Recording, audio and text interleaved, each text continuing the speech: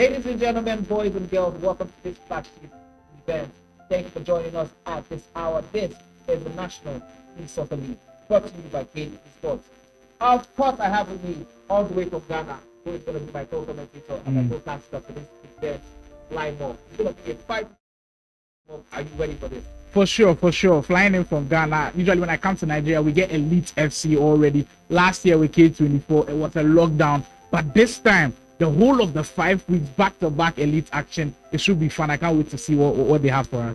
I can't wait to see it also. Don't forget, this is 16 of some of the best ever players in Nigeria right now happening. And on your screen, you're going to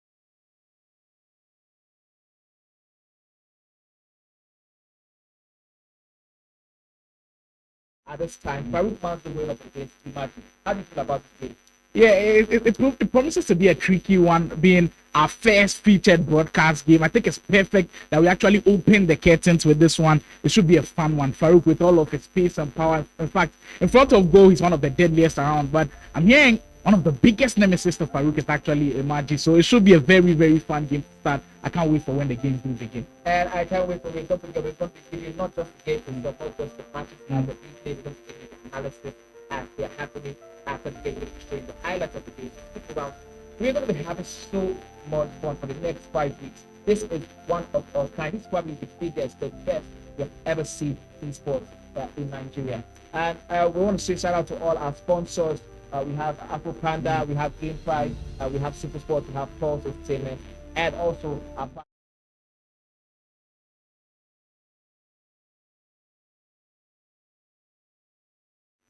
and he's going to be going up against Farooq Andrew, the guy, the mate, the legend himself. This is one of the least kids in the esports industry in terms of FIFA, FC rather, 25, or anyone you can think of. Now, how do you feel if you're Farooq Andrew? First game, like you're going up against your partner nemesis. Like, what are the things you're going to be thinking about? Like, these are strategies I need to explore to be able to break this what seems like a curse, in teams. Anytime you meet this guy, it's always like stressing you out and taking you out of top competition. What will be your strategy?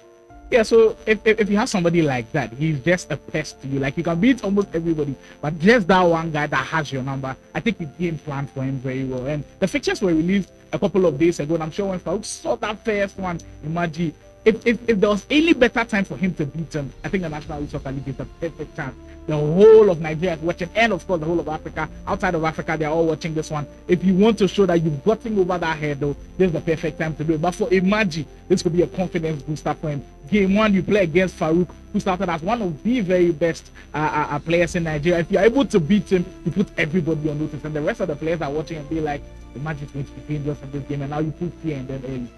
All right, beautiful. We also have our in-game analyst, Tommy Day. Play with Tommy Day. He's in the studio and he's going to be joining us soon to break down the team selection, the team players of both players, like who they are going for and what things they are going for these guys. Don't forget also we have other key moments, key players here. We have Daily Job, we have Bright, we have Mitch, we have Bola, we have Boyd, Mr. Oga. Basically the best of the best. Basically the best of the best, I mean, we're talking behind the screen sometimes we're talking about the defensive ability of somebody like Mr. Oga. Now, looking at how crazy Killer has gone, this, like what I mean, this throughout FC every this year. time I've seen Killer in the competition, he's going like Killer moves, sniping it out. I mean, if you are these other players now, what is your feeling? I mean, this guy has seen unstoppable throughout the season, and now you're going to make him up like the first ever league set of this magnitude. What are your thoughts? It's tough actually going up against Killer right now, and I know almost everybody watching in the chat is actually on Lagos server knows what I'm speaking of. You meet this guy in Rivals or Champs, you are in for serious trouble. But I mean, the play is the floor, and usually when you get to the stage, that is where you've got to prove them. All of the rest of the players are looking at maybe Killer as the guy to beat, but then of course you got the likes of Adefola and Farooq, who are also very, very good. But Killer just needs to keep his head down. I'll be sharing a couple of thoughts of some of the people that I've spoken to about Killer and what they think about how he plays, because I think he's such an incredible player. But as for game 1, our main focus being on Imagi and then Farooq. Farooq coming into this one, if you look at the trajectory of some of the best players in Nigeria, I think Farooq is the best guy to put the spotlight on if you want a prime example. So if you're a young kid that wants to excel in FC Esports in Nigeria or anywhere else in Africa, I think Farooq is the perfect blueprint. He's been winning since he was 17. I'll call him an infant then. I mean, like, how do you even do this? do you get what I'm saying? Like the craziness he brought in. So here's the crazy thing about this, the esports thing right now in Nigeria. I think this is the best time to be in this industry. Farooq came in at 17. He was the youth kid, was like the one everybody was like, oh, he's gonna be the best. And like all of a sudden, from nowhere, he had this skill up, he just come and boom. It seemed as though like everything he has used for the past couple years, almost being dwarfed by this guy. But don't count someone like Farooq out. These are the moments where you need to take a clean control.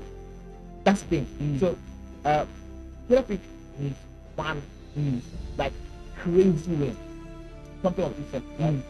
To say cement his place as FC25 best player and possibly like the future player. You know what? I'll be quizzing every single Nigerian that I've got here because I've got a lot of questions. Tommy, they made a crazy claim yesterday when we were doing all of the preparations, and I'll have to ask him about it on camera so all of you can hear about it. But before we even kickstart everything, who's the GOAT of FC Esports all time in Nigeria? Who comes to mind first? Who's done enough for you? Because in Ghana we have our consensus GOAT. I think every Ghanaian in the chat will know one that kid is number one. But Nigeria, who would you say is that consensus number one for you? Throughout the years of him playing, he's won the most trophies. He's been the most dominant. Now, for me, I would say the person who has been the most consistent out of all of these players is Adefola for me. And I know it's going to be crazy because if I'm looking at the fact that for the past 6-7 years I've been in the esports industry in Lagos, in Nigeria. Lagos, of course, the heart of the esports industry. Of course, Fola has been getting back to back trophies. That's a wild shot. It's crazy, and I really, really love it. Yeah, for sure. So now we're going to be going straight into the match. We're having information from the team in the back room. So while they're making the preparations, we're going to be going straight into action. Don't forget, it's the first game between Imagi and Farooq. Yeah, we are keeping you engaged as well. If you are watching on YouTube, all of the comments in there, you can drop your predictions. Who you think is actually going to win this game? You can start dropping your predictions. Who's going to win the whole of the thing? Mind you, it's 5 weeks in. What I love about the fact that it's across 5 weeks is like we'll get different versions of each player, because maybe this week he has released the part where Trevella is the new meta. Then the next week they switch it up to a lob through balls. Like there's just so many things that will take place within the next 5 weeks, and I'm just going to be enjoying all of that with you guys. So if you're in the comment section right now, you can drop us a comment as to who would win. There would be some prizes to be given away. I just got word that there might be a huge prize. Upcoming SC26 might be up for grabs. So just be active in the comment. Tell us who you think would win game 1. Farooq, Madzo, Imagi, Faruna. But quick call prediction. Who do you think is getting it? Before we go into that, I just want to say the guys in the comment section, the viewers, just watch out for the polls that are going to be happening. So the polls are where you're going to be making your predictions, and we're going to be calculating it. We're going to be pulling it in. So at the end of the tournament, we're going to have the most, like whoever it is that had the most accurate prediction is definitely good. I know that you're definitely going to know something. You don't want to raise your hopes high. I'm raising your hopes already with SC26 because I know a lot of people want to get there. It might even be something more than that. Yeah. That's not. Yo, fingers crossed. Fingers crossed. Fingers crossed, of course. Now, score predictions. I know that Imagi, who is currently in hot Spain, is one of the what play when it comes to defensive aspects of the game. Right? Now, I'm looking at a match of 3-2-3-1. In favor of who? Now, I have to go for Farooq. I have to go for Farooq just because I have this feeling about him in this. I feel like, of course, he has to make it different from himself. Someone is coming for your throne, someone is coming for your crown. You definitely have to make it different. And what better way to start? I mean, you can't blame Mane at all for going for the obvious favorite, but I love an underdog story. Anytime I find an underdog story, I'll cling to it. And for me, Imagi, I've seen all of the talk about him online, and now in person, I get to watch him in a LAN event.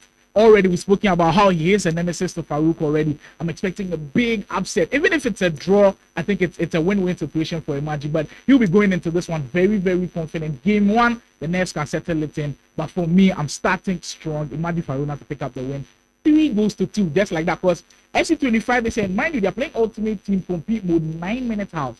Because the fact that they're playing 9-minute half means we're seeing a lot of goals. The first time we had 9-minute half tournament back in Ghana, the VGA grade, I remember, we saw loads and loads of goals. Actually, the final had 11 goals in the final. So I wouldn't be surprised if we get close to 10 goals in game one as well. Because both of them offensively highly rated. Okay. All right. Now we have the game's about to begin. As you can see, both players, their team selections. As you can see on screen, this is going to be crazy.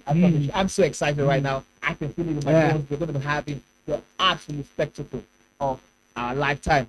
This is it. This is the first game of the National E-Soccer League.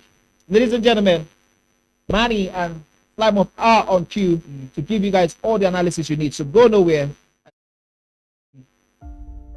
For sure. And there they are in the studio where they'd be playing. You see, we've just given them just the two so they can feel all of the pressure, all of the heat. When you know the spotlight is on you like that, you can always lock in sometimes and it can bring the best out of you. But how much do you think experience is going to count here for the fact that Farooq has been in this situation so many times, being a spotlight player? How much of an advantage do you think that gives him?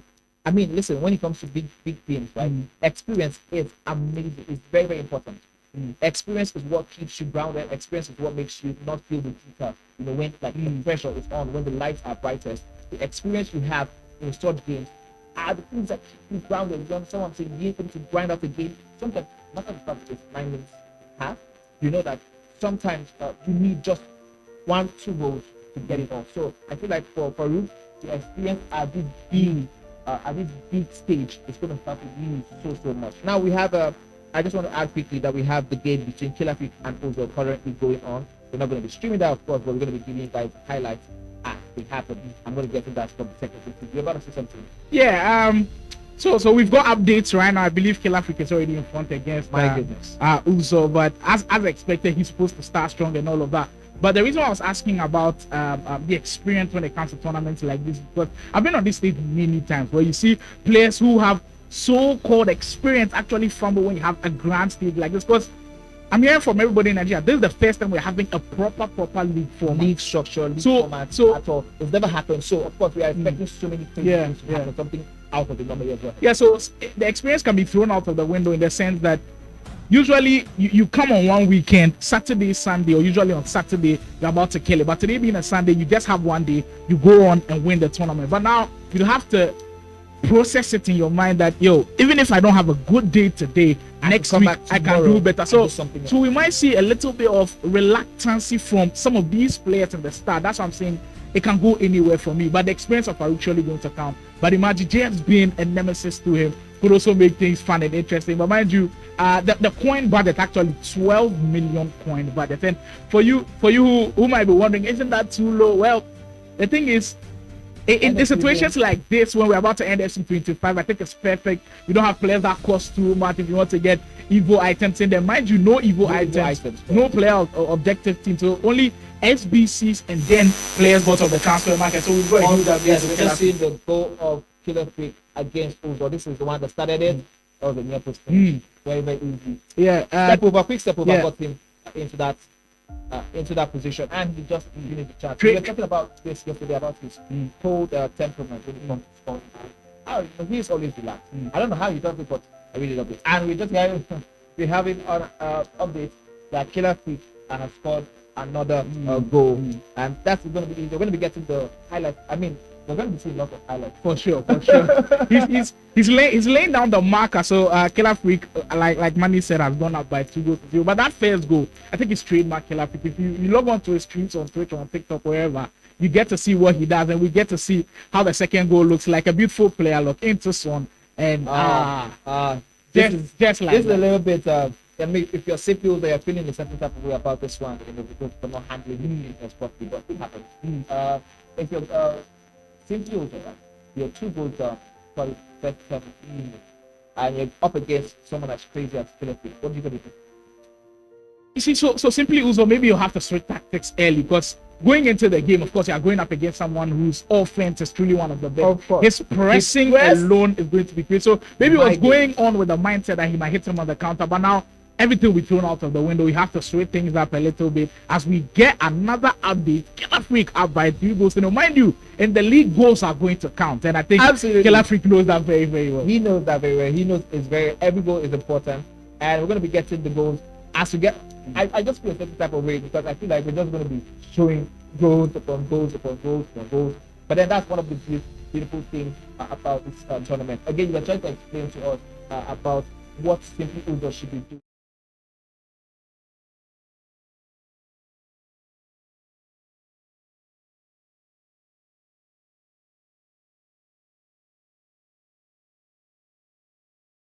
On the rebound. Did you that thing of the season Ronaldo card? And I was very skeptical about this card when it was released earlier, but as and when the game grew on a little bit from the Saudi Pro League, you just knew Mr. CR7 had to lock in for Killer Freak right there, and then the green time efforts coming off the post, getting off the rebound, and there you have it. All right, ladies and gentlemen, we're about to go straight into this action. This one is between Imagi and Farooq. As you can see, both players using their names for their teams. Of course, and what I can see here is that Imagi is in the white and white red kit. We just get another update that currently Killer Freak is 4 goals up in the match between him and Simply Uzo. And as you can see that on the top left of your screen, wow, he just dropping into space right now. He's literally just walking into space. The gap in the golf quality right now seems to be really showing so much. What do you think? 9 minutes also, don't forget. Yeah, so 9 minutes game and there is still a lot of time to go, and with that game, I mean, we'll be keeping up to date on that one. But on our featured broadcast, Killer Freak, Farooq Manzo against Imagi, as we get another update, Killer Freak has gotten another goal. But Farooq, I'm looking at what he does off ball. So if you're watching Farooq games, look at off ball what he does. And right now, as he's in the box with his first big opportunity in the game, looking to recycle things from the start. Of course, Rude Holik had to be in the lineup. Him being that midfield is always going to be key, and he'll get his first shot on target. Great time there, of course, but the interception from the defense was very key in neutralizing what would have been a very serious threat for Farooq. And now we have Imagi who has the opportunity to strut something of his own attack. Yeah, so usually in starts of these games, just 7 minutes in, both players are trying to feel each other out and see what you can do. And I believe Imagi knows what to expect from a guy like Farooq. And having his first attack of the game should be very interesting, how he navigates his way through it. Neto for Poteas. What has Imagi got for us in these early stages? Mind you, still 9 minutes half as we've alluded to earlier. There's still a lot of FC to be played. But in the start, you just have a feel of what these players want to do. As Farooq on the break again. Rafinha, I believe the team of the season item, which I just missed out on weekend league. Actually got 11 with. I was expected to pack him in when the La Liga players were released, but of courch he just had to do something. But in the middle. Yeah, and I could see from the first 10 minutes that both players are just really testing each other's weight, trying to find out what is going to be the preferred strategy in this game. There's nobody has made any serious challenge, but they're just trying to test each other's weight. I do think that's like the best strategy for these players. Of course, I mean, maybe the history is also playing a huge part in this. Everybody's trying to be patient, don't want to go back. Yeah, of course. Maybe the fact that we're also, this is the first featured broadcast game, so maybe the nerves settling in a little bit as Imagi will win the ball and the dangerous it goes up. Well, he's not a featured broadcast. He's playing elsewhere, but of course around the system. But then on the featured broadcast where everybody's watching, the pressure on these two guys right now. But for Farooq Manzo, if you've been following some of the action that he's been able to do, he's highly advocated for the 4-4-1-1 system. If you're a big 4-2-1-3, then maybe you might not like what Farooq does. But for him, the 4-4-1-1 works for him so well that when you've got Cristiano Ronaldo up top, he's the man to do the business for him. And I'm seeing how Imagi can neutralize what he's got for him. Brilliant pass into Kane. We've got our first big opportunity for Imagi. Oh my goodness, that was almost it. That was almost the perfect opener for Imagi. The Trivela into the near post would have caught the goalkeeper out of position, but it was just the side net, unfortunately, for Imagi. Yeah, seeing Harry Kane up top, it kind of tells you that the caliber of strikers that we've got in the game right now. So Harry Kane isn't your usual goal poacher, but his type of striking style, I understand why Imagi has got him up top, in the sense that Harry Kane's passing is elite. He's got a couple of passing play styles which help him. to just link up play with the midfielder. So I understand why Imagi has gotten there, but for Cristiano Ronaldo, for Farooq Manzo, he's going for the old-fashioned. If you remember, if you Goal played machine. iterations in 18, 19, 20, 21, Cristiano Ronaldo was the go-to guy, and having 5-star skill move, being able to be the best guy up top and just finish up your chances. But Harry Kane, like I said, dropping deep and then linking play as we carry on with this one. Hold it. Now we have an orthodox right-hand side. Yes, so we have Imagi now on the attack. This has been end-to-end, really, and I've loved what I've seen in the opening minutes of this game. Farooq now has that lock player, try to get himself out into space. Imagi dragging out the players out of position. Imagi is one of those guys who's always composed when it comes to his defensive ability. His defensive shape is something I've always admired. I would always want to see if I can pick one or two things anytime I'm seeing him on stream in game. He has that defensive composure. I think I'll use that in that sense. Defensive composure for Imagi is always on point. And now you see it there with that tackle and that interception. Thuram still in the squad is very surprising for me, and actually playing on the right hand side of that defense, playing at the right back position, because I see a lot of people actually play that Thuram card in the center back area. But I mean, he did complete the SBC, and he feels that the right hand side is the perfect place for him. Rodri, last year's Ballon d'Or winner in the squad. I do believe that this is going to be his team of the year item, because Rodri, of course, missing major part of last season, wasn't part of the team of the season. Over the top through ball, first time we are seeing it. Can Ronaldo latch onto it? Farooq Manzo, of course, scoring for our featured broadcast. My goodness, what a goal! And we talked about it sometime when we were off camera about how important the first time option is and how overpowered it is, and it's being used in this particular competition. But this is crazy. From nowhere, he had that first time up ball into Ronaldo, and he was not going to miss that at all. What a goal that was! And we're going to be seeing the replay very soon on the screen of how it went down. Yeah, so brilliant goal. The build-up, I've told you with Farooq, always watch what happens off the ball. That's it. Like when he does have possession of the ball, but then off ball, because the player locks, his movements, the decoy runs, there are just so many. And now Imagi will have to find a way to respond to it. Maybe not the way he wanted to start this one, but for sure now he will have to change gear a little bit. Yeah, I think he was absolutely caught out by that first time option. Still, the goal entered. That was the first time. That was the first time option that Farooq even attempted. So probably he wasn't expecting it, and he got caught out. Now we're just getting updates that Killer has put in 6 passes for opponents. Wow, what a way to lay down the marker. I was hoping to see the Trivella earlier, but it has come at the 30-minute mark for Farooq Manzo. You know what? Just feeling things out a little bit. Now that he's got that one goal, I think we'll see a more comfortable Farooq going forward, showing you that he's very, very comfortable on the day right now as we head into the action. Of course, I think now the pressure is a little bit more on Imagi to come in with an equalizer or something of his own. Why is the goalkeeper coming out so fast? Yeah, so he's anticipating for the early cross from Farooq, and you almost feel like Imagi knows what Farooq wants to do there, but Farooq just outsmarting him, green time effort, but a lot of defenders in the way. Credit to Imagi, by the way. I think he's done a brilliant job of closing down the spaces as quickly as he can. You don't allow a player like Farooq to have loads of space to work with, and I think he's done an incredible job so far, but there's still a lot to do with a lot of time still ongoing here. Hold it. Just the interception. He's got the intercept play style plus doing all of the magic for Farooq. Absolutely. Now we also have an update that Killer just got another one. And we're going to be showing a 7th goal when they are ready. Oh, okay. Apologies. That's going to be the 6th goal when they are ready to go. Now we have, don't forget, this is the 9-minute game. So we're going to be seeing lots of goals. Of course, if you're wondering why this is taking longer and longer, that's because we're playing 9 minutes goal game. Now we are 39 minutes, almost 40 minutes into the first half. Just one goal, of course. All right, we have on screen the 5th goal and the 6th goal of Killer. Beautiful pass. Again, that near post finish. I think he loves going there. The fact that he's already got 6 goals in the first game, already he had put fear into every single. Oh, he just got a goal!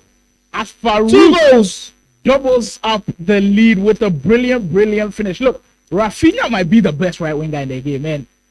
I know maybe this might be a stretch with all of the shapeshifters in town. And of course, Lamine Yamal, that card is still around. But this guy, and maybe Hansen also as a low-key shot, but I see people use Rafinha, and I've been like, How? I think he's the quickest among all of the wingers at the right wing position. As we get to see Farooq Yes. Manto, you see the player lock coming to play, and then the finesse back post cements the second. My goal. goodness, what a goal that was. This might be the third one.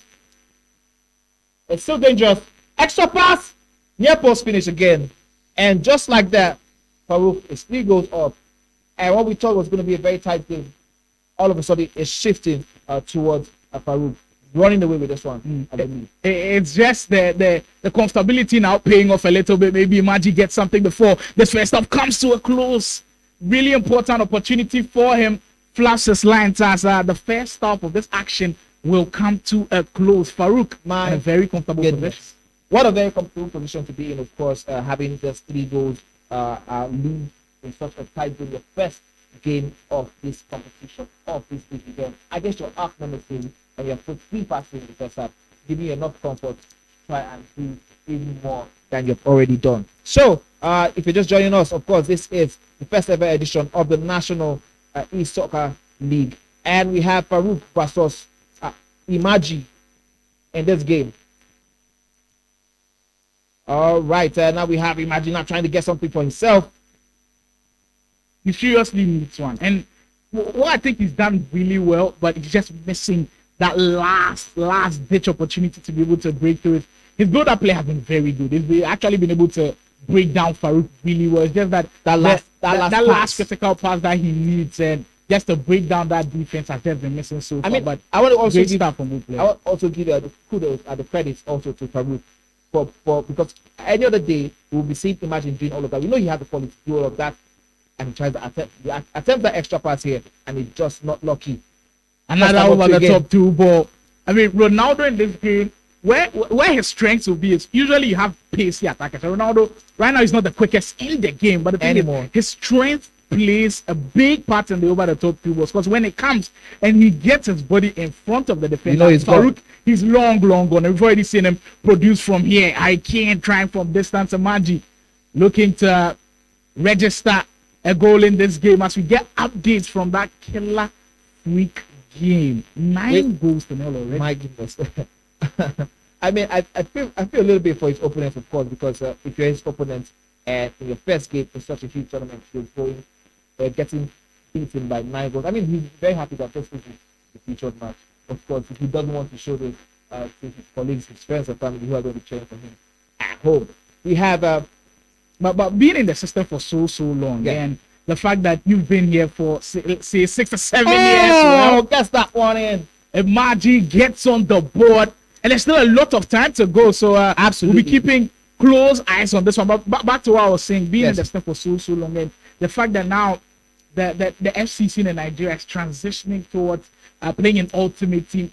How important is that for the players to be able to adapt to the international standard of playing FC? Because we are used to playing kickoff mode so many times, but the fact that we are doing this in ultimate team, how important is that? I personally believe that it's the most important thing that happens to the esports tournaments, esports federation, and the FC scene in the past couple of years. Now, if you notice, some years ago when we first met, we were trying to work something out like this, but we never really got it out, and the players were always going back to the comfort zone of the kickoff mode, of the weighted 95 mode, but this particular one has given us the opportunity to tell us that, listen, we can do this, we can achieve it, and it gives the players themselves that capacity to know how to perform using the UT environment consistently. Now, when they go outside Nigeria, when they go to international tournaments, they are no longer going to feel like out of place because they have done it back to back. Yeah, back to back is really important, because the last time I was here actually came to me for they did play it an ultimate team, and I think that was really important. So kudos to all of the organizing bodies who've done so well to pull this one off. I know how difficult it is, because back home in Ghana we try so many times, but sometimes we fall short, even though in the recent times we've done our best to bring it to you an ultimate team, as the squad restrictions are there 12 million points. I also want to give a credit to Cade Esports, who have been the ones who have finally been able to get this done in the past couple of years. After so many attempts, they have finally been able to perfect the art of using the UT environment for competitions like this. I think they deserve a lot of credit in making this happen. These guys, the K24 was, of course, the UT tournament, of course, but I would say maybe not this level, but it was a test run, and every single year they keep building and increasing what they could get, the output of the product of the FC. Now I've gotten a critical look of how the squads are set up, and I must say, if you look at just the fullbacks already, it tells you the identity of both players. Yeah. So Thuram is actually a fullback for Imagi, but knowing Thuram, he doesn't have too many attacking traits. But if you look at the fullbacks of Farooq, he's using Renato Vega, who I know doesn't have too many attacking traits, but has got a couple cuts of his height and all of that. But if you look on that right hand side, using the shapeshifters Marcus Rashford. So it tells you Farooq will be having so many times where Rashford will be overlapping, being in offensive positions, and wants to have an advantage as Maradona in space to work with for Farooq. Now, this is going to be crazy. We had that attempt. I was wondering why Farooq didn't go for his first time pass from Maradona straight into the striker. I think that was easily predictable. Usually when you go for the easily predictable ones early, it can kind of give off what to expect from your opponent. Imagine great position. Oh my goodness. Could have gotten one what back. a miss that was. You know what? We're at a very critical point in the game. 70 minutes gone. The next goal, I believe, will determine how the rest of the 20 minutes will go. And the next goal might go to Farooq. Should he have shot that one my first goodness. time? So much happening in that 18-yard box. So much happening in that 18-yard box. And I think Imagi are just lucky to come out with just the 2-goal deficit as it still stands. On the 10, Extra Farooq pass. just dancing in this area. Elastico, oh, just lovely stuff from Farooq. You know, this guy, he's just such a joy to watch. Unfortunately, couldn't pull him off. About 15 minutes in game to go before we close this one out. And Farooq already starting his stuff. Don't count out. Imagine though, I think he's created some brilliant chances. As we get into the latter stages of the game, now the pause cued by Farooq tells you he understands these moments of these games. Like when you see the players improving in some aspects of the game. 17 minutes, you're 3-1 up. Some might say it's a comfortable lead, but if you played FC at any level, in fact, even in champs or rivals or at a very high international level, this is not a place to get comfortable. This is a place to put the pressure on the opponent, and I just like the fact that he's putting the pause there, lost a pass, one of the hidden features of the game. Beautiful, gets it in. Wow, what a way to announce yourself as the nemesis of one of the best players in Nigeria. Now, I mean, at this point, I think I'm having a good feeling about my prediction. It just might come in because I predicted 3-2. Now I think, who knows if Farooq is going to go for closing this out or he's going to go and try and get more goals for himself. And I think now the momentum has also shifted in favor of Imagi because he has gotten 2 goals now. I'm sure it's already on the mind of Farooq. He's playing down with his mental game set match. We get to see another glimpse of the goal, just the regular extra pass. People, if you're learning something from this game, Imagi has been patient with it, not rushing things, even though Farooq has been in control, patient with it. The extra pass giving him 2 really important goals, 3 goals to 2. It's game set match. Where we are is perfectly poised. Then you almost feel like something might have to give in this one. Farooq still holding on to that 3-2 lead. What's the approach if you're in Farouk's camp right now? You try to score another one or hold on till the final whistle? I mean, absolutely. I've seen, especially in a 9-minute game, I've seen it. It looks like it's a small time, but it really is long. For anyone who is currently losing, there's no much time. Time is always too fast, right? But if you're the one who is trying to defend the Farooq again, great time, and you know it, you can see that emotion. You know, it's very, very important to him that he scored this goal at this stage of the game. So important for him. Extremely important to get a goal like that, especially coming off the post. It tells you what he did during the break has actually come to pass for him. Very important finish for Farooq, and it puts him in pole position to grab all 3 points in the game. Wouldn't have loved to maybe draw this one out and then share the spoils, but Farooq Manzo stamps his authority with that 4th goal. Still time to work with right now, but the defense of Farooq closing things down, paying off a little bit with about 8 minutes to go. Imagine I'll have to throw the kitchen sink at this one. If I'm him, I'm throwing everything I've got at it, with the sense that there's still a lot of time to go. Ronaldo, yes. That was just offside. Inches wide, of course. And now we have probably 7 in-game minutes, which is a lot of time if you are Farooq, of course. The next goal is very key, or the lack of the next goal, very, very key. Of course, now we have Imagi fighting for his life. All the goals count. Even if he doesn't win this one, he has to score another one. Oh, beautiful! He decides to go for the pass. Was that the right option? Was that the right option? Would you have done that? You know, if you're in that position like that, I think first time when he had Messi, that roulette wasn't really necessary for me. But I feel like he wanted to be in a better position, so I kind of understand where he's going from. But, I mean, we have hindsight of things, being able to see everything after our photo. We're kind of being unfair a little bit to him. But you get the punishment from Farooq. You miss it at the other end, and he gets the ball back. He's and let you know about it. Oh, he loves that. He loves that goal, Farooq. It doesn't really display that much emotion, but for this one, you know, it meant a lot to him. And I mean, personally, I thought it would have been better for him if he had gone for the hit the ball. I mean, trying to dribble the goalkeeper in that position, Imagi, of course. But whatever it is, he has been punished for it, not taking the chances when they were very, very ripe and clear for him. Now, Farooq trying to bury this and put it beyond reasonable doubt. Hansen. With just a minute to go, I believe this game 3 points in the bag.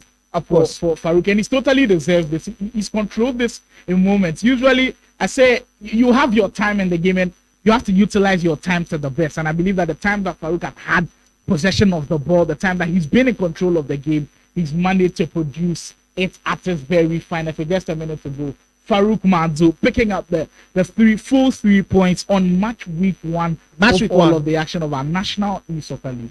Yeah, we spoke about this from the beginning of the tournament. We spoke about how important it was for Farooq to be in this case, playing your act nemesis in match week 1 and taking the 3 points that he just did right now. Totally deserving, of course. It is absolutely important, very, very huge for him.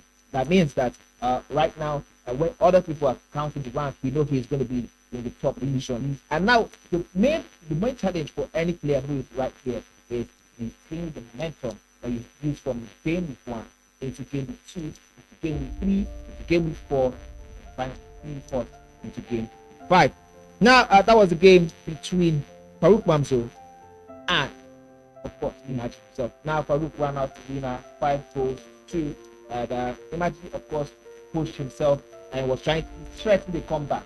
I think it's perfect where we're having this tournament. We've run through loads and loads of months of FC. I believe that all of these players know the detailing of the game, and you saw everything that works from over the top through ball, step over, the Trevellas we saw, even though he didn't score for Farooq. The finesse play style plus might be the most important attacking play style in the game. We can argue about it, maybe low driven. We didn't see too much of low driven, but I think finesse play style plus is definitely up there with the very best. And this is the perfect time to be organizing a tournament like this, but every single player in this league right now knows the deal of FC25, and we got it on full show when we saw Farooq and Imagi. I agree with you, absolutely. I agree with you. Now we have all the games coming up soon.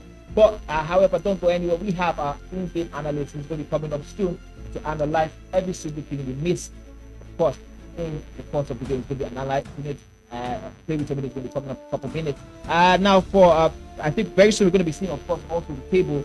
Don't forget the game between Killer Free and City is ended with 9-0 win, and we're going to be getting updates on that also as it happens.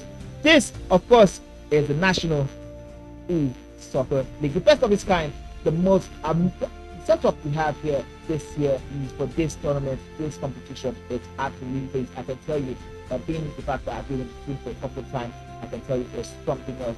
With the players very organized, everybody are like on their feet. The players themselves, they want to be here. They are so excited. They want to be part of making history in Nigeria. Yeah, it's very, very important. And this being like the pilot edition, inaugural edition, if you win for the very first time, your name is in the bright light for history. Yeah. Being the first ever winner of the National E-Soccer League. And I was having conversations with some of them, and you could feel the jitters, the nerves a little bit, being the very first time. And I'm hearing maybe next year I have 2 divisions of the National E-Soccer League. I just gave a little bit of this there. We'll see if it does come out, but it's very important that we're able to play in a phase like this and everybody taking it serious. It's a big plus for all of the organizing bodies putting this one through. This is something that I believe almost all of the African countries can kind of mirror, because what you have with the league is the fact that the players stay competitive for a longer period of time. Exactly. You can have one tournament for like 1 weekend, but we play that 1 weekend and the player might just get the controller the next weekend. But for the next 5 weeks, you cannot afford to rest on your my goodness. Talking about this, it's very, very important. You have to understand this. Like, if you win the first, let's say you have wins in your first 3 weeks, game week 1, game week 2, game week 3, of course, and then we're going to be playing on Saturday and Sunday. Every game week, each player goes to. Now, if you have this happen, 2 or 3 games rather. We're going to try to figure that out. But if you have wins in the first 3 games and you lose the momentum at any point after that, you're in trouble. Seriously. You also have bad stats and you lock in and you're happy because of course at the end of this league, I'm going to be giving you guys the update. You're going to have 8 players relegated down and you're going to have 8 players who stay above. Now, which means that next season you're going to have 8 players also trying to come from the lower division into the come and compete with the guy in this place. So now, if you're this guy, you're here, you don't want to be going down. So, I mean, I'm just trying to paint you a picture of how important this competition is, guys. How important they have to be on the top of their game. I mean, I want to see a competition that we're going to have international stuff and watch. Like, oh, we had no idea that this is really something that. Oh, for sure. And I think a lot of other people are tuning in from our live stream channels on YouTube. If you are there on Cade Esports, a huge salute to you. Because the fact that we're able to pull this off alone and play it in the internationally recognized mode Ultimate Team, that's a big platform. Pulling that off is very difficult to do. That's a big platform. And the players being able to show up and play their best. I mean, we just saw Farooq Manzo show why he's one of the better. And I think this year, when they played in the ladder, it was him and I believe Killer Freak who were gunning for the Nigerian players to be among of the top African players to qualify. But of course, we had ping issues, network issues, which indeed gave other countries major advantages. But already they've shown that the quality at this level is getting to the standard that we need to get to. And the league is the perfect place to kind of just harness that talent. And everybody out there who's watching, who's wondering, how can I get into this league? It's first off by watching the players. Watching this league right now and learning of everything that they are doing. I like the fact that you said you learned of Uzo being one of the best defenders around. The fact that Mr. Oga being one of the best defenders around, picking a couple of things from that's the only way to improve. And if you keep watching all of these guys, you're tuning into their streams, support them as creators as well. You get to learn off of them and just be the best version of yourself. Not saying copy everything into detail, but integrate it into your game and then just channel your own part. I mean, also, I don't see a problem with copying. You know, sometimes the competition is just form of flash, of course. But then if this is what you like, if you see something, then you just imitate it like for like. But if it doesn't work for you, then that's when you need to that trick. You know, these guys are masters. I mean, listen, forget to see them right now. If you see the grind people do, you see the hard work people do to master their craft, practice their craft. It's the reason why these are top 3 countries Nigeria. There's a reason why. These are some of the best players. These are some of the ones who don't want to get matched on YouTube on regular. They're making the champ rivals. That's all you don't want to get. For sure. Get matched. Now, we just saw some of the other players who are going in for the next game working, so we know that we're going to be having that in the next couple of minutes. Of course, so go nowhere, stay tuned, and we're going to have that on screen soon. Now, the next game, let's say you're from the outside, you're a player, and you just saw somebody being demolished by 9 goals to 0, right? Or you just saw Farooq beat maybe again. It might be 5-2. It might be 5. How would you be able to? How are you going to bring your mind down?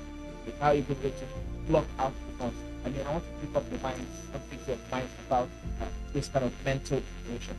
Yeah, those things are very important. And I think in every esport, not just in FC, whether you have it's an NBA 2K, whether it's MK, whatever games that you play, I think it's a mental game first of all. If you're able to win the mental game, you're like 2 goals ahead. So the fact that you're really doing well mentally, that's perfect for you. So if you have the mental fortitude, you are 2 goals up. And the fact that you've seen Killer Freak beat somebody by 9, if you are going to play a guy like that, you know you have to be tuning in. Like the mistakes have to be minimal. Hold on to the ball the best you can. Be clinical with your chance. I know it's much easier said than done, but if you put in the work, especially at this we can say it all day long. That's why Manny and I are here. We are not behind the consoles because we are not good enough to be behind the consoles, because these guys, elite tier players, I know it's easier said than done. But if you put in the work, the number of reps that you put in, I was listening to Tommy Day speak about the number of reps that some of these players put in. Wow, that is truly a lot. And taking it as serious as they do, they deserve to be here. And putting the spotlight on them, I think is very important. But looking at games like this, if you just watch what Farooq did, you could pick a couple of pointers. Already, the positive things about the likes of Farooq and Killer Freak, I also see Adefola stream a lot. I think I see I'm trying to remember his name. Game with Josh also streams a little bit. Rufi, I've seen his streams. most of them, out of like 16, like 10 of them are streaming. So already you can log onto their streams and pick their gameplay. One or two like, things to do. you can game plan for this guy. He loves to do this here. He's a wing guy. He likes the extra pass. Like all of those things, you can pick bits from them, game plan for them, and when you meet them, smash. I know it's difficult saying, but some of them have varieties to their game, but that's the best way to go about it. All right, so we're going straight into the highlights of the first round. So go nowhere, stay with us, and we're going straight into that. We'll see you guys the next.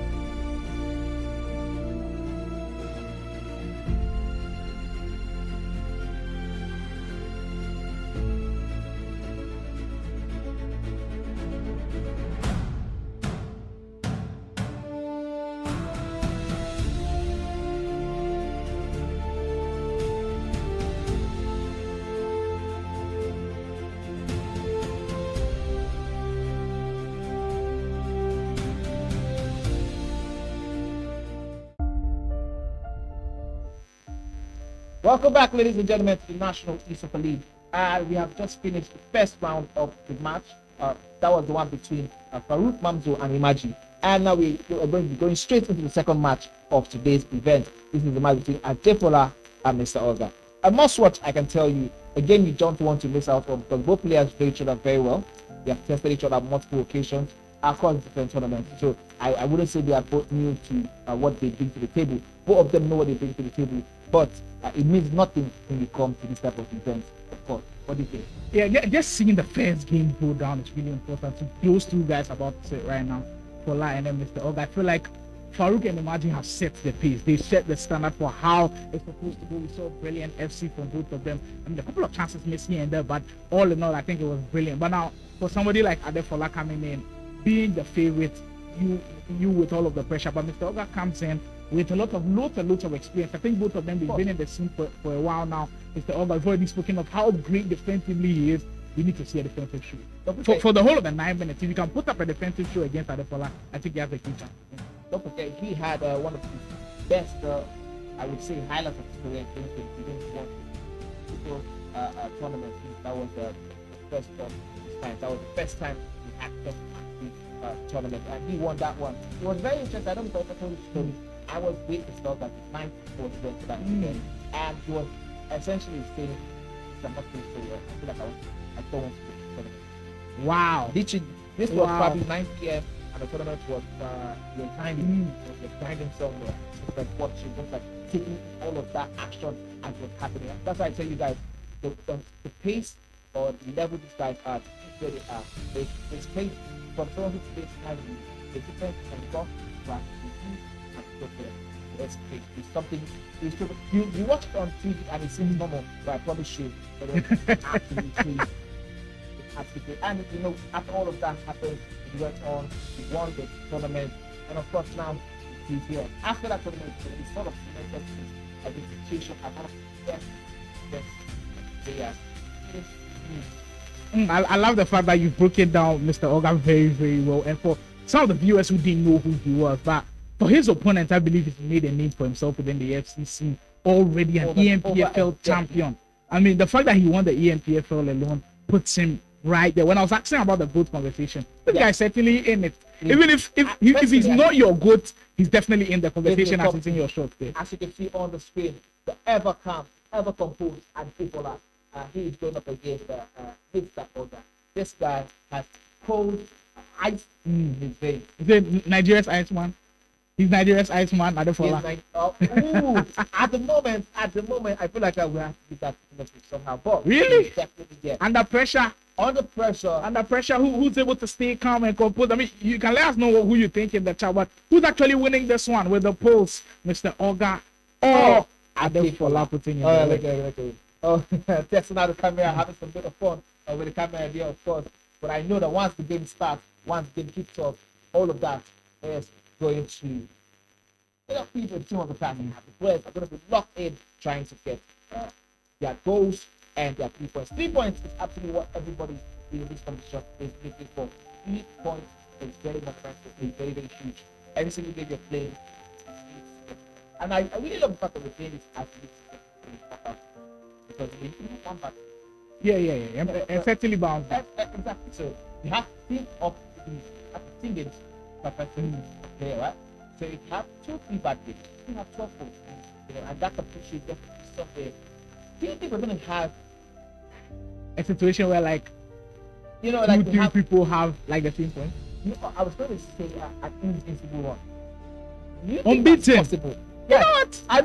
I know it sounds crazy, but do you think it's possible? It is. The last 3 Champions League that we witnessed, Emery Yilmaz actually did that. He only drew 1 game, and the rest of it, he blew everybody out. Till the final where he beat Andes by 2-1. So like, it's truly special if somebody will be able to pull that off. And we've got contenders who can pull that off already. Somebody just beat someone by 9. I mean, the great Killer Freak already puts in the work. But zooming out to this game, one key area or the aspect I'm looking forward to is the team selection, and especially in that midfield area. I'm looking to see one guy.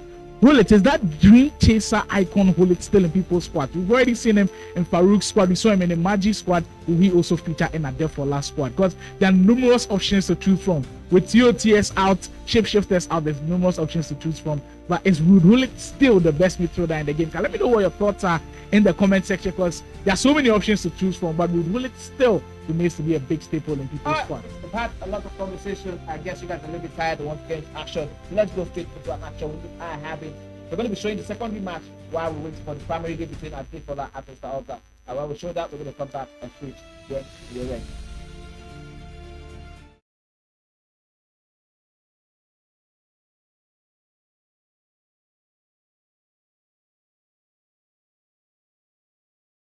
Very wicked in these parts, of course, in Nigeria. Yeah, so for all of the games, if you are wondering, it goes on simultaneously 2 at a go. So just as in the first round, we saw Kill African Farooq all in action at the same time. We get to see Baji Jr. and then Blaze, of course, as we work on Adefola and then Mr. Oga to bring out all of the action. So Baji Jr. is in the blue, I believe, and then Blaze in the all-white, kicking from left to right in this one. All of them, their first games in the National E-Soccer League. Your chance to do something great with this one.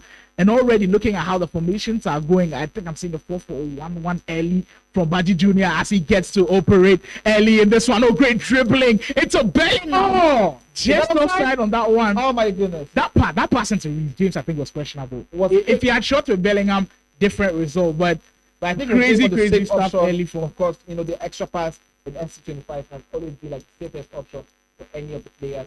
But in that moment, that was just the 1-1. And we have Blaze. Blaze is one of those players who you just have to keep an eye out on every single time, because you never know when he wants to step up and do something absolutely different from what you're expecting to do. Now we have Blaze on that right wing. Pass! Oh! Intense stuff from Blaze. I mean, the ball rolls scoop into space. It's just stuff of dreams and what you'd want a winger to have that time. Maradona. He's not somebody that we've seen in too many squads, but that is why having a unique squad pays off as Blaze opens up the scoring very early in this game. Of course, now we have, just as I was showing you that, as I was just talking to you guys as earlier before, that Blaze is the type of player who you never really expect. You know what to expect when you're playing. Other people are always like, they stick to whatever it is in the world. But Blaze is one of those players who just don't want to avoid at all costs. He sometimes blows hot, sometimes he blows cold. But when he's blowing hot, he's a problem. And he is truly blowing hot right now. The press is working. First time we get to see the low-driven shot. And that time, the goalkeeper up to the task. We get another glimpse of the goal. And look at the byline action. I really do love the byline action. The ball will scoop coming. And there you have it into space. Of course, he wasn't missing from here. Near post. Ruud Gullit, well, speaking of earlier, gets a goal. Do you have a goal? Well, I actually thought I had got it from Baji Jr. Just wide from the free kick. That would have been crazy. What an attempt by Baji Jr. Of course, it's a 9-minute half, as I explained earlier. So there's so much action to still come. But I think I'm going to take Baji Jr. to come into this one. He has the quality, he has a good team, and if howler from the goalkeeper that I'm not sure Blaze would be happy about so much. Wow. But Baji Jr., you take that all day long.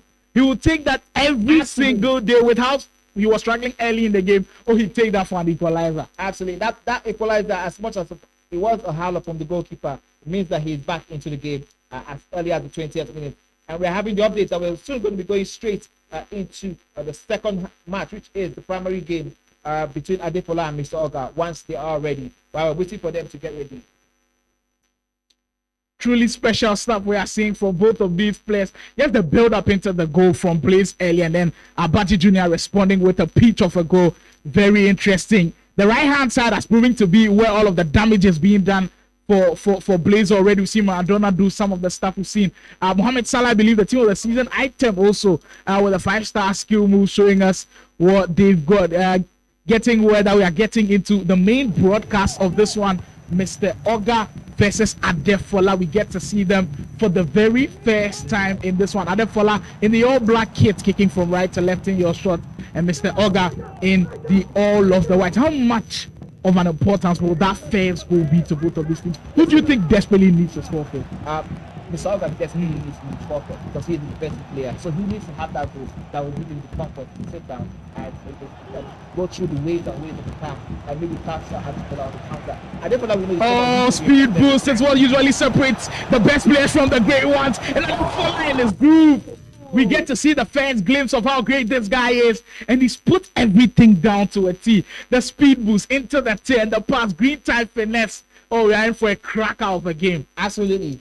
Top class at attacking versus top class defending. And we can already see that the attack has gone ahead to get one shot on target, of course. That was very, very good. And the goalkeeper just diving out to the right. I mean, he had to dive as much as possible because that was creeping in with the entire effort. Finesse. De Bruyne, one of the best cutting team, decides to go back post on that one. Can't win the second ball too. But you know what? Adefola squad already, I'm really enjoying what I'm seeing. The fact that he's using players that I would actually use. I've seen De Bruyne in there. He's in my team. I've seen my favorite striker in the game. I know it's not everybody that agrees with me, but Thierry Henry this year is just a crack card. This version is not an evil one, by the way. Nobody can use an evil item. The fact that you can't value an evil, we can't just price it with the 12 million coin budget and all of that. That's why you're seeing Thierry Henry in there, but not as the evil item. Milito. I haven't seen him in too many squads. Mr. Oga could pull away with the space. Strike the post. How unlucky can you get? How unlucky can you get? That was a great chance for Mr. Oga. Wow, doing so well to get himself into space. The low position this time around. And he attempted the shot. Didn't get in. And now he's attempting low driven. The low driven shot actually is a great dynamic. In the sense that when it was introduced this year, it wasn't a play style plus in the game, but the people were still doing it. Immediately we brought out the play style pluses. I knew we were in trouble, and my goodness, since then everybody tries the low driven shot, and it kind of nullifies goalkeeper movement a little bit. But so far nobody been able to capitalize on this game so far. I love the end-to-end stuff that we're seeing. I think with the latest update it's a little bit nerfed, just unlike like the previous update where it was very, very OP and was used by the players exceedingly. But we see it being nerfed a little bit, and that's why we haven't seen any goals so far in this game or throughout today that was fun in the game. Yeah. The choice in midfield from Adefola is very interesting. The fact that he's got both De Bruyne and Luka Modric, is that on? No, offside. Both De Bruyne, Modric, and Ruud, it makes it for a great midfield pairing. But I think Mr. Ogat's also made great choices in there. I've seen Scott McTominay, the TOTS version, I believe. Bobby Charlton also in there as he gives the ball in a position where you can't. De Bruyne almost threading through those important passes. That's the reason why he's in that team.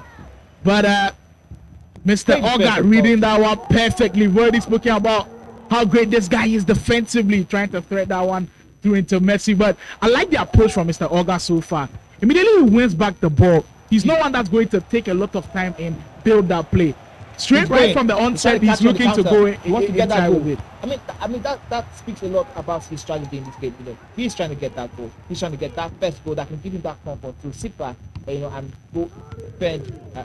Not look at Lukaku in the defense for if this is your first time watching Ultimate Team action, don't be surprised. Lukaku is in the center back position. The recent promo items, shapeshifter, has him as a center back card, and the fact that he's just bulky alone with all of the height, aerial, plus he's got everything that you'd want in a defender. That's the reason why he's there. Adefola dancing in the area with some beautiful as he gets to open the scoring.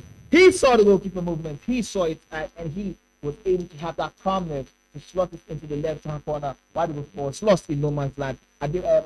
Oga trying to use the goalkeeper movement as early as possible to confuse Adefola, but he was not having any of that, and he was able to get that goal. The opener, of course, as we discussed, which was very, very important. It's all important opener has now been gotten by Adefola. Very important goal, rightly as Manny said. 20 minutes in, game has settled now. Adefola in that lead, and he's looking to get in a more comfortable position. Hold it. This is the position that you want a player like this in. There's the fact that he can bully players off the ball. Alphonso Davies is quick, he's strong, but not on the level of Ruud. Hold it. Cross. Oh, great time header. Set pieces this year, I mean, they are supposed to be very, very overpowered. Look, if you can score from set pieces, you take your game to a whole other level. Absolutely. You can be struggling in a game where you can't score from open play, and set pieces will bail you out. And that's right there. Adefola gets a second through a corner, and now Mr. Oga could be in serious hot waters. Even though there's still a lot of time here to go. De Bruyne, Oga in another promising situation. I can see so far so good. Oga is not taking time to take off his shots. He's not doing too much. He's not trying to get shot at. He gets the ball. He wants to get slot in the back of the net on time. Through ball comes in again. Different variations of it. Henri eyeball to eyeball with the keeper. Red tie finish, but still in. That is Adefola's cruising. He's in the most comfortable position yet. You can tell the favorites are locked in. Farooq didn't come here to joke at all. Killer Freak won by 9-0. And Adefola just continuing in the same thing. 27 minutes in. 3-0. Do you think he breaks Killer Freak's record of 9 goals?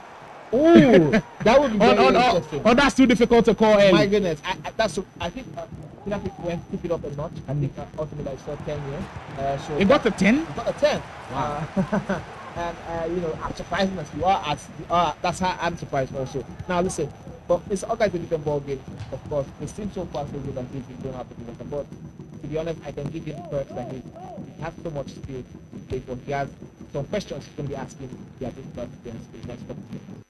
It's at a stage where it's very interesting for Adefola, in the sense that a lot of people expect him to do well. A lot of people expect him to come here and be one of the very best players. And what he's shown already in game one gives you a clear glimpse of how good this guy is. De Bruyne again. And all that, I just feel like he's finding it difficult to cope with the men in and around that midfield area. I think De Bruyne, he set him up well in good positions, right behind Thierry Henry. We've already seen different variations of the goal. We've seen extra pass, waiting for goalkeepers to move, shooting into the open space. Oga, this could be his introduction into the game. My goodness, what a pass that was. That took the ball. I mean, he pushed the ball just a little bit too much. Wow, that would have been a way to start asking the questions of the defense, just like we said earlier. And we just get an update from the team that was actually wrong, and Killer Freak actually won by 11-0. So that was one for each player on the pitch for Simply Agent. Brilliant 10. Henri again. I think for Mr. Oga, missing that chance could be very detrimental to what he does in the next couple of minutes. In the sense that you cannot afford to be missing chances like these, especially against a great player like Adefola. But here comes Oga, building confidence a little bit. Look, it's De Bruyne. There's a great opportunity for him to find something. Just wait a little bit. And I just feel like when you do that in FC25, when the opportunity comes to penetrate and you don't, you just give your opponent a chance to recover to just recover a little bit. But he wants another brilliant angle. Listen, I think we don't talk enough about Adefola's defending. As much as we say he is probably the king of attack, I mean, he is also amazingly good at his defending. His positions are so good, and he makes it look so easy that we don't get to give him credit for it. Maybe, as you can see so far, so he has not allowed Mr. Oga any clear shot on goal without putting a proper. I think the only time Mr. Oga actually had like an exciting goal was when he played that through in for Cristiano Ronaldo. They decided to go for the pass instead of shooting in that position. More troubles here for Mr. Oga to think about. I mean, Adefola he's just relentless up front. You almost feel like there's that relentless play style plus on him at this point.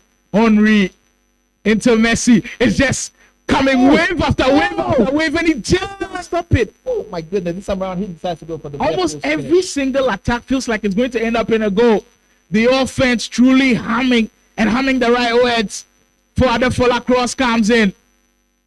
Messi. Minutes in. Kvaratskhelia.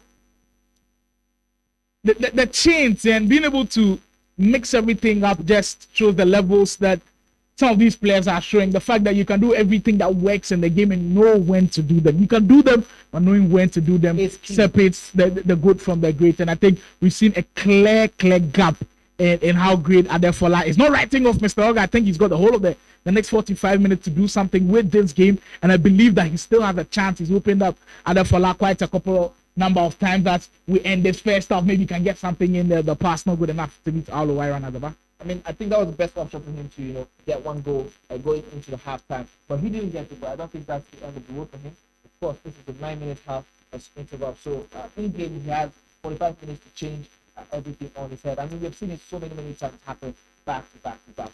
Those guys can quickly change the scoreline from even 5 goals, 4 goals down. We see that in these sports, FC Pro tournaments, we see guys coming down from 3 goals, 2 goals, 4 goals, and even 5 on 1 or 2 occasions. So now we're expecting, as the game is going straight into the second half, we're going to see how Mr. Olga comes out of the ranks. And let's see if he has something that he can start and switch the momentum quickly into his favor. When it comes down to playing good FC and being able to stand out from the very best, I think what the best players do is take the moments as they come. And Adefola took that first half by the scruff of the neck. They didn't provide any breadcrumbs for Mr. Olga to feed on. And just like Manny was rightly saying, the defense has truly been on lock, and the offense is just humming as well. And how do you just beat a player like this? But as a player for Mr. Olga, all you've just got to do is believe and tell yourself, if somebody can do that to you, you can't do that to them. It's about to get increasingly difficult. Goodness. Oh, what a goal! A back pass from Haaland, found the corner, and now somehow it's blocked in the top left corner. And it seems like this one is running away from Mr. Olga. Of course, 3 points are tilting to the favor of Adefola, and not just the points itself, but also the goals as they're happening. And you can see the expression. He's trying to calm himself, trying to put himself down. The goals matter, of course, so he needs to score. Even if he doesn't win this game, he needs to score because the goals are very, very important, and it seriously counts.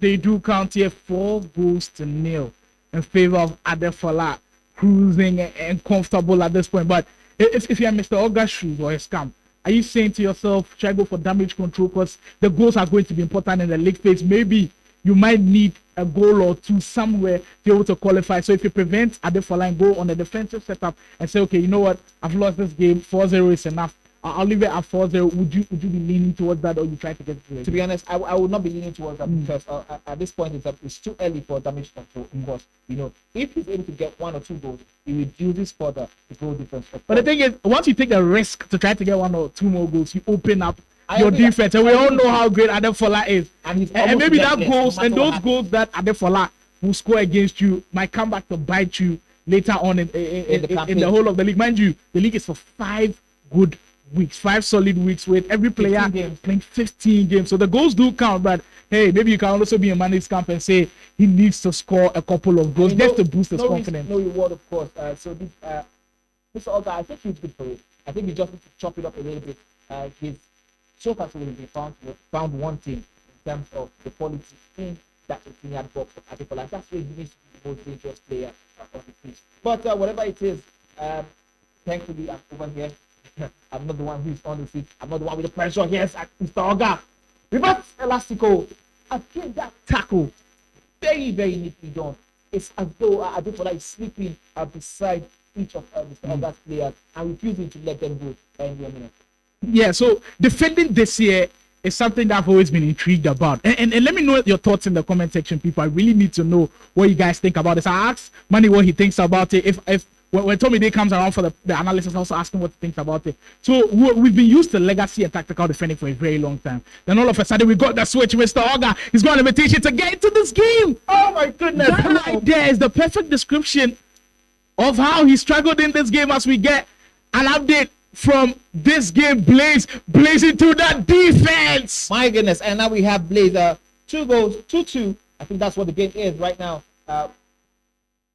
Baji also registering another goal on board. I mean, this game is also very, very interesting. End to end. Oh, we have another one. Baji, 4 goals. Oh! Sly, I have to tell you, that's my favorite goal to score in FC.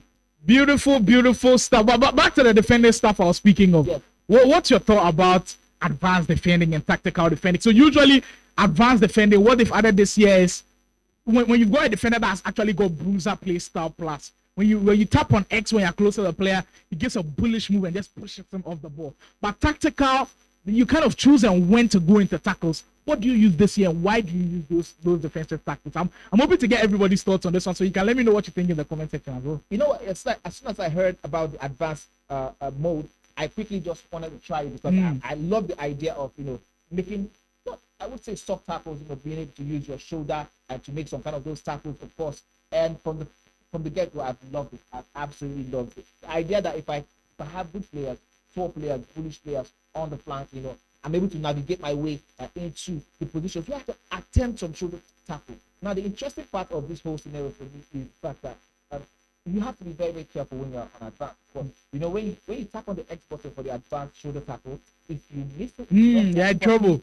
You're in serious trouble. Your defender is gone. Oh, here's the chance for Adefola. Playing around. He's just enjoying his FC at this point. So I get Mandy's thoughts on that one. You can let me know what you think as well. We'll be reading out the comments pretty soon on this one. But having Bruiser play style plus, I know it's kind of nerfed a little bit, but in the past couple of weeks, it was truly intense to be able to use Bruiser play style plus and advanced defense, and defending in addition. If you notice, the pros have been able to figure out how to chop it up. The time to use the advance, the time to actually go in for the proper tackles. And that is the most important thing. The timing and the when is more important than the how. How do you do it?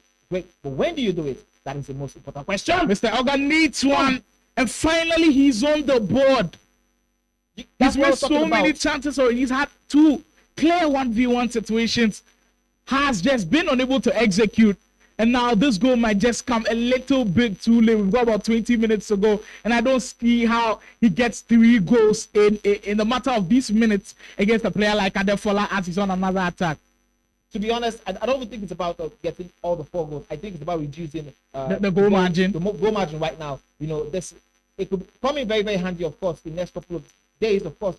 But if you can get yourself 2 more goals into this, 1 more goal, that will be very, very handy in the next coming weeks. As we said, he's taking more risks, and we saw that it was a little bit different from what he had been doing all game. And this time around, he was able to pay. Well, where the game is at now, you almost feel like EA punishes the defenders a little bit. In the sense that I know they give a lot of defenders high attributes and really good play style pluses, but almost every offensive player in the game has a 5-star weak foot. And if you don't understand the dynamic about the 5-star weak foot, they just put you in a position to be able to shoot with either foot. So now if you're anticipating for Messi and that we are playing right now, you're expecting Messi to shoot on the left foot. The guy is good enough to shoot with the right foot. So that makes it even more difficult to defend. De Bruyne with the press, Mr. Oga trying to get a second here, but Adefola says not on his watch at this very moment. With about 20 in-game minutes, about 10 minutes to go, Adefola has done a pretty good job of keeping Mr. Oga out up to this point. But offensive players right now are just so OP. Defenses just kind of struggle with where everything is going right now. Guys, we're really enjoying your comments as they're coming in on YouTube. So keep it coming. And as someone said, Mr. Oga needs the goal for real. That is from IAM_CJ. Yes, thank you, CJ. Keep your comments coming in, and we're going to be reading them as much as we have time, of course, on the live stream. Now, this is 4-1-81 minutes. Whew.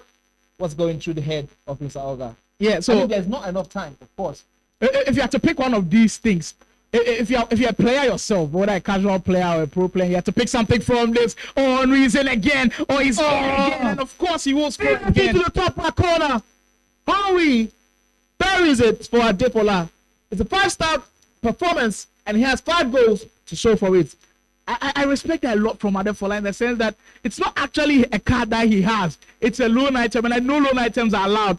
But the fact that he gets to still use him when he's a loan item, it tells he really wanted him in the squad. And big salute. I think Henry has just shown a different class. He's in again. Will he lock this one? Try to, but the goalkeeper movement. Very impressive from Mr. Oga. But that's just the description of how this game has gone. Chance after chance after chance. He's had so many chances of scoring goals. I wouldn't have been surprised if Adefola was leading by 8 goals in this game, because he's created numerous opportunities. But that's just what the league format is all about. Score as many goals as you can, because they could come in handy later on in the format. Mr. Oga, knowing the importance of goals, it's just been clear-cut how his game has gone. He's been wasteful in front of goal, and the few chances that he's had, he just hasn't taken advantage of them. I think it's very important to note here that this is unlike Mr. Oga, because he's one person who loves to take his chances, as they come. But he had this, double mind type of game, where you're overthinking every move, overthinking every action. Oh, is he going to go for the goalkeeper movement? Just take the shot. Make the decision. What the worst case? You see, mind games usually works in FC. Absolutely. And maybe Adefola has gotten into his head a little bit with the first couple of movements that he's made with his goalkeeper. Now it's getting Mr. Oga in 2 minds a little bit. But this one is all said and done, wrapped up, all 3 points in the bag. Already, we've seen Farooq pick up a win, Killer Freak pick up a win. The game we just saw in our stream B. Also, Baji Jr. was leading at the time. We haven't got updates from that one yet, but when we do, we'll certainly give that to you. I think Baji Jr. won that one, but we're gonna have to wait Confirm? for the update. We'll have to see and then we're gonna have to see confirm with that one. But this one, truly a spectacle from Adefola. Matchweek 1 of the National E-Soccer League, live from Lagos, has truly been a blessing. A referee says enough is enough. We've seen enough from the ENPFL champion himself, Adefola, with all 3 points in the back. Adefola with all 3 points in the back. Of course, congratulations to Adefola. His first 3 points, his first game.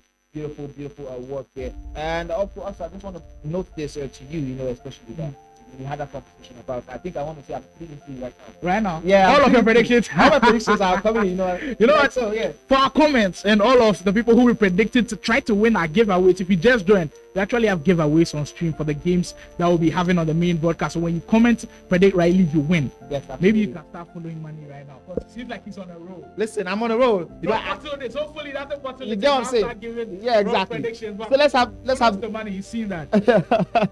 Thank you so much, Sly. I feel so good. Let's have the confirmation of the game between Baji Jr. and Blaze, of course. Now we're gonna be having a breakdown and analysis of this one as it comes in. But before we do that, we're gonna be talking a little bit about all of this that happened.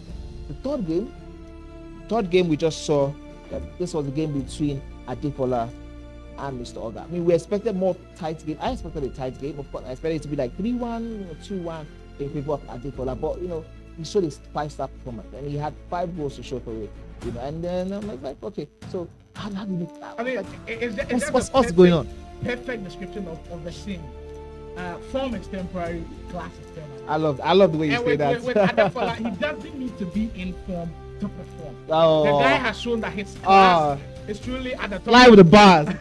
His class is truly at the top of his level, and even if Mr. Oga is in form, the class is just showing permanent. I mean, out of all of the players, I think he's the most frustrated. Do you know how many chances he got that there was an open space to shoot and he still fired? The guy is just so confident that whatever you do at the back, you still be able to create an opportunity. Yeah. And we saw that on full display. Credit to Adefola, we truly love the display. But for Mr. Oga, this is the reason why it's a league format. It's not all said and done. Oh, absolutely. There's still a lot of FC to be played throughout the whole of the 5 weeks. And you at home watching as well, there's still a lot of FC to be played. Make sure you're following TV Sports everywhere to get all of the updates on how the brackets are looking like, how the league tables are looking like, because those are where all of the points are. Mind you, the giveaways are still going on. Absolutely. So we're going to be going on a very quick short break. Go nowhere. We're going to be bringing you back-to-back events, back-to-back football from the best of the best in Nigeria. Stay tuned.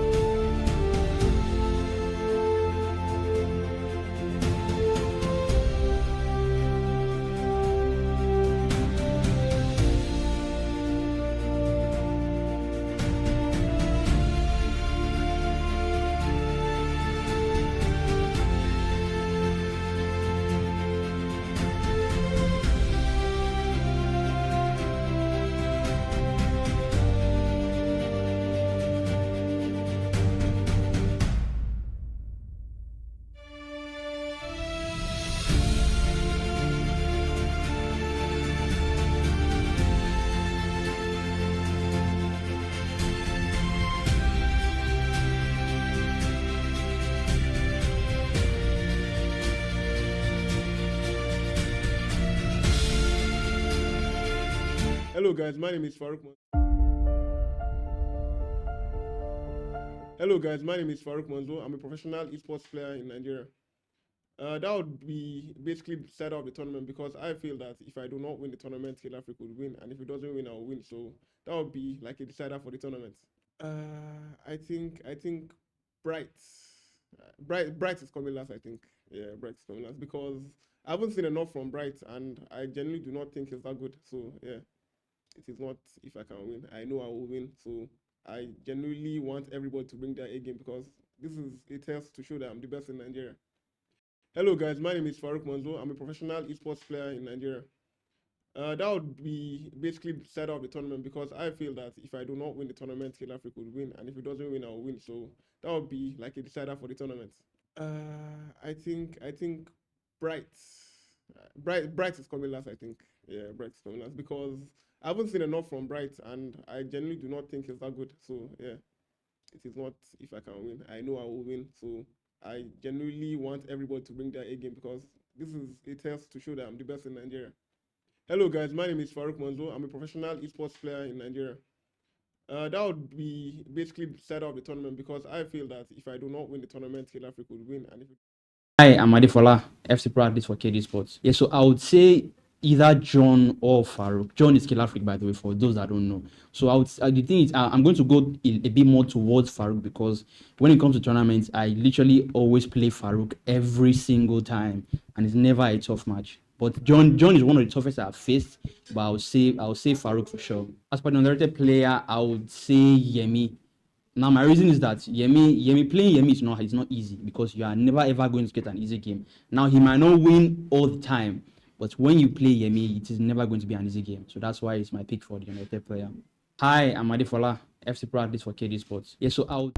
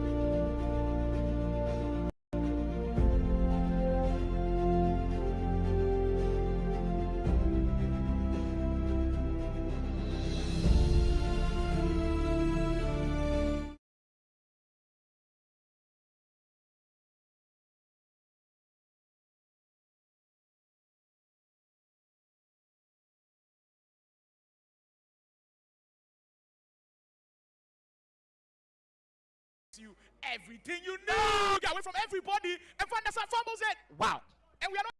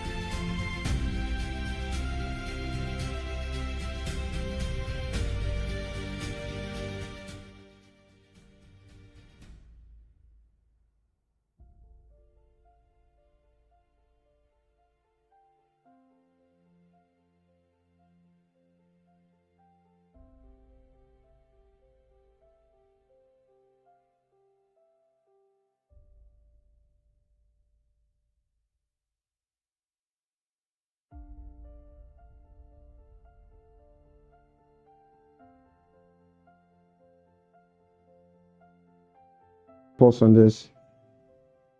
I need to see that goal on replay. Please, can we get that goal back on replay? Good. Pause. We have this.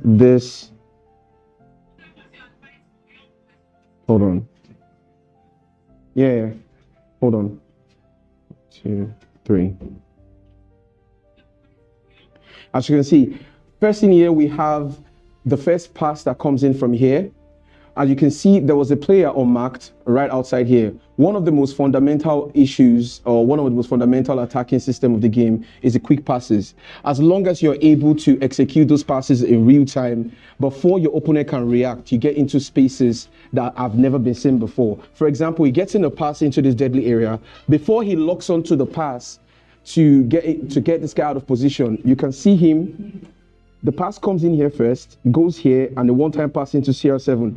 Now, note, this most people probably think this is like a bad defending or something, but as you can see, this guy right here is second man pressing this guy. The orthodox thing to do here is to come in here for a finesse, but as we all know, Killer Freak, being a smart player, outsmarts him by going to the other side, shoots near post, hits the post the first time, but luckily gets a rebound. Can we move on to the next goal?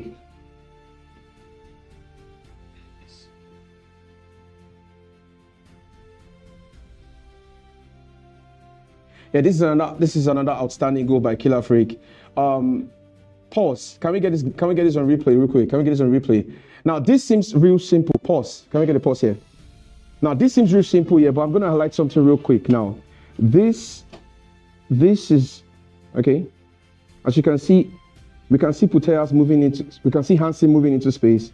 We can see CR7 also moving into space here.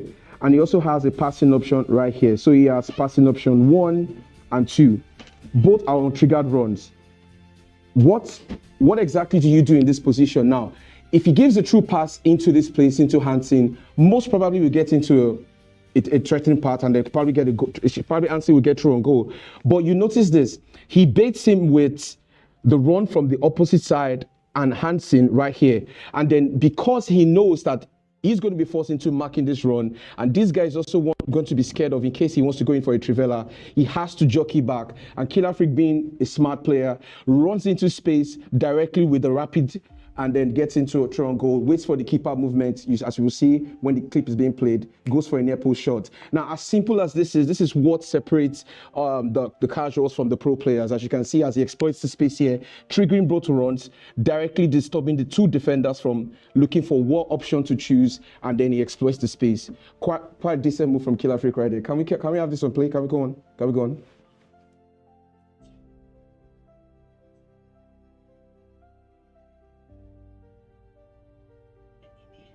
Good. This is another goal from Killer Freak. Let's keep it on roll. Let's keep going. I think it was the 6th goal or the 7th. No, can we keep going? Can we keep going?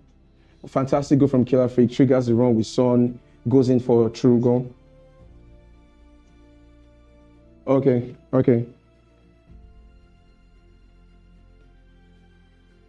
All right, I think it was about the 7th or 8th goal.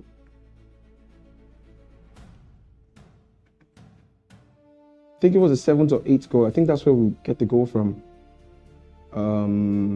Yeah. Good. Pause. I want to analyze this real quick. So, as you can see, most people would rather go for a short pass when you get a corner kick as usual.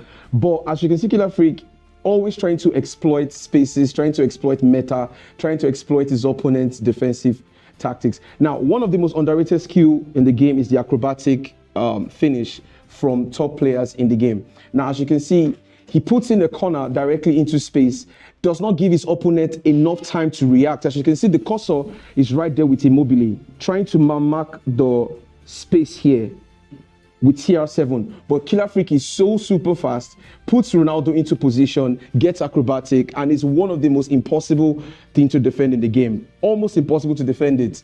But so if you want to do this, I think we might have to interview Killer Freak later on to come and show us how is this quick to get Ronaldo into play and get this goal. And I think I've seen this more often from the pro players. This is something they do more regularly than usual. So they get into a corner kick. It's almost like an assured goal in the game. Corner kicks, free kicks. These guys have exploited every single part of the game, and then they just execute it with supreme perfection, and then it looks as easy as it seems, but it's not that easy, I can assure you, because I don't think I've ever scored an acrobatic goal in the game.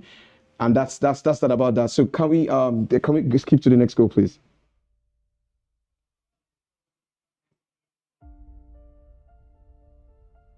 Pause. Can we have this now? Of all the goals he scored, this is my favorite. Now, this might seem simple. But this is one of the best goals in the game. Firstly, you see him with Hulit here, with De Bruyne. He also has CR7 making the run into space here. Now, we have player 1, 2, and we also have CR7 right here. As you can see, we have him right here. Hold on, sorry. Let me just do this real quick. All right. So now this is one of the most important move in the game, which is called the first time through ball or the first time up through. The first pass goes in from Hulit, gives it to De Bruyne. But if you notice, De Bruyne was not in position, so Killer Freak outsmarts his opponent again by player locking into De Bruyne, gets him out of position, so they couldn't put a press on him, and releases a first time up through into space to Ronaldo. But the fundamental thing to do here is, before Ronaldo makes this run, before the pass even touches De Bruyne, you have to trigger with the L1.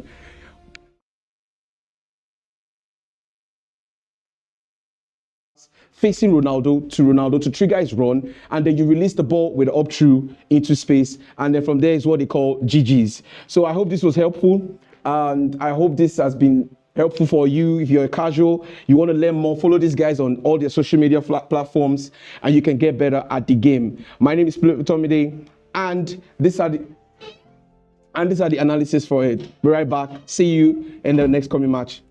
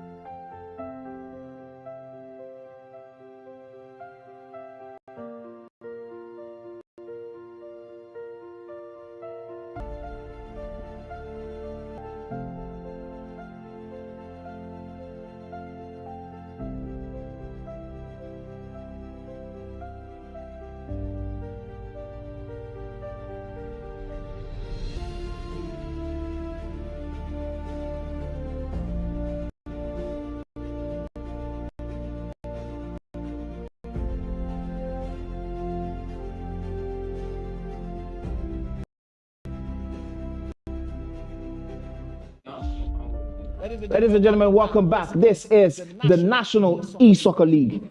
And we have for you, Iron Slimer, of course, we have for you the leaderboard is going to be coming up very, very soon. Now, we've seen 2 games. On the main broadcast, we've had 2 very, very good games. We've had Killer Freak off the broadcast win by 12 goals. Correction with that score. I thought it was 11. Apparently, it was 12. We had Farooq doing against the Imagi 5 goals. You see on your screens. The just ended game. Adefola picking up a strong win against Mr. Oga 5-1. Baji Jr. behind the scenes was also cooking somewhere else. 5 goals to 2. We've seen big score lines already. I mean, I wasn't expecting it. You know, we had a conversation. We were expecting the first game week we have a lot of trying to test out, but these guys are going off the races, and I love it. And we are seeing a lot of fives here. I think that's maybe I've scored 5 goals. Yeah, maybe like and above. I mean, that's the beauty of having the 9 minutes half. You know, it allows time for both players to go all out and get the goals. But then it's something we love to see. Killer Freak so far so good, has the highest goal difference. We've just seen 4 games out of the other 8 games. 8 supposed to happen today. They were supposed to happen today. And so the interesting thing about how all of this is working, if you've tuned into the broadcast during the break, we have, of course, Great Mind and FC.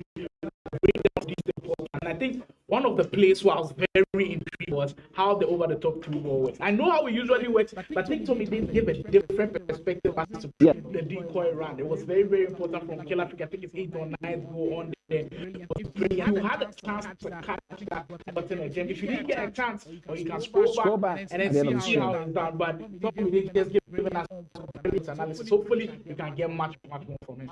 Absolutely. That was the game, the one we're talking about, the game between Kia and Simply Uzo. We showed the highlight a couple minutes ago. And don't go anywhere. We have so many more to happen in the next couple of minutes. We're queuing up the next games.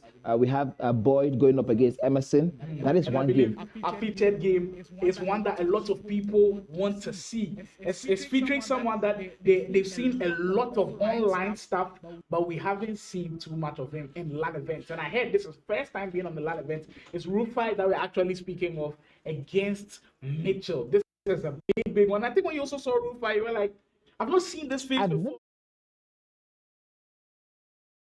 And I think we're hearing that this is his first LAN, which is crazy. Someone who has that much balls online, someone who people respect a lot online. You reckon maybe because we play a lot of kickoff, that's why we don't see him on LAN events, and now that it's ultimate team, he has the confidence to that's his comfort zone and he wants to play. To be honest, I mean, we've done this is not like this is the best we've had so far, but this isn't the only one we've had, where we had UT teams, of course. But I don't know if that's, I just think it's the players are understanding where the direction is heading to, and they're happy to come and participate and come and lend their brand to it. And I think that's one of the things. So we want to see heading into the right direction. By the way, the guy in your shot right now, Mitchell, he's already been a multiple-time champion in Nigeria. I believe Kickoff truly one of the best. And then now coming into Ultimate Team, we've already seen how good this guy is. As we get straight into the game, we get to see Rufi versus Mitchell. We've had back-to-back really, really tough games, and now we get to see this one unfold in live action. Still same format, 9 minutes half. We get to do battle Rufi versus Mitchell. Rufi will be in the dark blue kit, I believe, and then Mitchell in the blue, in the yellow kit, of course. Wow. So we're out the way, sis. This is going to be the first game what we have versus Austin in the background. We're going to be showing you guys the highlights already. Oh my goodness. How about that for a start? How about that? The pace has already been set by the number of games that we've seen throughout today. Players are extremely comfortable with what they've seen early on. And I'm expecting this one to just fly off the races already. And Rufi looks like he needs no invitations to do what he does best. Dembele! Wow. This guy truly special. I like the fact that he's very unpredictable. With Dembele, somebody else could have taken the next shot, but Rufi wants to go straight to the point already, putting the press on. Damn freeze. Rolling on. That is beautiful. Just can't finish it off though. That's the post right. So many conversations about who the best keeper is. I believe that's truly one of the best. That's why would you choose Safety Konate? The play style process that he's got as the goalkeeper, truly special. I think out of all of the goalkeepers, he sees a lot of the low-driven shots. And that's why I have him as one of the best. If you've got different thoughts, you can let us know what you think in the comments as well. The giveaways are still ongoing. Tell us who you think will win this game and get your predictions right. Once you win, there are secret hidden prizes for you. So get in the action as we enjoy all of the greatness from the E-Soccer League, the very first edition, brought to you by Cade Esports. We are live from Lagos in this one, where we see some of the very best players show us what they can do.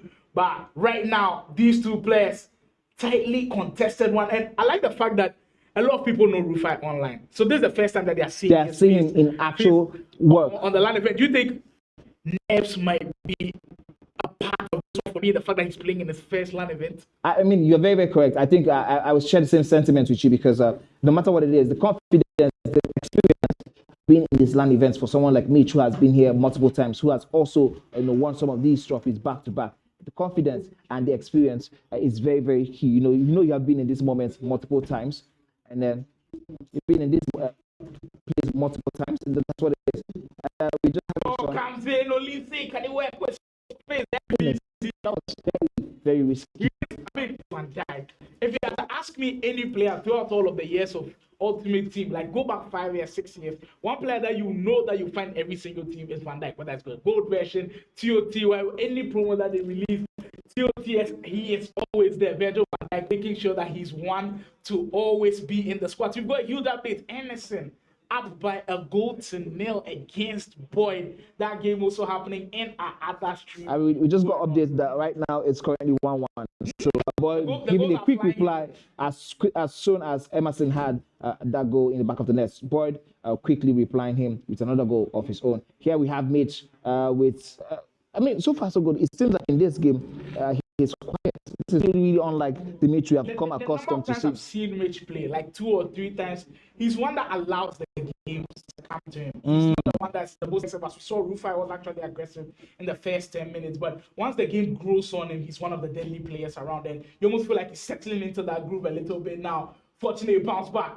Ends up in the hands of the winger. But Virgil van Dijk, he's been the main feature of the squad so far. Defensively, very sound. He's got the aerial plus playstyle. I don't believe Van Dijk has that playstyle. I think he has block plus playstyle, I believe, and he's one of the deadly ones to have for a defender. Van Dijk. I mean, the physicality he possesses, of course, it's just amazing. The fact that he's tall, he has the build of that.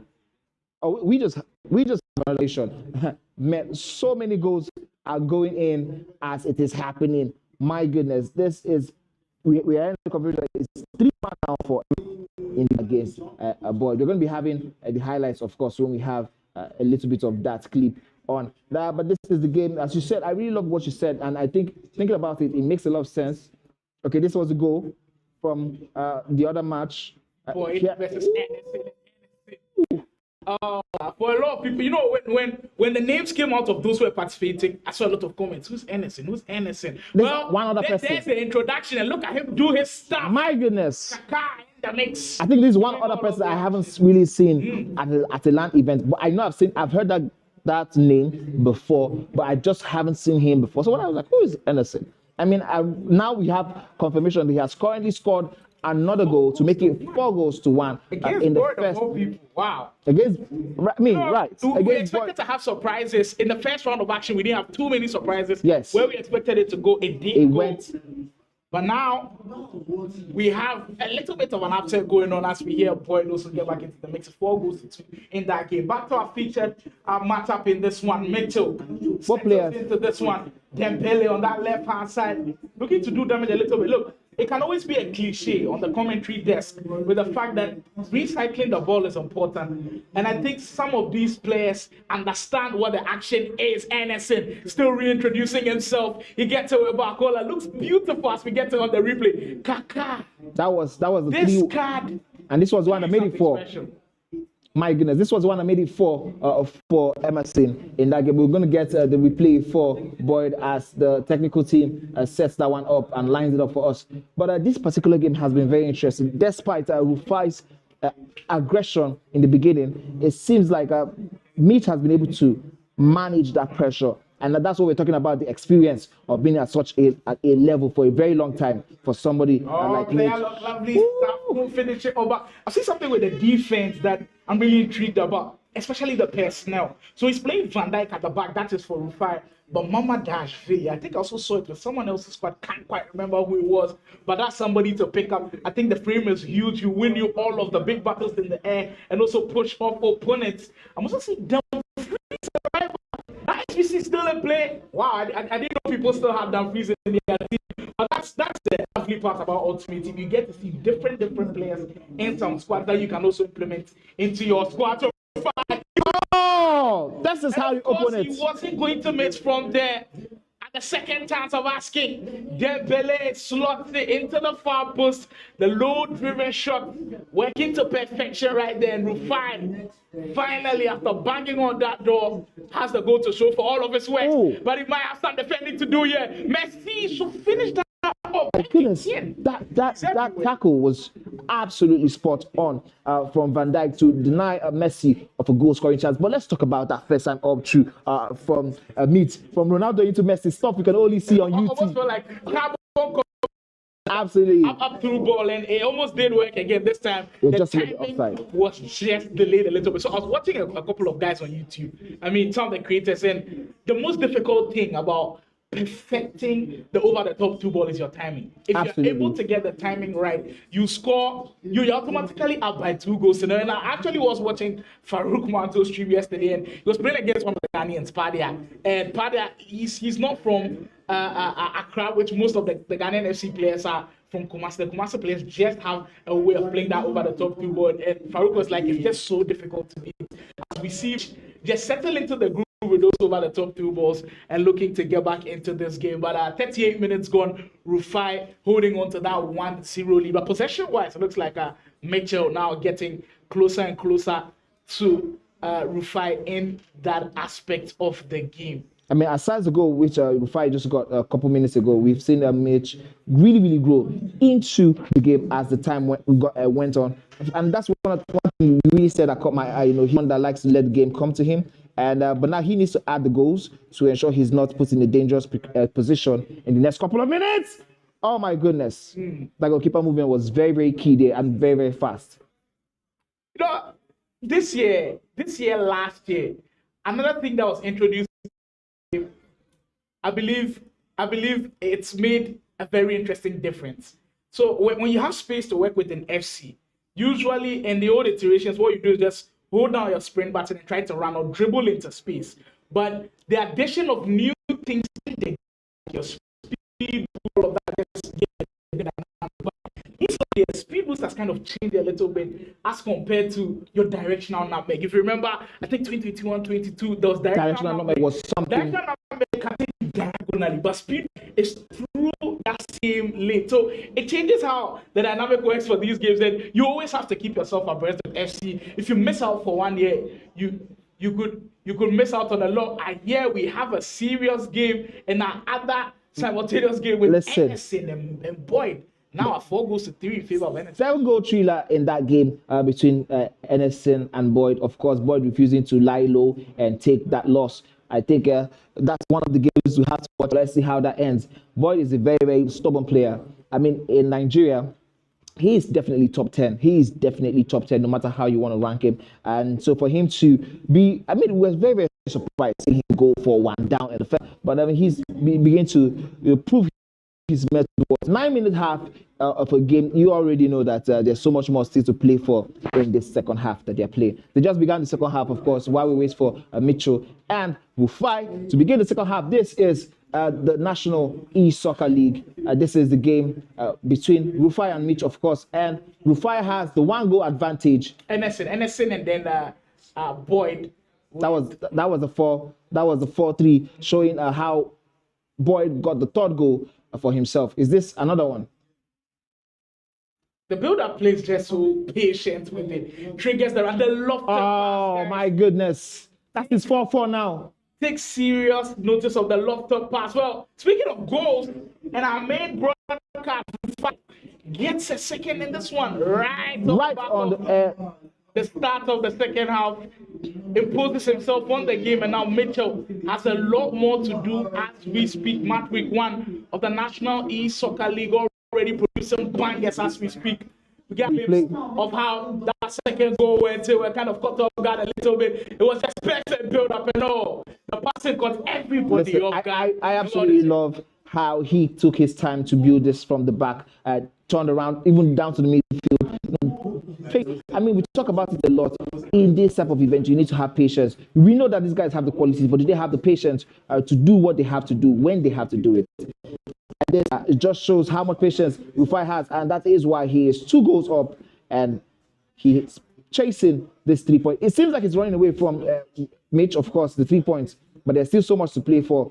It's just 51 minutes, and this is the 9-minute half. So we know that Mitchell has a lot to still do in this one. He just has to ensure he doesn't concede another goal. So that midfield pairing as well. I've spoken a lot about the midfield because I feel in FC, the midfield can win games. Absolutely. I agree with you. Mitchell is playing as one of his attacking midfielders. It's Barcelona's Pedri. I know he's got all of the brilliant passing play styles, but if you compare Pedri to De Bruyne, they've got similar play style in passing, but I just feel like the height does it for me with De Bruyne, especially when the balls are lofted. Maybe there's a switch of play and you need Pedri to be aggressive and win you those headers. And just talking about out on them.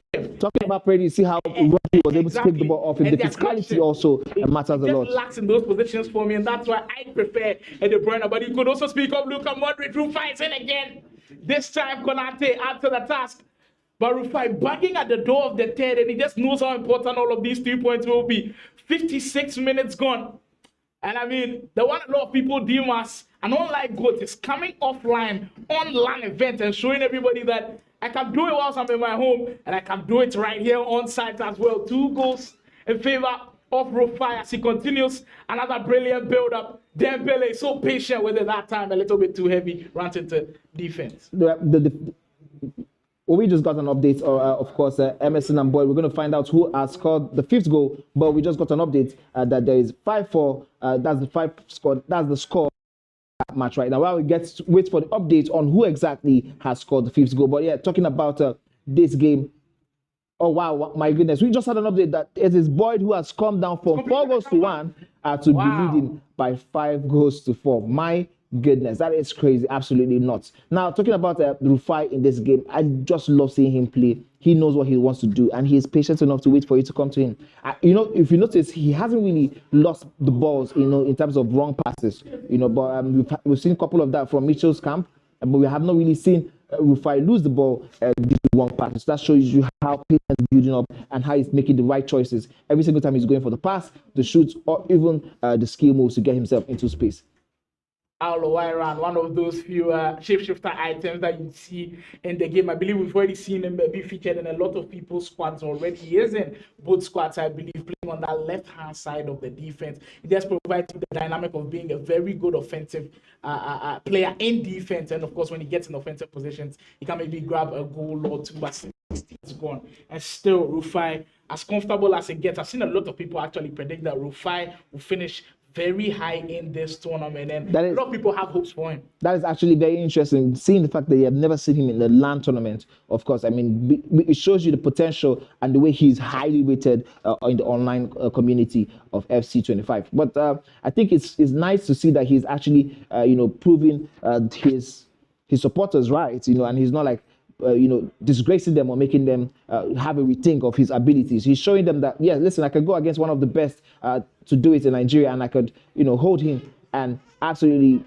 blow him out of water, because that's what I'm seeing here right now. The gameplay seems better. The choices are better, of course. And that's why he has a 2-goal lead. He does. And another interesting thing about his squad, striker selection already in the National League Soccer League has been one for the debate. We saw someone go with Hurricane. I believe it was Imagi. One can drop in deep and link up. We've seen someone go Cristiano Ronaldo. Actually, 2 people, Kelafrik and Farooq. Even Mitch right now is using Ronaldo. Yeah, Mitch is also going Ronaldo. But Rufi, it's actually got Olise in there. The shapeshifters Olise, I believe. I know he has the ST player role on him, but he's not the natural striker that you'd want in there. A lot more flair as you'd like, but it's very interesting dynamic with Rufi having Olise in there. Is it somebody that you'd like to have in your squad for the comments? Is somebody that you'd love to, chop and change with? It's beautiful again. that turn just a little bit heavy as Van Dijk gets close. Okay, so before I answer your question, we just got another update. Boyd 5-5. That highlight is going to be very, very interesting. I can't wait to see it. Of course, now here's how we got for Mitchell. Left-footed strike. Trivela, green time, and it's large bottom corner, on the bottom right corner of the post. It gets a little bit of a smack from Rufi because he knows now it's game on. Seriously game on. I've seen situations where Mitchell has had to come back from 2 goals down, and I don't think this a scenario that will scare him too many times. He's still comfortable with it. And going forward, the changes that he'll make are going to be important. As we said, it's 5-5 in this game. Elsewhere, things are cooking. We told you, normally our main broadcast is looking great, and he gets the bounce back and the low-driven shot, making all of the difference right now. Wow. Boyd versus Anderson locked up at 5 goals apiece. Maybe they might share the spoils, or both of them have played some insane FC already. The goals 10 goals thriller. Very, very special. We're heading into the last in-game 15 minutes of this one. Game management, one of the most important things in game. It can make or break your season, in fact, your whole league, because if Rufi ends up what a pass. This game, it might take a lot from him. He's like a substitute team. Decides to go for the lob. Wow, I thought he was going to go for the finesse. Isak. To be honest with you on this one, I don't think the lob was a bad idea. Just that touch into the lob made the goalkeeper come a little bit too close for Mitchell, and it just kind of made the angle so difficult to execute from over the top to left side, definitely side. But that introduction of Isak is very important. TOTS up top, I think he's also got a lot of really great play styles. I believe that he's also an plus gets in those. Which is why I was expecting Mitchell to go for the finesse with Isak. I think the angle favor the finesse. The angle favor the finesse for Isak, and that I promise you that probably would have been lodged into the back of the net for Mitchell. That would have definitely changed the shape of the game, of course, as it is. But as it is right now, Rufi, as you can see on screen, he holds the advantage. It's a one, of course. It's an advantage he has every confidence in regardless. You know, this is 78 minutes, 12 more minutes plus whatever it is we get in extra time. And it is very long for Mitchell, for Rufi, because he's the one trying to defend. Yeah, but for Mitchell, it's too short. This next 10 minutes might seem like to him, but for Mitchell, he wants the goal and he wants it now. Step over it. I like the exit with that one. Oh, he's trying to over it. Truly that message there. Rufi. Beautiful. Lays down the marker, and that's game set match, people. The nail in the coffin. That goal right there definitely gets him all of the points that he needs. You asked me a question, you know, we're talking about using Olise as a striker. Now, I have a problem with left-footed strikers or left-footed wingers and attackers generally. We get another glimpse at the goal. Being a left-footed attacker, I think the exit for this step over was just special. Salah into space, gets the 14 bounce. He wasn't going to miss from there. He was never going to. Actually, Mitchell gets one back. Immediately. We are not done here, people. We are not done here. And there's so much still to play for. I mean, with the National E-Soccer League, I feel like almost every week we'll have crazy drama. And this right here, this round of games with what's happening in the NSM Boyd game and this game, drama everywhere. You just can't afford to miss out on this one. Ball into space. Now Mitchell banking on that door, the equalizer. He wants to go crazy. Oh, what a goal! Got in there! Mitchell! He finds it with Messi. What a move that was, the reverse elastico, giving him that space, and he definitely was not going to miss from there. My goodness, what a game we just saw. What a game we have on our hands. How did that go? Change the pace of this game with 5 more minutes to go. Exclamation point on that goal once again. The patience and the composure to still pull up the elastico. We get a glimpse of it one more time. Elastico driven shot, beautiful. And we are now at 3 minutes to go. Can someone claims this? We've seen runners being sent up front. The decoy runs going on. But now you need to exercise patience. The one who's the most composed probably walks out with the win. But I have to play for the last attack. If I'm in your camp, I'm telling you, 3-3 now. If we go in with a draw, we like it like that. But if you concede right now, it might just be so heartbreaking as there's just a minute to go. Olise, eyeball to eyeball, and he scores! You can see that. You see what it means to him. Rufi screams. Paul Mitch is on his knees. My goodness, what a game. How did this happen? All of a sudden, I can't believe that we just played 60 minutes without more than one goal. And all of a sudden, we have 7 goals in this one. So he loses possession on there. And it's just so unfortunate, but that really can't keep hold on to it. Composure. Outside for shot. Olise gets onto it. Last chance of the game for Mitchell. Does he have one more left? Does he have it? He's building up something great. Messi. Mitchell. James, can he finish it off? Oh, what a game that was. And you know, he knows, we know it. That was so close. What a game that was. My goodness. My goodness. What a move that was. And that is the end of it. The referee says he has had enough.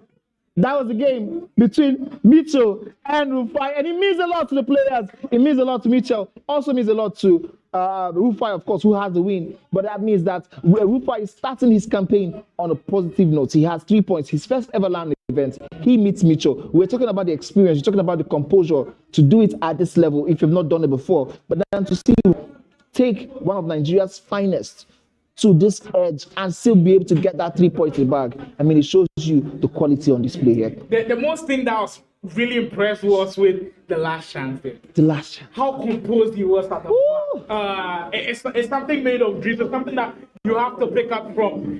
Knowing that Mitchell wants that last goal. I think Mitchell also attacked really well when he got into space. He put his defender there, got the block. Kudos to Rufi. Brilliant game that we have on our hands. So it's been special. And mind you, our other game that was actually on the other stream also ended 5-5. That was the 10-goal thriller. Also ended 5-5. And this one also gave us a lot of drama. It's what the National E-Soccer League is all about. It's what esports is all about. The entertainment, the drama, the anxiety. The last minute gas, the last minute oof, the last minute ahs. Man, I should have told you guys that if you were in the studio, you could see that the atmosphere was different in that last moment when everybody was asking ourselves, could Mitch go ahead to get this equalizer? You know, it was very tense. You could slice it through butter. Even before that last game, I said something about playing with the last attack, and I feel like that is what broke the game for Mitchell. So he was trying to go for the last attack, but there was still a lot of time on the clock because if he had lost possession of the ball, they were going to counter. And that's what happened. He lost the ball, resumed. We went straight the other way around. Yes. And that's how come we lost the game for me. If he had gone in there with a mindset of trying to just keep the game and then finish it off, it would have probably worked out with it. We get to see everything that happened in the game. NSN versus Boyd game. So early go for NSN as we were reporting through all of the updates. NSN looked confident right from the very confident. And it's crazy. Like going into a 4-1 lead. It's something of dreams, man. I have to tell you that. So I mean, we are seeing the full highlights of the game between Emerson and Boyd. So we're gonna see how this is the second goal. Oh, I think was this a red time? It was red time actually, but the thing is, he had already moved the goalkeeper, so there was the whole game thing go to Ahmad, and we get to see Emerson again. That pass into Kaka was crazy because I expected the defender to be able to tackle the ball and take it out of the danger area. Speaking of that pass, there we get to see it again. Bakola, brilliant defending, and waited for the goalkeeper to move and smashed it. I mean, the nice play style plus is something that every single attacker should have. But this is the story of the redemption. My goodness. Point. So that's that brilliant dribbling, Reece James. How did the defender get that ball back? But it got Boyd on the right track. We go into the second half. Let's start the second half. Lamine Yamal, contention for one of the best players around, finds Ronaldo. Stuff made of dreams, 4-3. And now the game is poised at its peak. 15 minutes in, and it's still Boyd holding on to it. I mean, this game, it has potential to be one of the best games so far. Love the pass. Oh, this was so good. For 4-4. First time shot from Ronaldo. Yes, it was a bit more of the low-driven type of shot, but he was able to get it just beyond the goalkeeper's grasp. And how did he get this? Kind of felt like it shifted into Boyd's favor. Absolutely. If you notice the minutes between the goals, very close as very scoring. Absolutely, I agree with you. Wasn't going to lie down low, getting the fortunate bounce. This was work of the precision He had to score from that, and that brought us to the end of that game. Truly special matchups that we've seen. Both games Can't miss FC. Salute to all of the 4 players who brought all of the action. I mean, now you've seen what happened in the game between Boyd and Emerson, and you also saw the game we just broadcasted between Rufi and Mitchell. So we know definitely that we have so much more to give you guys. This is the highlight in case you missed it. Rufi started off with the goal in the 32nd minute, and yes, he went for the second one just on the beginning of second half. So in real time, I didn't get that second goal, but the offside trap that just kind of killed Mitchell. So Absolutely. he pushed up the defenders a little bit, and Rufi read it, and the pass was just exquisite as he got into space and went and grabbed his goal. This was the step over exit. This is brilliant stuff from Rufi. I know, yeah, it was fortunate for Rufi, but of course, I feel like Mitchell would have felt a certain type of way about that particular. This goal. I think was the pick of the match. This was this was in the moment to do it, the equalizing goal. But this was when I felt like the last attack tried to go for an attack with still time on the and then he somehow lost heavily. my game. Finding the back of the net, 4 goals to 3, and Rufi walks away with all of those 3 points. Spectacular stuff we've seen so far. Absolutely spectacular stuff we've seen today. Don't forget we have another game coming up. We've seen 5 games so far. Yes, so we have 3 more games for today. So go nowhere, stick around. We have amazing stuff for you. We're going on a short break, and when we come back, we'll have you guys the next game as it is.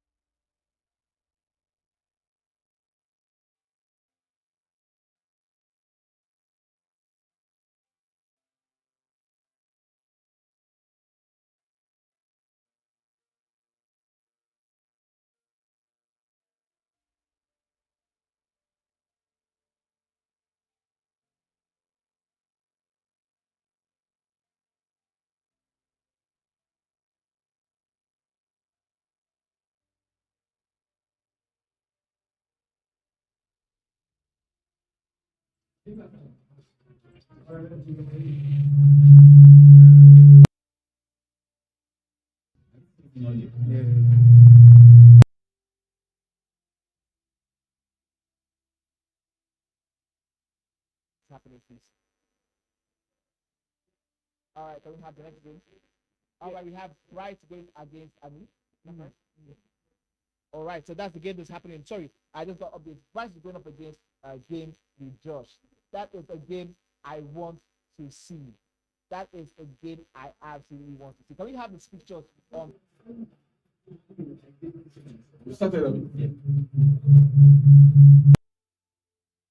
The top 3, as you guys like to call them. I think the best of the rest, we need to see the best of the rest. I love what I saw from Rufi. I love what I saw from Mitchell. Shows you that the dynamics of the game, everybody has been able to understand. Everybody grasps what works in this game, and it's just beautiful to see what we've got coming in store. I believe Bright is in action, and Anife is also in action. Game with Josh also taking on Ryan. That should be a very fun a competitive one. Game with George, somebody that I actually been following a little bit on the streets. And you can see he's somebody that wants to grind the game. Maybe he doesn't have the recognition and the status in Nigeria yet, but there's the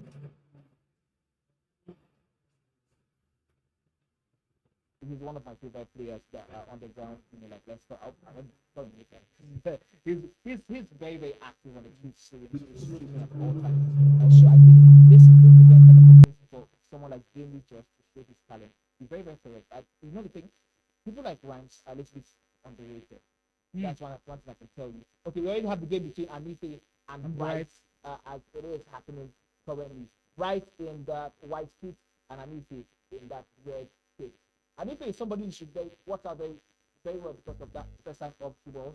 It's somebody who loves it. That has been his since now 2023, FC23, and so now we're going to see happy for and that's the perfect way to start for Anife. It was so easy for him to split back that defense. But immediately we switched on to the broadcast and watched in the middle of the pitch. Both of them had somebody with Rasta hair. Of course, we will it at the theater. He's everywhere in this one. But perfect start from Anife. The build-up was lovely and already Bright with some work to do early on in this action. There will be 5 weeks of action. If you just joined us on the live broadcast on YouTube, there will be 5 weeks of action every weekend. In the next 5 weeks, you'll be getting Elite FC gameplay following the leaderboard with 16 of the very best at the National E-Soccer League live here in Lagos, Nigeria. We've already seen some exquisite action already.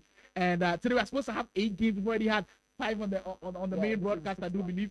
This is the 6th one. So we know we have 2 more. Over the top once more. Henry Willie left it up, and for sure he scores.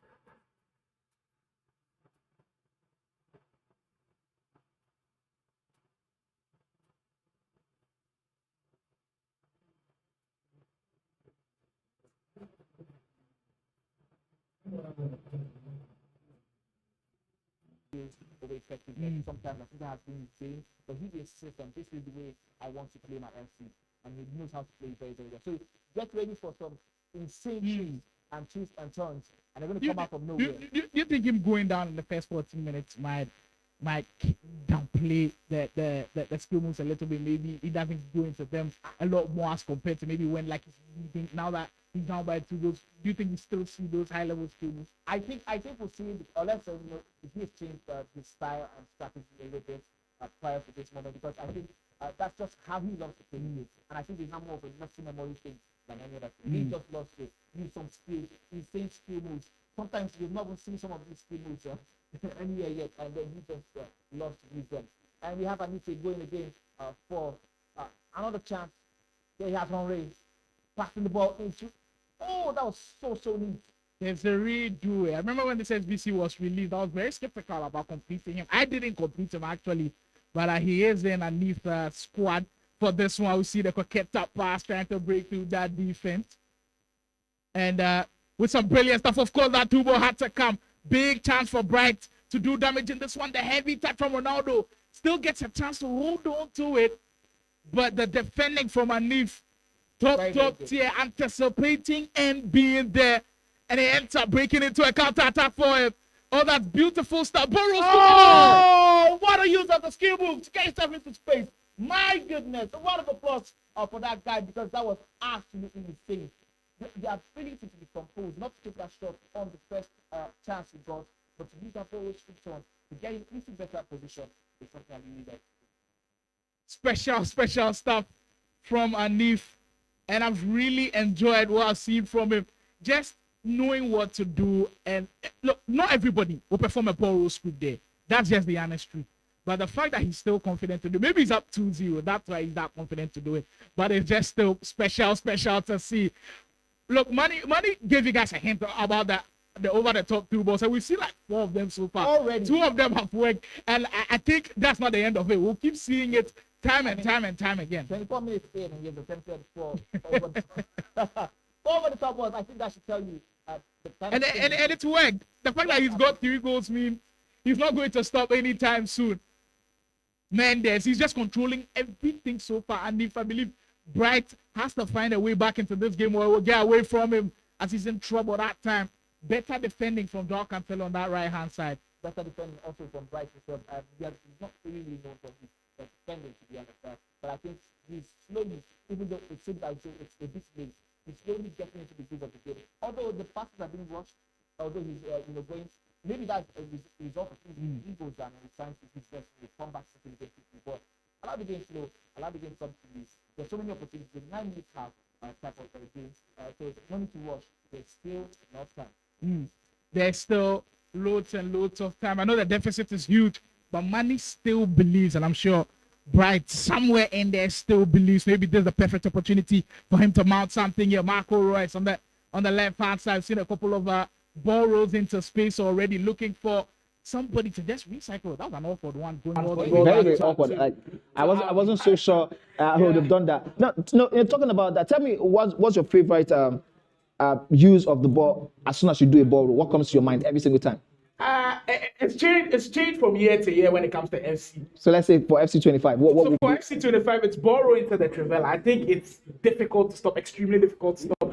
Ball roll into the finesse is also about the Trivella, especially in the earlier portions of the game. I think it was very overpowered. And now, even though we've moved on from that, people still use it to catch you off that a little bit. Every now and again. And then other people use different versions of it. That's how come that skill move is so underrated. I mean, everybody can perform that skill move. It's like 2-star skill move where you don't need to have a 5-star skill to be able to do it. Rating. Oh, that's an attempt. Yes, I told you he is very skillful. He loves to use some of those extreme and unorthodox moves, as you called it. Now, I was going to say why I asked about the ball roll is I haven't seen what a pass by Anife. The attempts to make it safe and go into the extra pass. Smashes it in the bottom left corner. As it is, it seems like the first half is done for Anife. Bright looking on. He has so much still to play for, of course. And we just get an update that Rhymes is currently leading by 1-0. The game between him and game with Josh. So much still to play for also in that one. Now, I was going to say to you, one of my favorite style of plays I haven't seen so far in this tournament is the crossing. I absolutely love crossing, especially the ball roll cross. I think at a point in time it was very overpowered. It nerfed it a little bit, but it's still very effective. You remember the German cross? I remember the German cross, of course. That was way too overpowered. That really came out. That was FC 23. I believe, yes. That was the German cross. And now we've moved on away from that. I do remember the German cross. I think we have a different version of it now where you trigger like your midfielder into the run. That was the German cross, but we don't see too much of that now. But usually back those crosses do get to see Rhymes Bobo, who's actually 2 goals up against Josh. We get to see the first goal and how it happened. Harry Kane bursting out the window. What? The goalkeeper, I'm not sure. We have how that goal went in. How did that happen? Playing FC at this level, sometimes the low-driven shots can go in at awkward times. Oh, Harry Kane, and look at that. Lock manipulation. That was absolutely top tier. I agree with you. And now we have Anife again. It seems to... No way. Absolutely no way that happened. This is... Oh my goodness. And oh my goodness. Wow. And even his opponents, Anife, is shocked. Even Bright cannot explain what just happened. I mean, he's trying to pass the goalkeeper to recycle the ball and get himself into a safe area. He's somehow being punished for it. You might get to see... In all of my years in being a caster for FC, being here in Ghana, having the opportunity to do some international games, this is my very first time seeing this. Money, have you seen this before? I have never seen this before. Like, I don't know my reaction. I feel so bad for Bright right now. Absolutely. It's just made the moment go from bad to worse, but this should not be happening at the National Youth Soccer League. That's why, fortunately for him, we've got 5 weeks of action. He can go back to the drawing board and just work on some of these things so it doesn't happen for maybe a consolation goal right early in the first half. That's just beautiful stuff from him. But Anife says, no, I'm not conceding in this first half. And it's still 5-0 in favor of the man in red on the bench of it. Oh, yes, and it seems like as though this is over, with like 42 minutes, of course. But like we said in the game with Oga and Fola, this is still an opportunity for Bright if he can lock into, maybe take some risk and see if he can reduce the goal tally. It will come pass the ball. I don't know. I think he should pass the ball. What do you think? The player was in space. I mean, there was the option to pass, but right now it looks like it's in his head a little bit, in the sense that he found it difficult to break him down. He's thinking, oh, I should go and do it all by myself. And it was crazy because I think the option to pass was with Lamine Yamal. Lamine Yamal. How do you pronounce it again? Lamine Yamal. Lamine Yamal. Wow. Lamine Yamal, and he was on his favorite left foot, so that would have been easy for him to slot in. Rhymes is cooking. Oh, he is truly in the pressure cooker. Another brilliant through ball. This time it's not Henry, it's Vieira of all people besting through. And he gets him instead. From Vieira. That's wow. That's interesting. I'm expecting to see on the score sheet. With the pace? With the through ball. Being at the end of that through ball is truly exceptional stuff from Ryan, who's up 3-0. You know the funny thing about the National Youth Soccer League? Right from coming off the back of drama-filled games to now games where people are leading comfortably. Yeah? Yes. You just can't write the script. You cannot write the script. You cannot tell us you cannot write this down. You cannot predict absolutely what's going to happen next. That's one thing we just love. You know, the last game was a lot of oohs and ahs and near misses, and now we have very, very comfortable wins. Two positions, right? And Anife was dominating and properly dominating. I don't think it will reach to Killer Freak level of like the score tally with scoring 12 goals, but it definitely takes him to at the top of the leaderboard as well. I think he ends up in second place because nobody's won 5-0, right? I think all of them did concede at least one goal. Yes, all of them. Adefola considered one goal. I guess. Okay, well, right. Seems like he's someone who doesn't want to stop. He's got the 4th goal in play. If you're in any of their shoes at this point, what should be in your mind is, you know what? It's a marathon, not a sprint. Those are the key words. Absolutely. If it was just a tournament, it would have been a sprint. 100-meter sprint, we are done.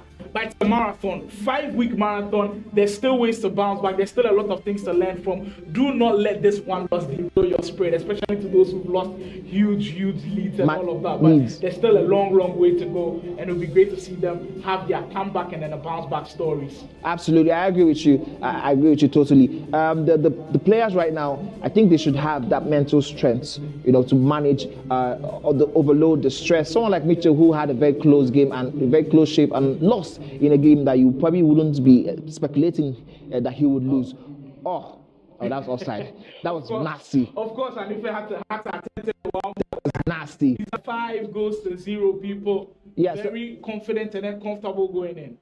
I to be honest, this particular game I'm seeing from Bright, I haven't seen the best of him. I've seen him play multiple times. I've also played him multiple times. So I know, like, on a good day, he does better than this. And so I'm a little bit disappointed that I didn't get to get the best of this guy. I don't think he's giving the best account of himself. But this is just game week 1. There's game week 2, 3, 4, 5, 6, and more other game weeks down to game week 15. So we expect that these players are going to, you know, step up and do so much more for themselves. Ah, what a pass that is. We always speak about taking risks and the fact that if you take some risk, you can always be rewarded. But I think one of the biggest risks in FC is how far you want your fullbacks. And I think what Anife has done really well is getting his fullbacks very high.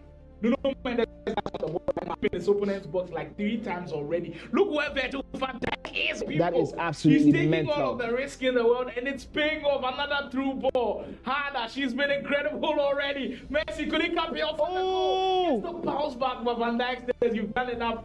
We'll get the free kick here at OP. I'm expecting this one to go in.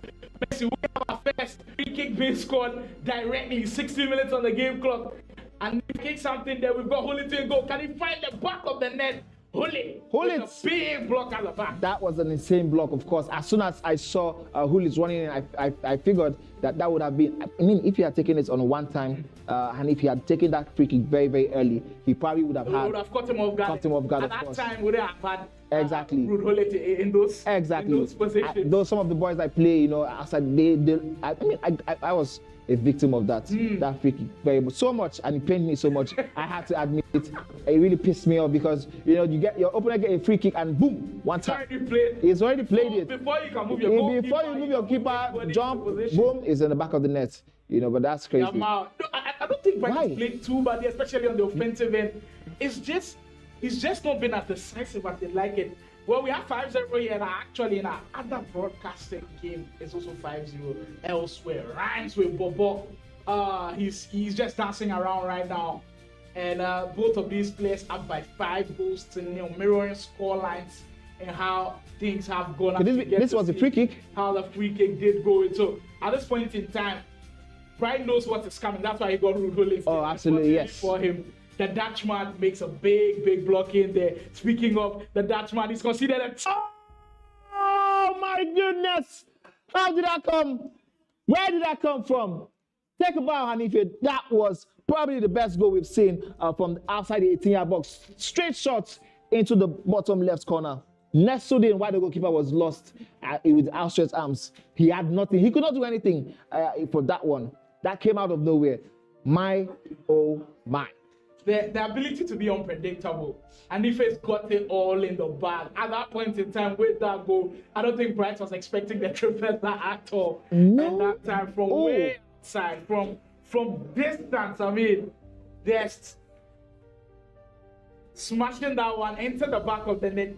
6 goals to nil. I mean, Anife, Affecting dominance, by the way. Finally we have something from Bright. Get one on board. Something that he can go back home to and go back to the drawing board and maybe see how he got that goal. Maybe get the There's second still so win. much. Why? Bounce. So that's now I'm looking at it, and if you're breaking this down, I'm sure when Tomide comes and finally is trying to break this down, he's gonna highlight a lot of the indecisions. I want to use the word indecision by Bryce that has cost him in this game. But he's gotten himself into some good positions. Just the indecision right there. But Anife is not taking. He knows what he wants to do. He gets in the position. He takes his shot, and he's paying off. He's 7-1 ahead. I mean, Bryce is he's slowing down. He's second guessing himself, and I think that's the difference in quality between these two players. Over the top 2 balls. Look, we've said it time and time again on the podcast, and sometimes you almost feel like we lay too much emphasis on it. But if you watch any of the FCs, whether it's the National E-Soccer League, whether it's K24 from last year, you see That's it. element of it. Let's put something in there. All of a sudden, it seems like he's beginning. a little bit too late. Yes, absolutely too late. But I feel like this is now that he's getting into his groove, his confidence, his passes, with his skill moves. This was what I expected from the get-go. Play your football, play the type of football you know, and the one that has given you the most success that you've had in the community, rather. Yamal for Bright, and these moments are not as crucial as before, but they still play a really important segment of the game. Like Manny said, take something that you can go home with, at least feel good about yourself, especially with the ending of the game. With this game, you know it's already done and dusted. You are not going to get any points from this game, but at least go back home to something. He's doing really well. Really doing well. 10. I've seen a couple of big shot chances already where he wants to get into position. Past couple minutes has all been Bright. Did you see how he cancelled the red time? That is absolutely crazy.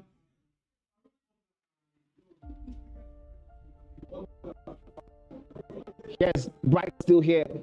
He's so much still to play for. Reduce the goals.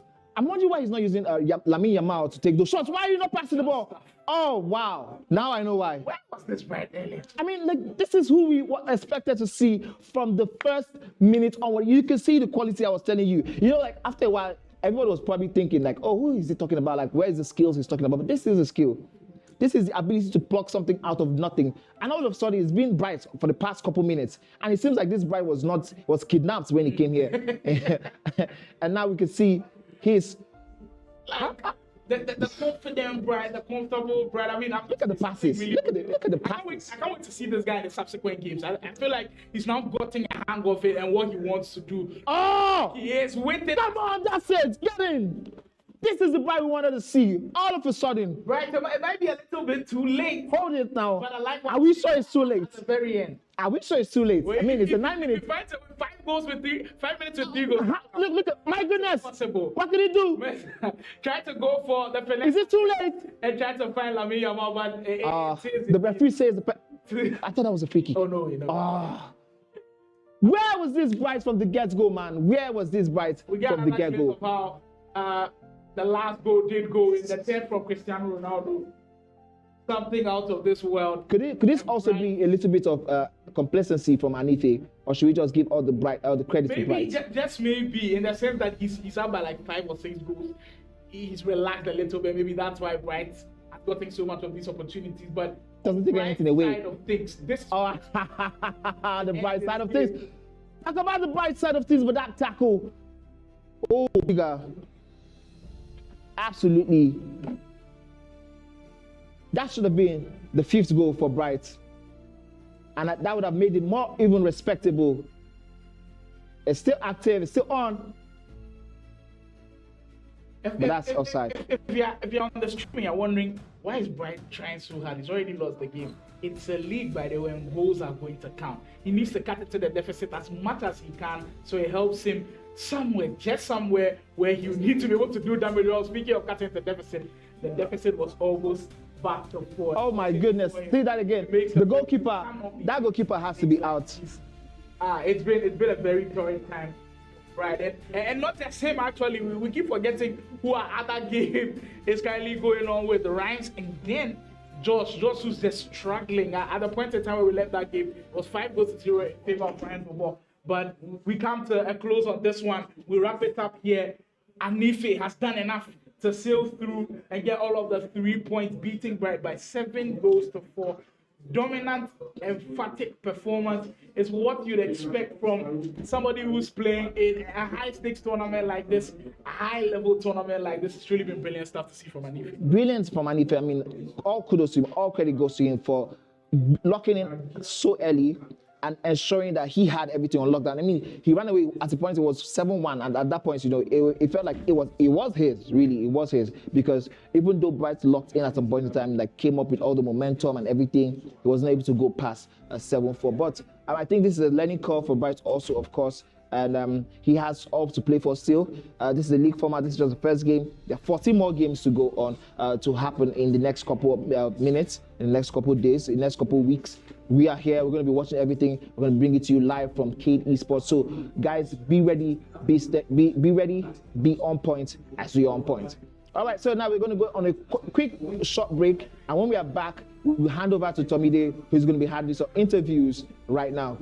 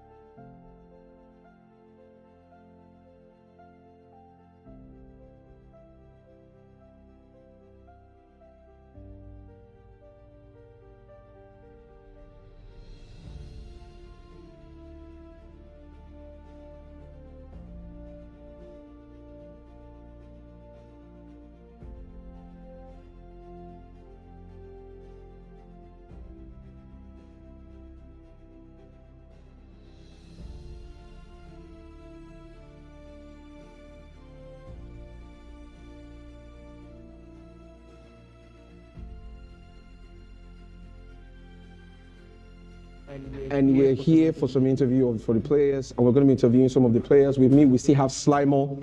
Have you been hyped? Have the players lived up to the expectations? For sure. Some of the games that we won by some we've done a great job. Adefola won by 5, Farooq won by 5, of course, Kelafri. They want to put here to play 1 by 12, by the way. But so far, which players surprised you?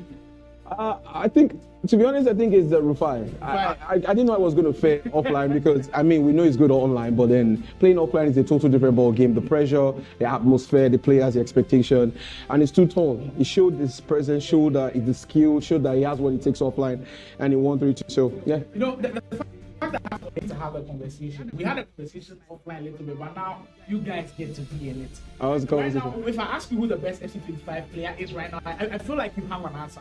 But I want you to think a little bit. All time, FC, who do you think accolades to back it has maybe a stretch of FC that he played that you feel like this was insane? Give him good status in FC. In Nigeria? Yes, the whole of Nigeria. Because I feel like in Ghana, we only have one. I think everyone will agree with me on that one. But Nigeria do have the goals of FC. And for those in the chat, you can leave your thoughts in the comments. And we're having the player interviews. We'll ask them. But I wanted somebody to think hard on this one. I don't think it's something. I don't think it's something worth thinking about. I already know who the number one Wow, is. who's number one all time? At least Farooq. It's Farooq. Farooq for It's you? undoubtedly it's Farooq. Yeah. Wow. Of all time. The reason is because when you look at the stretch of tournaments he has won, I mean, there's a point where Farooq was undoubtedly, like, he goes for an event in Abuja, like, before he gets into the final, like, they don't even struggle with who's becoming number 1 or number 2. They're like, okay, the rest of us, we're going to share the rest. We know you're going to win. Just go ahead and go and win. Like, he's that crazy. He has lived up to the hype, both online and offline. I've seen what he has done back then during the time when there was a WhatsApp group called Player One. He has been living up to that expectation. He's like, Farooq has always lived up to that pressure. Like, I can be this guy. And now, You know the reason why I'm successful? Because I have money. well, Adefola is not out of the conversation, but I just think Farooq edges him. The only reason why I think Farooq edges him is because I'm also putting online into the status here. I've seen Farooq do crazy things online. I've seen 100 MS. I've seen Farooq play on 250 MS. Farooq beat players from outside Nigeria on 20 ping. It's insane. Like, he's lived up to the expectation. It's just, to me, my goal is debatable to you, but then my opinion is Farooq in my books is the gold So status. the last opinion of something before we get someone else.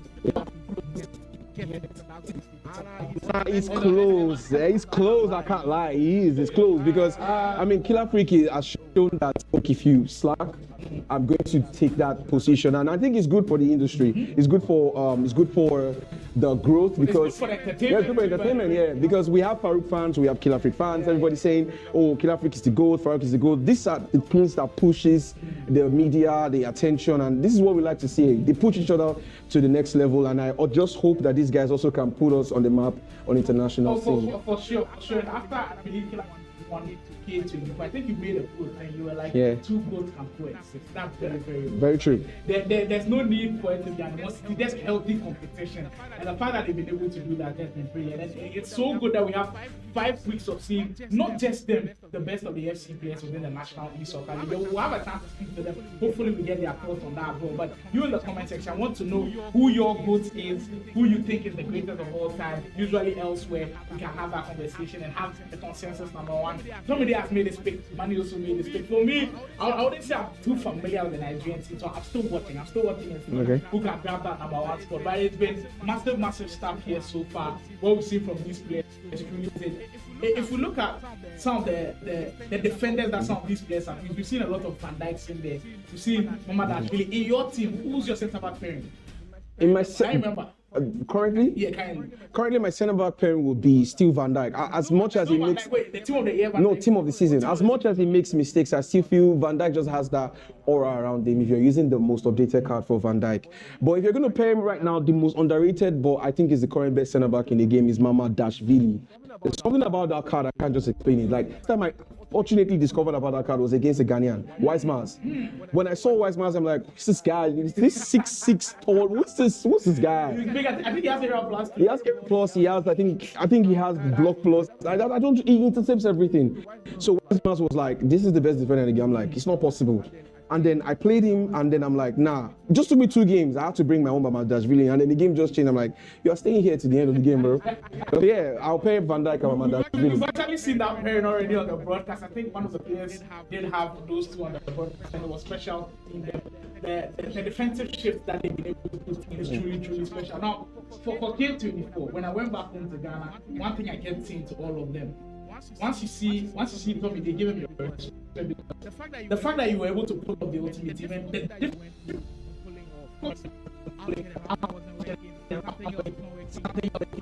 how important for you to be able to still put through all of the challenges that you had with him also doing it with the national team? So first of all, I think I should be taking all the old accolades. I mean, it was an entire team thing. And then because of the team strategy and the tenacity that we have, this has to work.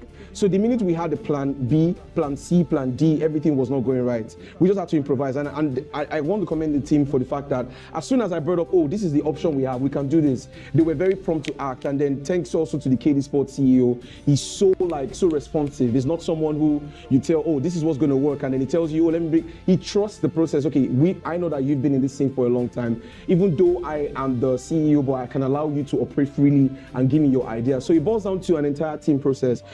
We have people like the CEO, like I said, we have Mr. Kumi, and also the players. Sometimes they can be very understanding. For example, telling players to bring their own console was also part of the fix. I know it's not easy. It's not an easy thing bringing your console down and all that, and then they were very, very, very, very kind enough to bring their console to help us because we don't want delay on logging in and things like that. And so yeah, that's one of the reasons why I feel it was a good thing. But more importantly, I'm very zealous about this sports for EFC, especially in Nigeria. How I want it to grow to the level where we have the talent. We're not just set leader. We are on the same level. Whatever brain you think you have, we have it also. I mean, a little banter here and there, but then we're getting and this is so yeah. For sure. I also like the fact that players that are pushing, you're hosting all of these internations competitions that we see with all of that. I believe we've got the player that are supposed to interview. Yeah, we're going to the host right now, interview Killer Freak, ask him some questions. Favorites that we think that would help you understand. Also in the comments, if you want us to ask them for the main man Killer building somewhere, as he just won a game by 12. Yeah, so we're going to be having his highlights right now. For sure. Killer Freak doing that he joins us at the broadcast desk.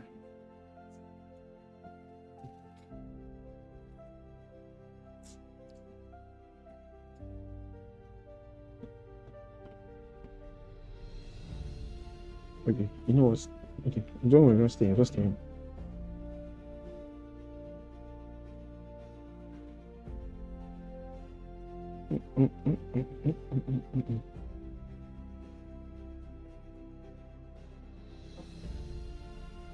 With me, we have Killer Freak right here, and almost of you don't know what it looks like, or you do know what it looks like. Here's Killer Freak, and we're going to be asking him quick questions. So the first question I'm going to be asking you, how exactly are you feeling about the event today? How are you feeling? The event has been, to be honest, insanely good. The production is insane. Like you being here and seeing how the things reception, everyone is taken care of. So yeah, it's very good so far. Okay, so one of the important questions I wanted to ask you was, when you heard you were playing Uzo, how did you feel? What was the expectation? Were you expecting to go to the scoreline to be that high, or it's just as the game was going, you kept on building? What was exactly the feeling like? Well, first of all, no disrespect to Uzo, but I didn't know who my opponent was. I haven't heard of him before. So, I mean, yeah, no matter how good you are, you have to be aware of the person you're playing. So not knowing him is kind of a setback, but I was confident in my ability, and yeah, I feel off the game when I started playing. People scored up to 15. I probably should have got more goals. Wait, you're saying you should have scored more than 12? Yeah, wait. I mean, no disrespect to Uzo, but then this is just Killer Freak being Killer Freak. So last question I'm going to ask you is this. What is your expectation at the end of Cade Esports? What do you think this level can get to? Do you think we can get to a status where the EAF scene, FC Pro scene can also say, oh, this can be used as a medium for qualification for FC Pro? Do you think we can ever get to that position? Yeah, 100%. We have players, and clearly now we have the production and the setup. And yeah, it's just about pushing it through the media and showing that there are players in Nigeria and we can't lose the league as well. So definitely we can be the first team. So I've got a couple of questions. First question is going to be easy. You've played in a lot of tournaments, but usually the ones that you play in is usually one weekend, Saturday, Sunday, or just one Saturday. How different is it playing through the whole of the 5 weeks for this one? How's the mindset change for this one? It's just I don't know. It's the same thing to me. It's just match after match. Liverpool's the same, tournament to tournament.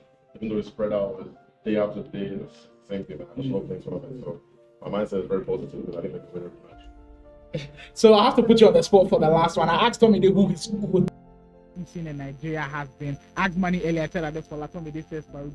Do you have any opinions on that? It has to be me. It has to be. I like the confidence. I like the confidence. I like the confidence. So there you have it. Killer Freak. Killer Freak, everyone. This is Killer Freak, and we'll see you at the highest pace possible in the show.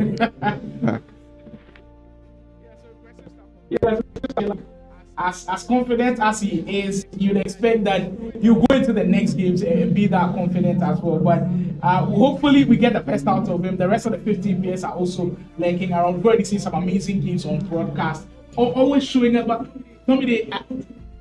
so I think where it's important is the point in the game where we're organizing the tournament now. The fact that now everybody knows how to play the game, and the fact that everybody knows the detailing about FC25. You feel like the fact that we're doing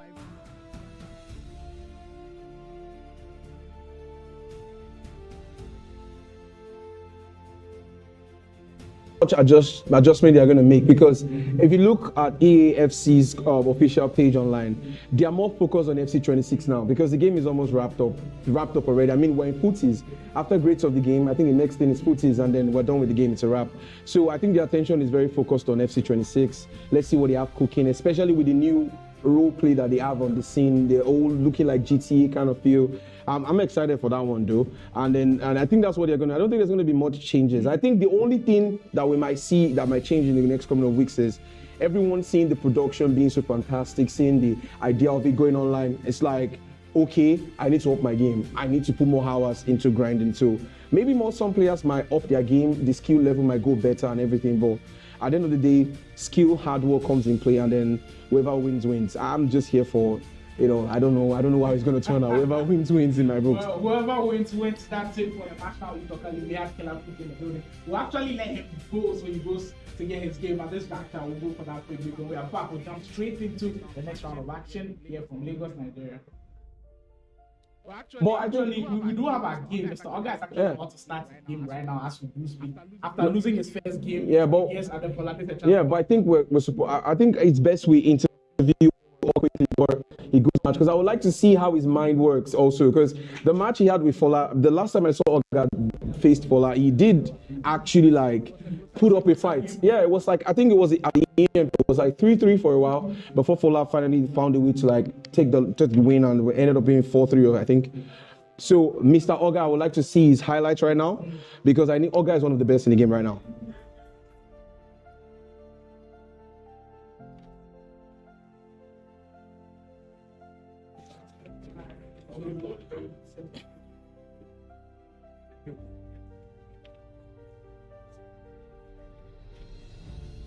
When you're talking, I'm gonna face you.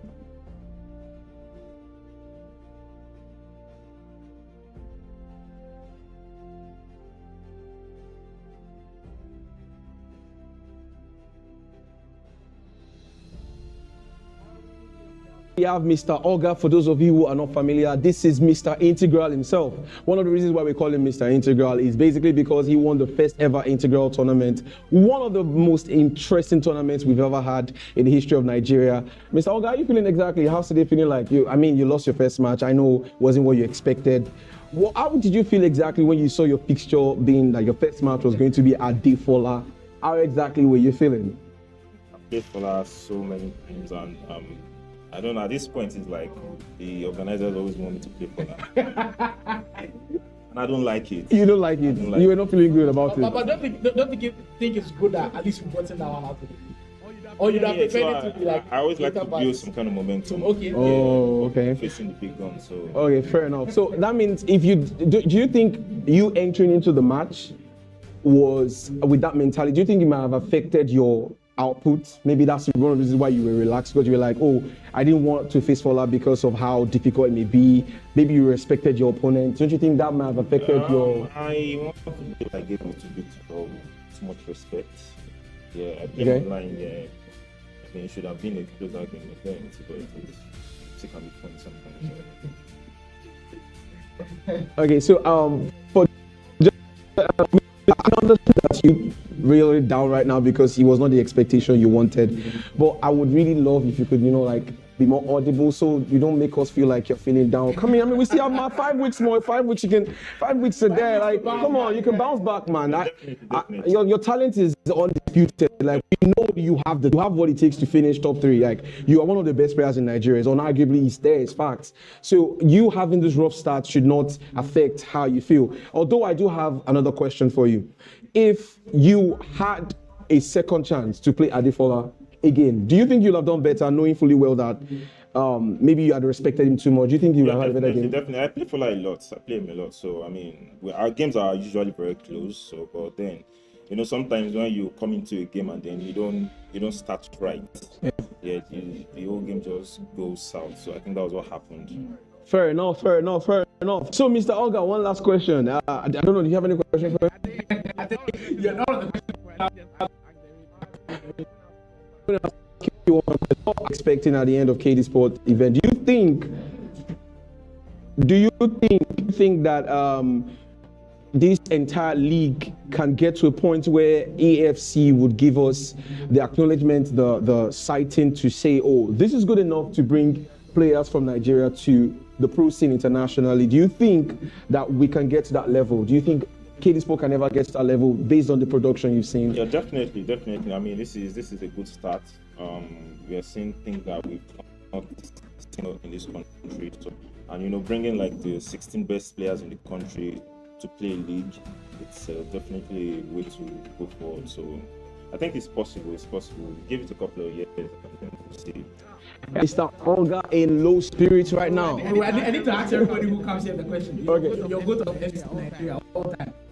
Right now. Just all time. Whatever you want to I say. mean, if I say it, then it will. No. Just say it. Everybody knows Fola. Oh, that's nice. Okay. I like the fact that we're having variations in the answer. I'm only expecting an answer, though. Why Adefola, though? He's been consistent. Yeah, very consistent. Oh, cool. Fair enough. Anyway, over to you, Simon.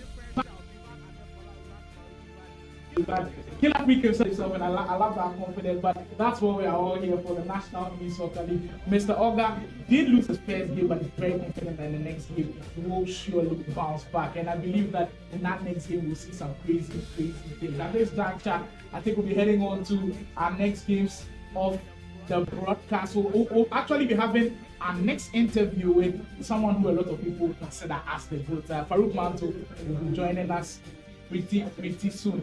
We'll actually have our next game on the broadcast, and I'm hearing it's a tasty one. Yeah. Imagi and Killer Freak. We're having Imagi versus Killer Freak right now. I'll need to question Mr. He was against Adefola. Now imagine Imagi, he's just playing Adefola, now he's playing Killer Freak. That's a rough one. Anyways, we're having Imagi versus Killer Freak right now. So if you want to watch, stay tuned. We're going to be on the screen very, very soon. See you, Mr. Olga. Thank you. We'll see you at the best place possible in the tournament. Yeah, thanks.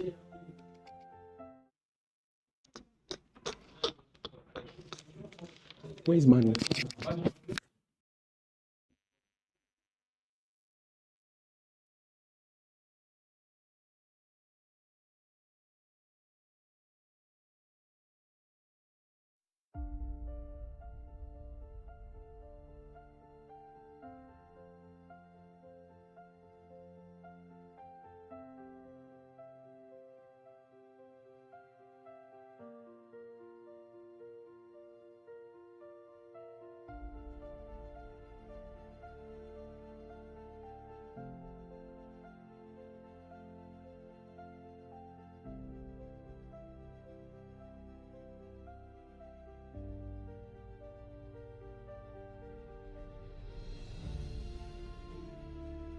Got big game coming up. It's been big games after big games after big games. We have another one on our hands. Killer Freak, we just spoke to him. As confident as ever. Can the confidence get him into another game. Killer Freak taking on Imagi, and Imagi, he'll need a strong bounce back, and it's going to be a tough one against, of course, Killer Freak. Imagi, who we did see on the main broadcast for the very first game. Remind you, this first game was against Farooq, and he lost that one by 5 goals to 2. But being in Imagi's position right now, having to play Farooq, and then now you have to play Killer Freak, playing possibly 2 of the best around. It's just difficult work. But if you want to be the best, you have to beat the best, and that's what Imagi has got right in front of him. If he can pull off a result now, the confidence level will go through.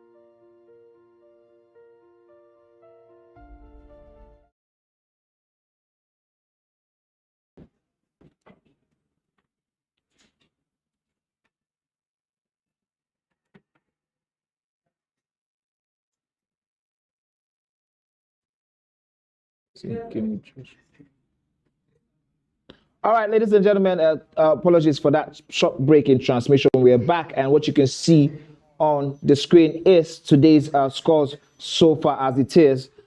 Thank you very, very much. Now we have the game with Josh going up against Rhymes, and he lost that game by 9-1. That was absolutely probably uncalled for.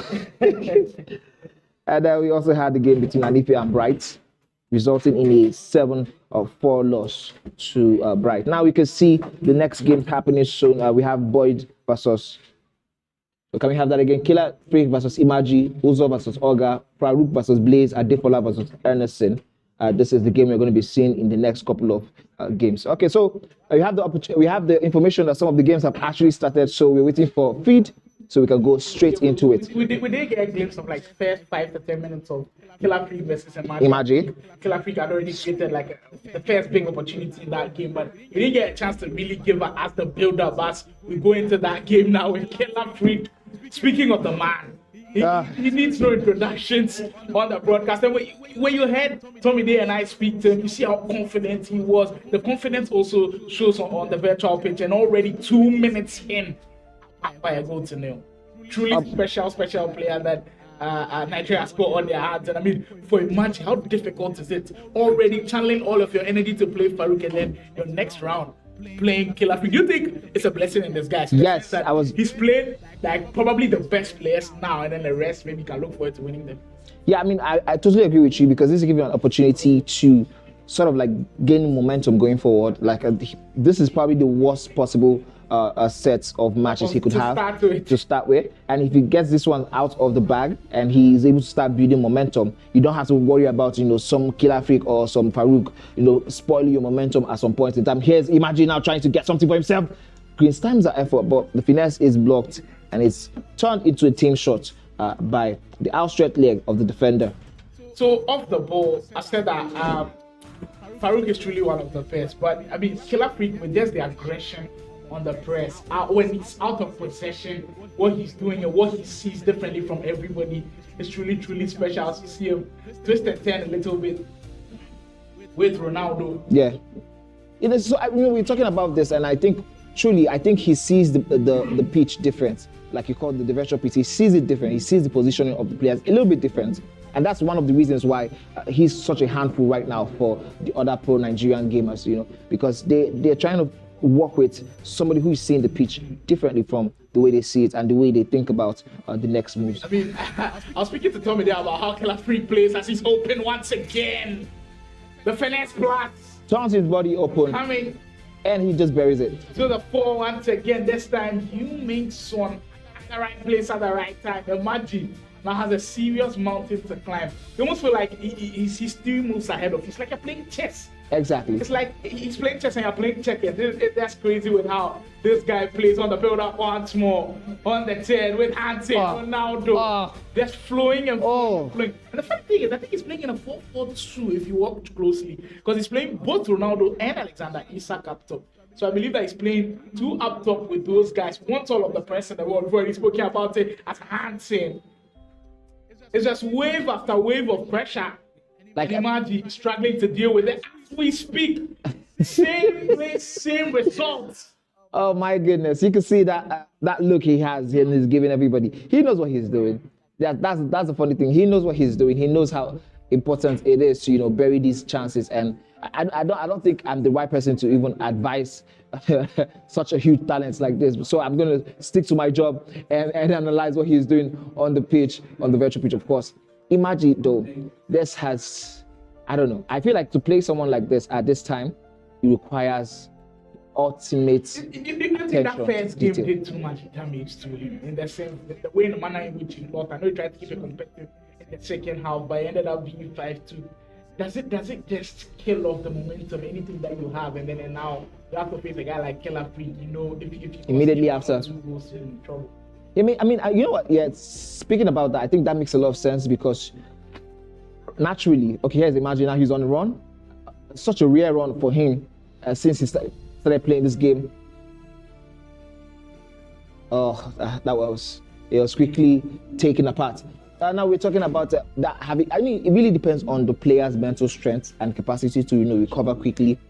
I think, to be honest, I think it's a little bit unfair for me to say that also, because he's been put in the worst possible situation. But whatever it is, he has to keep looking forward. Of course, after this one, we have another game week, 4 more game weeks for him to step up and prove his mettle. I mean, I definitely think he's going to bounce back. The beauty is not just about winning the league. Of course, that's very important, but also ensuring that you're in the top 8, so that next season you're going to be in the first division, in the higher division, the Premier Division, of course, going forward. So yeah, so much is still to play for in this tournament. It doesn't matter how badly you started. All that matters is how you're able to quickly recover, no matter what position you're put in. The recovery always intriguing to see, but at this juncture, still Killer Freak controlling all of the affairs. Imagi finding it difficult to cope with how intense that offense is.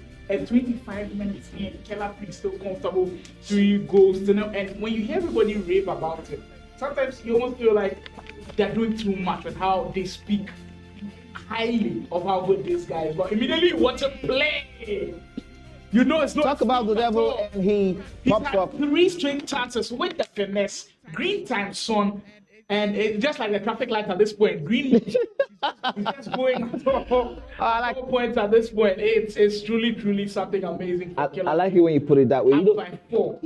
Here's the crazy part of this whole situation. We just saw it took Farooq about 60 minutes to really break down Imagi and really now take over. But it took like 5 minutes to score a fair. 2 minutes literally. We're just still talking about how when we did the restart, and boom, we had one chance taken, second chance was taken, and now here we are.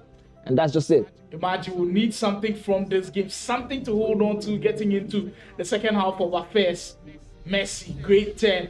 I mean, Killer Freak is not invincible at the back. You can still break it down. Absolutely. It's just that for him, I think his philosophy is I'm going to defending from the front, especially with the spread. He presses you so high up the pitch that he's not giving you so many opportunities to even build up the play. It's hardly that you see someone get of how good very comfortable. Immediately watch him play. It's just truly special. It's not talk about the devil. We see three straight chances with the finesse, green time, and here Imagi has and just like the traffic light at this point, was simply superb. He has that goal. I don't know if this is good for confidence. I don't know if it's him looking for trouble, but whatever it is, we're going to find out over the course of this. Right now, at this juncture, I'm very curious as to how the formation is looking like for Killer Freak, because I believe he's still got Alexander Isak. I don't know if he has a shapeshifters item in there, because he's not playing up top with Ronaldo, but I see him so much in the midfield that I do believe is a shapeshifters item that is probably like a midfielder or something like that in that area, and it's just causing damage to Imagi as we speak. Imagi has one back already with the last possession. Can he make good use of this one? Oh, great 10 into Cade, building something special here. Ball to Hero, getting comfortable where he should be. But Killer Freak's defense coming on top that time. As much as I want to give Killer Freak's defense the nod for that, I think also that was a little bit of rush from Imagi. He had done all of the work already. We get to see Imagi's goal. Harry Kane, again. Going up against Killer Freak. It's a record I'm stuck with. I remember in that game against Farooq, he did still play Harry Kane. He's not the fastest, Yes, but link-up play, truly one of the best. He's got great passing attributes. He's got great passing play styles to get him in there. So speaking of the man that we were highlighting earlier, Isak on the ball for Killer Freak as we speak. Or fine Mendes. Now speaking of risk that you do take, look how high his fullbacks are ready to take that. To ram all the way. Getting about 5 players into the opposing area. Tells you how confident the guy is. Attacking patterns are one thing that can be very difficult to master. But if you do it time and time again, the number of reps that you put in, I think it replicates itself usually in tournaments like this. And you see that clear from Killer Freak. But for Imagi, I've also seen some really good patterns that he will be proud of himself. It's on the wing with Neto. I do believe this is the Nations League part of glory item that was released when Portugal did win the Nations League. I think Neto is around 96, 97 rated. Not a bad card at all to have in the game. Rodri on the 10. That's an orthodox Berber spin, the old version. We don't see it too many times. But like what I've seen from Imagi, just that one last touch. And Jonathan just Tah that there. one touch, and that shows you the levels. You know, the how quick he can move from end to end. See where Killer Freak already is, just from one pass, one wrong pass, and he's already in the opponent's box. That's how crazy this is. This players, absolutely on another level. We get big updates from our game currently also going on. Mr. Oga finally trying to get on the board regards to points. He's beating Simply Uzo by a goal to nil as we speak. As in our main broadcast, we are on to halftime. Killer Freak dominance. As always, 4-1 in the start. Looking to continue in the same field. But Imagi would be proud of what he was able to do in the last. Towards the last 10 minutes of the first half. It gives him confidence going into the second half. True. I mean, that's one interesting thing I've noticed about Killer Freak every single time we watch him play, right? Every single time he starts the game, he starts it with the mindset of, I want to destroy your momentum as early as possible. I want to ensure I take the game by the scruff of the neck. First 10, 20 minutes is always his. That's like one, and by the time you're able to recover yourself, you're like 5 goals down, you're like 3 goals down, you know, that kind of thing.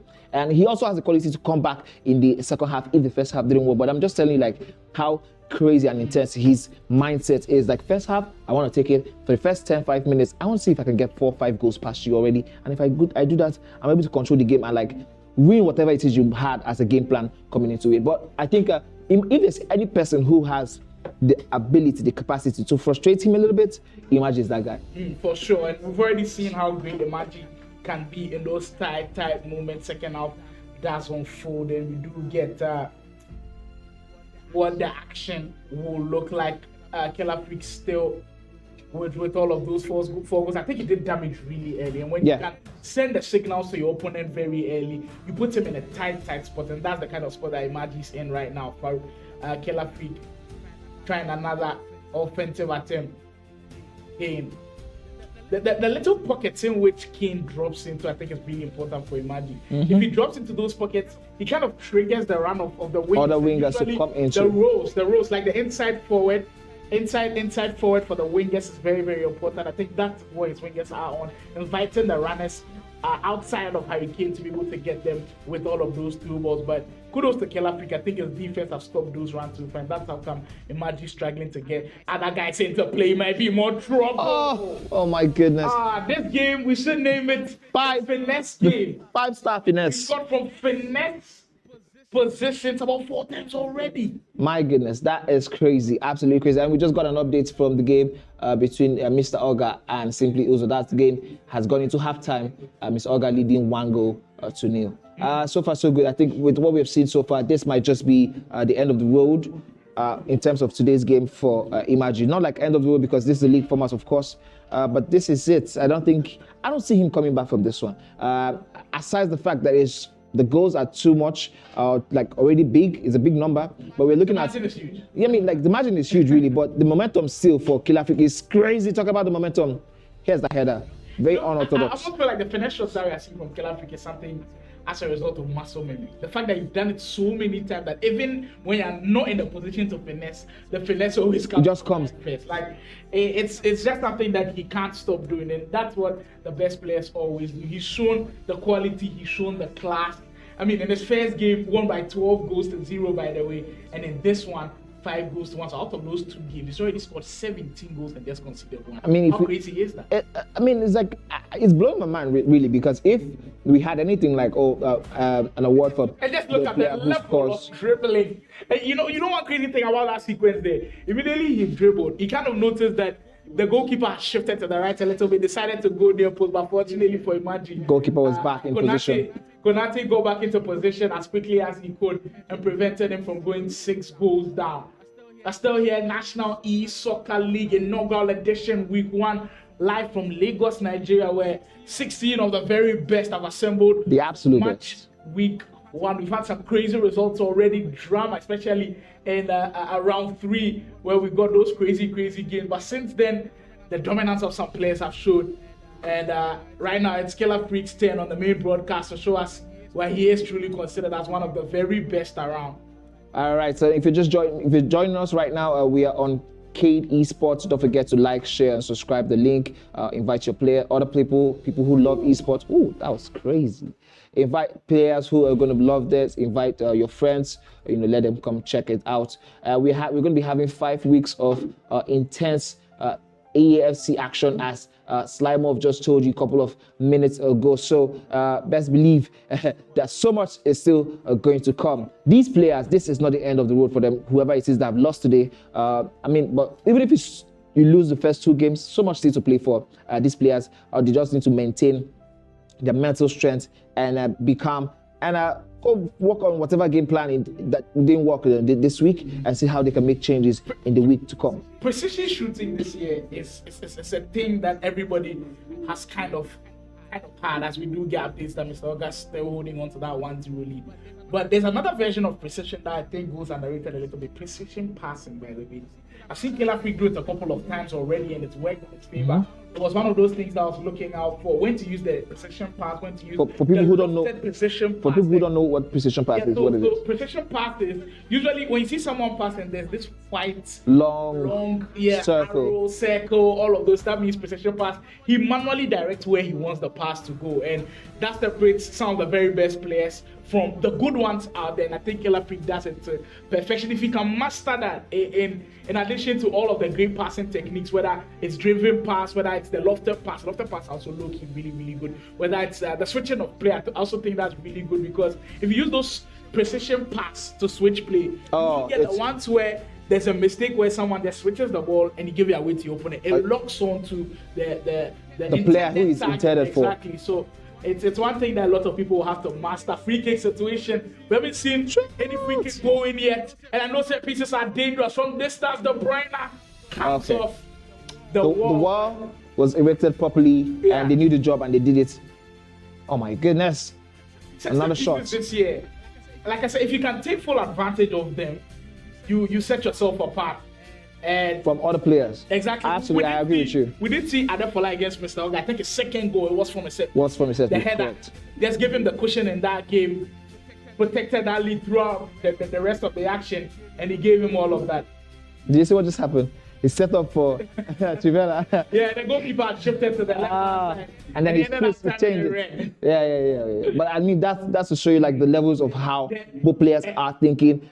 Imagi quickly moving his goalkeeper to see if he could, use that as an advantage to get the ball. But Killer Freak saw that all the way. Oh, beautiful use of the beautiful. My favorite skill move in the game. The ball to me too. It is one special one. I think the exit points are always ones that can be difficult to anticipate, because he might be doing it a diagonal way and then he's going left. He might be doing it to the right and he's going diagonal. Like, it's just so confusing. You can manually direct it, right? Really? Oh yeah, interesting. I found out the day I was. Let's not talk about PTSD. I saw one of these boys, really manually directing. I was like, oh wow, this is really good.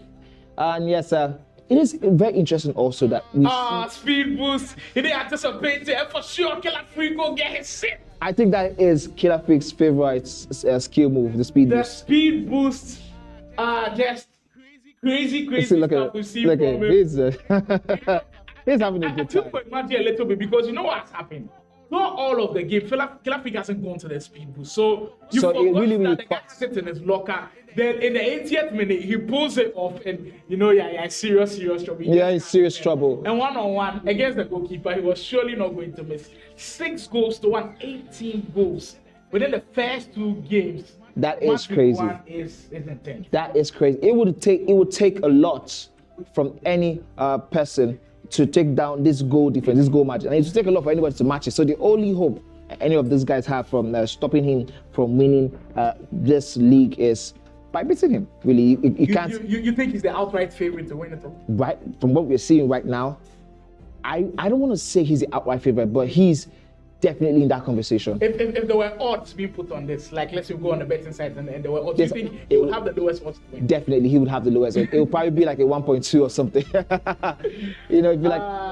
I mean, yes, it is a marathon, like we said, of course. Yes, like I said, so many things can happen from next game week, upper game week, the 3rd game week, the 4th game week, the 5th game week. But based off of what we have seen so far, based off just the intensity he's bringing to the table. I'm like, okay, this is something. And judging from what we've seen online, all of those Right. online tournament, I think I've been following one of them, Wicked Wednesday. And I mean, on Wednesdays when you watch Killer Freak and Farooq in action, they look like different B styles. There's no surprise that they've also come on here, National E-Soccer League, and they're producing even at a LAN event. It's just rinse and repeat for this guy. But credit to Imagi. I know this might seem brutal, but like I said earlier, maybe a blessing in disguise. You've already played Farooq, you've already played Killer Freak. You don't have to worry about those two anymore. You can focus on what's ahead of you, and maybe next week he bounces back. But what a tough time to be in his camp right now as we do speak. Killer Freak. That's why we need him to have a cool head. You need him to have a cool head. If you're in Imagi's camp, you need to speak to him to have the cool head, the calm mind, to know that this, again, we keep saying this because it's true. This is a marathon. It is not a sprint.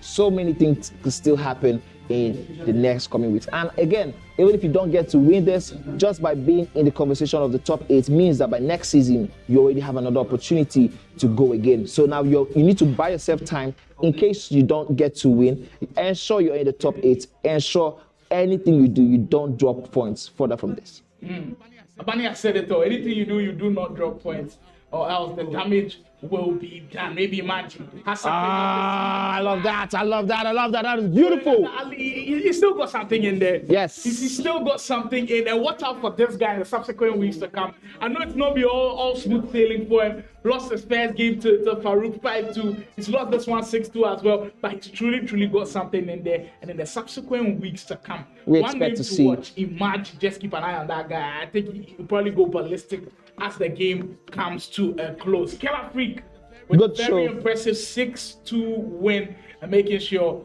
he secures 2 wins out of 2. 2 out of 2, not just 2 out of 2, 2 out of 2 that was really like giving him that advantage in terms of the goal difference. Now he is on, I think, 18 goals. But yeah, So goal 2 difference conceded. 17. 2 conceded. 2 conceded So actually. that's, so goal difference is 16, but that is still tremendous. That is It's still still mind-boggling. at the very top. And now we can get a chance to also get a glimpse of how the other game is going. We spoke of how Mr. Oga badly needed a win and he's responding in the best possible way. Tommy was here with me, with Mr. Oga, and he spoke on how important Dixon's game was. And I think he's taking it to the whole new level, beating Mr. Ozo 2-0. I think they are just about 5 minutes away. This is very important to him. When he lost to Adefola, he was like, he didn't expect to lose by that much. He knew Adefola was good and all, but he was disappointed. He was disappointed with his play, This his is the decisions. perfect way that he can bounce back in game, up by 2-0 against Simply Uzo. Also, I think I have to give credit also to Simply Uzo, who has come down from a 12-goal loss. Oh my goodness, that was almost so good. Who has come down from a 12-goal loss to Killer Freak, and now, yes, there's still so much to play for, but this is 2-0. So this is proof that he's actually good. He's a good player. Just like he had a bad game, of course, against somebody of Killer Freak's quality. It's something that you will not kill him for. You understand a little bit, okay? But then, credits to Simply Uzo. This offside? Brilliant pass. Almost on. I felt like he had timed it, but Victor short career. I don't see too much of that card in game. I think that was like beginning of season.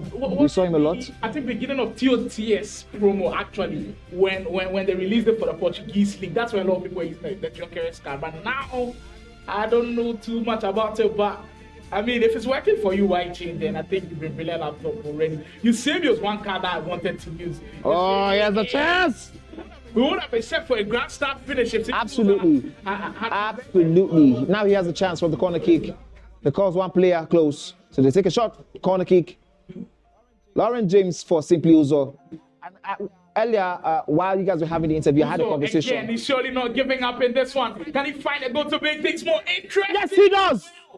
Beautiful. We are set up for a cracking finish, people. It's not all said and done. About 2 minutes to go, he's got to throw the kitchen sink at it. I want to see constant press, manual press, any type of press that there is. Simply has to throw everything he's got at it. And we see the press with Mr. Oga holding on to it. Can he hold on to 3 points? He actually loses out on it. We get the chance to see how that went in. Final moments now. This is real-time action. Uzo, can he get the pass? Fortunate bounce, but can he pass? What is it? He That didn't is. have time to pass. Oh my goodness, that is such a wicked way to end what could have been He a just different left it result. too late. He left it Oh my way goodness, too late. I don't think he realized how little of the time time he had. Because Yes. going back again, there was no time to be able to do that. No time at all. I mean, while you guys were having the conversation with Killer Freak, I mean, I spoke to Simply Uzo. We had a conversation, and he was like, oh, he was going to change his team because the team he had, he was not used to those type of players. He said he had bulky players in the first match against Killer Freak. He wasn't expecting to win. That's what he said. He wasn't like expecting to go be the outright winner. He knew the golf in class, but he was expecting to be able to play his game. That's what you see now in this one. He went with the ladies. I mean, he's a ladies man. We know him as the ladies man in the community. He loves using the ladies up front. He likes the slim movement, the slick movement. The Lauren James, you saw how she was moving slickly for him. I think he's going to use it as the learning curve. This is his first rodeo at a UT event, a LAN UT event. So, I mean, this is an opportunity for him to use as a learning curve. And there's 4 game weeks. Let's see what he can And that last game there, if he had just scored that last goal, it would have been such a massive boost for him. Truly epic. But credit to both players. Gave us something to enjoy in those last moments. I've enjoyed most of the games I've seen on all of the games. In fact, I've seen some brilliant goals going. We just saw Killer Freak doing justice to Imagi. We've also seen Mr. Ogg also pick up 3 crucial points. Very crucial. He had to hold on to it for dear life. Exactly. So the last part of Matchweek 1, it's truly been a special game. All right, great. So we're going to be going into a very short break while we wait for the next game to happen. All right, okay, we're having the replay. Beautiful. This is the game between Killer Freak and Imagi. And just right off the onset, This one was got slow. through into space, had the low-driven shot. So at that point, and even before that goal, he had a chance for finesse. So at that point, it felt like Imagi was keeping tight for the finesse, but he didn't do enough. And then now we see the start finesse. of the finesse barrage. Finesse goal number 1 from Human Son. You get to see finesse goal number 2 this time. Actually, from Human Son again, I do believe he goes there. Yes, he did go there. Yes, he did go there. And space. With a good time also. If we get a chance to replay this goal again, production team, we can get a chance to replay that goal again. I think the player lock was very integral. To get that pass to Human Son. Absolutely. Son wasn't in the best position. He put the player lock on him, locked it on him, dragged him into a better position to get the finesse out. It was truly special. Yeah, the Trivela from Imagi, that was really, really great. I mean, he was able to use the other player as a decoy. I don't know who that was for him, but used as a decoy. And once Killer Freak committed to getting that player mark. That wasn't all from Mr. Finesse himself. He had to get another one in. Human Son, I believe he did score a hat-trick on the day. And this was where he used that brilliant speed boost to open it up for Hansen, and he made it 6. And he just knew he was comfortable with those 6 goals. At the last minute, we got to see what Imagi still had in the locker. I know it was all dead and buried, but I still had to show this us goal the was class so that he brilliant. had. The step overs. This goal was so Nobody brilliant. was expecting that one. Crazy game that we had from Houston. I mean, I saw Killer Freak quickly trying to anticipate where he was going to go into the exit, because that was the best position actually for Imagi to go. But Imagi was very, very wise, and he stayed the course, and was able to take it to the next level and just slot it beyond the goalkeeper's leg. Now we're going to the next replay to see what happened between Simply Uzo and Mr. Oga in the game that ended 2-1. We just saw the late end. We didn't get a chance to focus in on that game. We didn't see the first 2 goals actually. Absolutely. From Mr. Ogas, who jumped straight into that game. So we get to see the second actually with Gyökeres, and we see Alessia Russo. I don't see her too many times, but another fortunate bounce back. I always feel pity anytime I see players concede such, because I mean, like, that's something I think the goalkeeper could do better at. But this goal here by Simply Uzo was really great. That fake shot. Declan Rice in that moment, very special. We get to see another this glimpse of the second goal. The half drag back pass. That was it's not something that we see too much today. Again. But it was nice that it came up like that. I mean, I think I was 24. It was very, very overpowered, and a lot of people used it. So, but since the SC25 started, people have not used it as much. There are 2 variations of it where you can fully go into the half drag back, where it's more or less like a full skill, or you cancel it midway into the pass. So he did cancel it midway into the pass. it's also fully effective. It's something that you can definitely inculcate into your game. Absolutely. This has been brilliant. We just saw 2 games, one on stream and one off stream, and then we have 3 more games, like as I'm told, for game week 1. So we're going to be going on a short break, and when the players are ready, we're going to come back and we're going to jump right into it for the second one.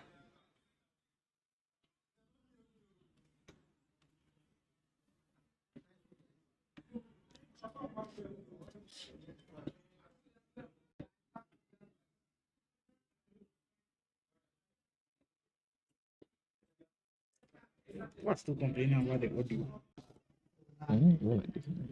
Your audio is bad.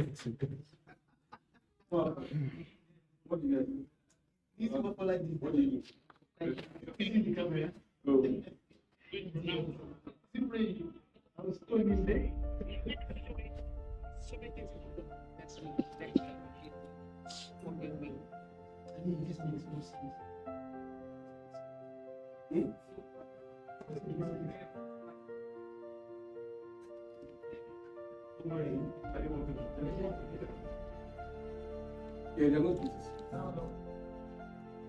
All right, ladies and gentlemen, I think we have this game between Anderson and Adefola. Really, really interesting. Anderson had that close shave with Boyd in a game that ended 5-5. Boyd came back from 4-1, and I think that tells you how good Anderson is on his own day. And what do you expect out of Anderson coming up against Adefola, who needs to ensure he puts his mark in this first game week? Yeah, he's already won his first game at Adefola, so he started in the best possible way he can.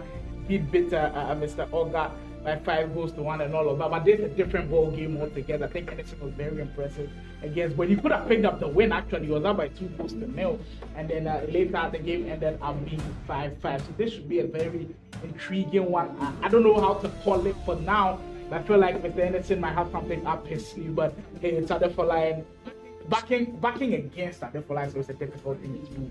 And you almost feel like he might just routinely grab another win. And look how he starts already. Great there. The fake shots are just too crazy. The cancels of cancels.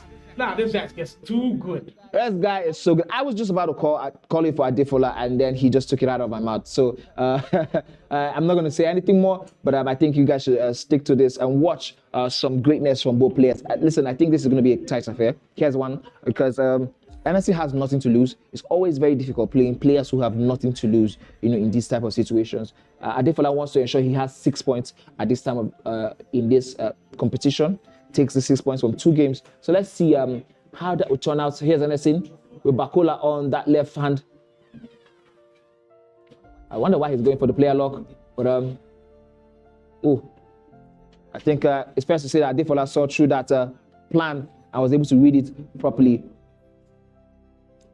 Ashvili, I think Tommy came on here, was speaking how he actually found out that Ashvili was a great centre back. I think he said he had played one Ghanaian Rice pass at the time, and White was using that defender, bulky, length, he had aerial plus play style and all of that. And then he introduced him to his team, and he's been a revelation ever since.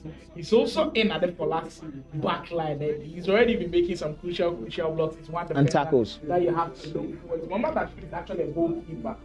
And the shapeshifters, they can play in different positions. As Adefola up by a goal, kind of courtesy of that brilliant finish from Kevin De Bruyne. Very, very brilliant finish. It's great passing already. Saw the goalkeeper move.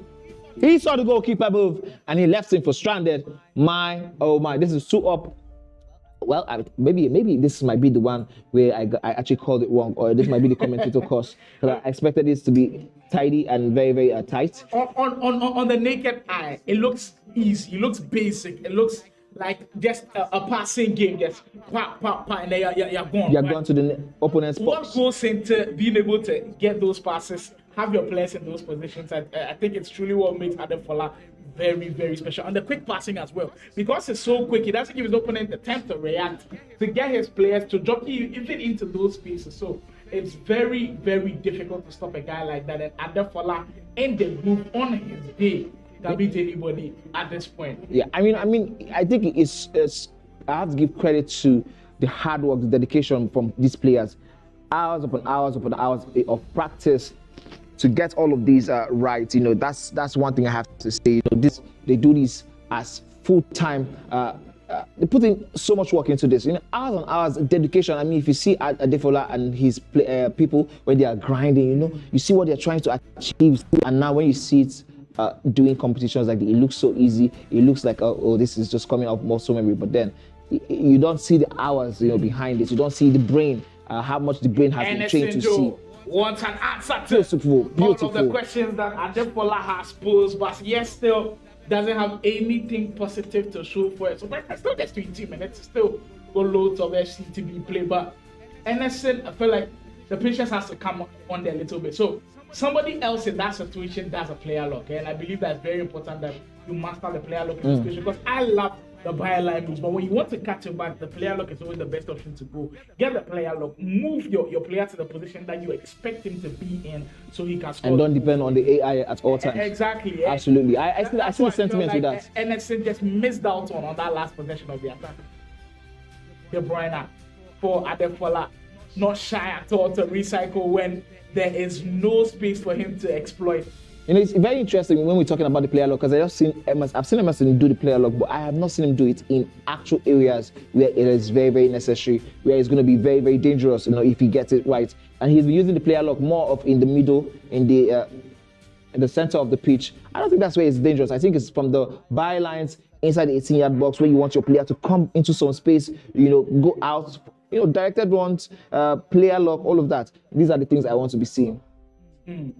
It's truly something that we would be looking out for this year for your FC25. I wouldn't call it a starter pack, because we're about to end the game. So your finishing pack, you should be able to have the player lock in your bag. You should be able to have your finesses in your bag, know your angles, have your precision shooting in the bag, be able to green time your shots, and you would be fine anywhere they put you in.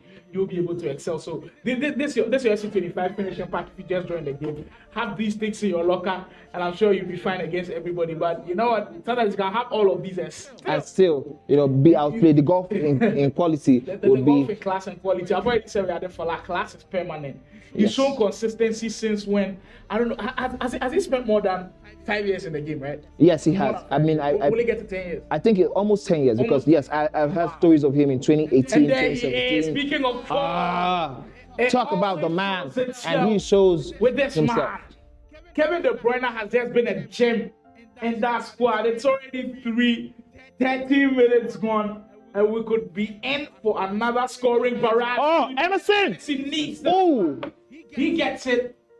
What a move by Emerson. That was the speed boost, right? Correct? Very important speed. Very, very important. And he caught the defenders lacking in that instant. And he was not able going to mess with it. He just took the shots right where he wanted it to be, and nothing the goalkeeper could do about it. Simakan, the fact that Emerson just reminded Adefola that, yo, you're leading by 3 goals to nil, but I'm still. It means nothing. With that goal, he just tells him, I'm still around. Don't forget about me at all. Emerson with a very important goal at this juncture of the time. Messi. There's a couple of players that I've seen not take their corner direct, and Adefola is one of them. Hopefully, I'll be able to have a chance of a conversation with him. To pick his brain. He doesn't play the corners direct, because they usually do score. He did play one corner direct, and it got him a goal. If you do remember, against Mr. Ogai's second goal, I believe yes, it was the header.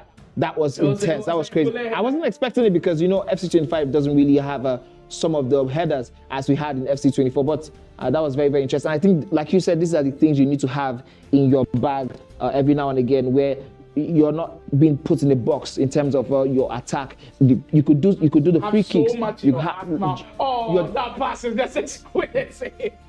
My oh my. The pass came from the blind side, and you see the nod from Adefola. It tells you he's proud of the goal that he scored. If we get this goal on replay again, we'll play it over and over and over again. He just had it on the blind side of Anderson. Wasn't expecting by 4 goals to 1, but he has more defense. Anderson, that low-driven shot. Adefola's defending has been questionable. Every time Anderson has gone up front, he felt comfortable enough to grab a goal or two. That's the replay I think we're seeing right now. Am I correct? No. Okay, we're back to the main thing. I mean, again, I want to say that I want to agree with you, but that would take away the credit from Anderson, to be honest, because I think that was really well thought through and well worked, and he wasn't expecting that burst of pace from that Anderson's player. Speaking of giving MSA credit on the offensive end, it could be onto another one here. Kaka, you want the space to shoot? He does it. I'm confused. I think he overthought that particular move, and now he's going to be left to rue that because twice he had space. Manny and I, we are in the comfortable position of calling the games. Absolutely. But when you're in the hot seat, I know it can get to you, but this is a chance that you should be taking. Absolutely, for pros of their level. The floodgates were open. It was parted like the Red Sea. Go on there and finish. And he just wasn't able to locate the space and find the finish. Anderson, he might be ruining all of these missed chances. And he's got some defending to do now. Kelly, I can't hold on to it. Anderson on the break, 2 minutes to go before we come to a close in this first half. Adefola has been good, but defensively he's been very, very shaky at the back end. He's leaving spaces open for Anderson to operate, and we've seen that very, very clearly. I mean, do you think that this particular miss by Anderson is going to come back to bite him? It might just, because if you take it 4-3, that is a different ball game. That's a different whole ball game together. Maybe it might be that 4-3. Grab him back, cause a foul in play, and that will be that for our first half. Well, ref's going to actually allow one last attack from Adefola, but it doesn't end up okay. meaningful for him. What a first half that one was. Look, you almost feel like the script keeps changing itself. At one point, it feels like Adefola is running away with the game. At another point, Anderson is back into the game. It could have been 4-3. But, well, he didn't take his chances. And here we are, 4-2. Adefola still up by 2-0. If you're Adefola, what do you do in that second half to almost show your chances of putting all of those 3 points in the bag? I mean, if I'm Adefola, which I'm not, obviously, what I'm going to try to do my best is to kill off this game because I can see that for whatever reason, Anderson is getting confidence by time.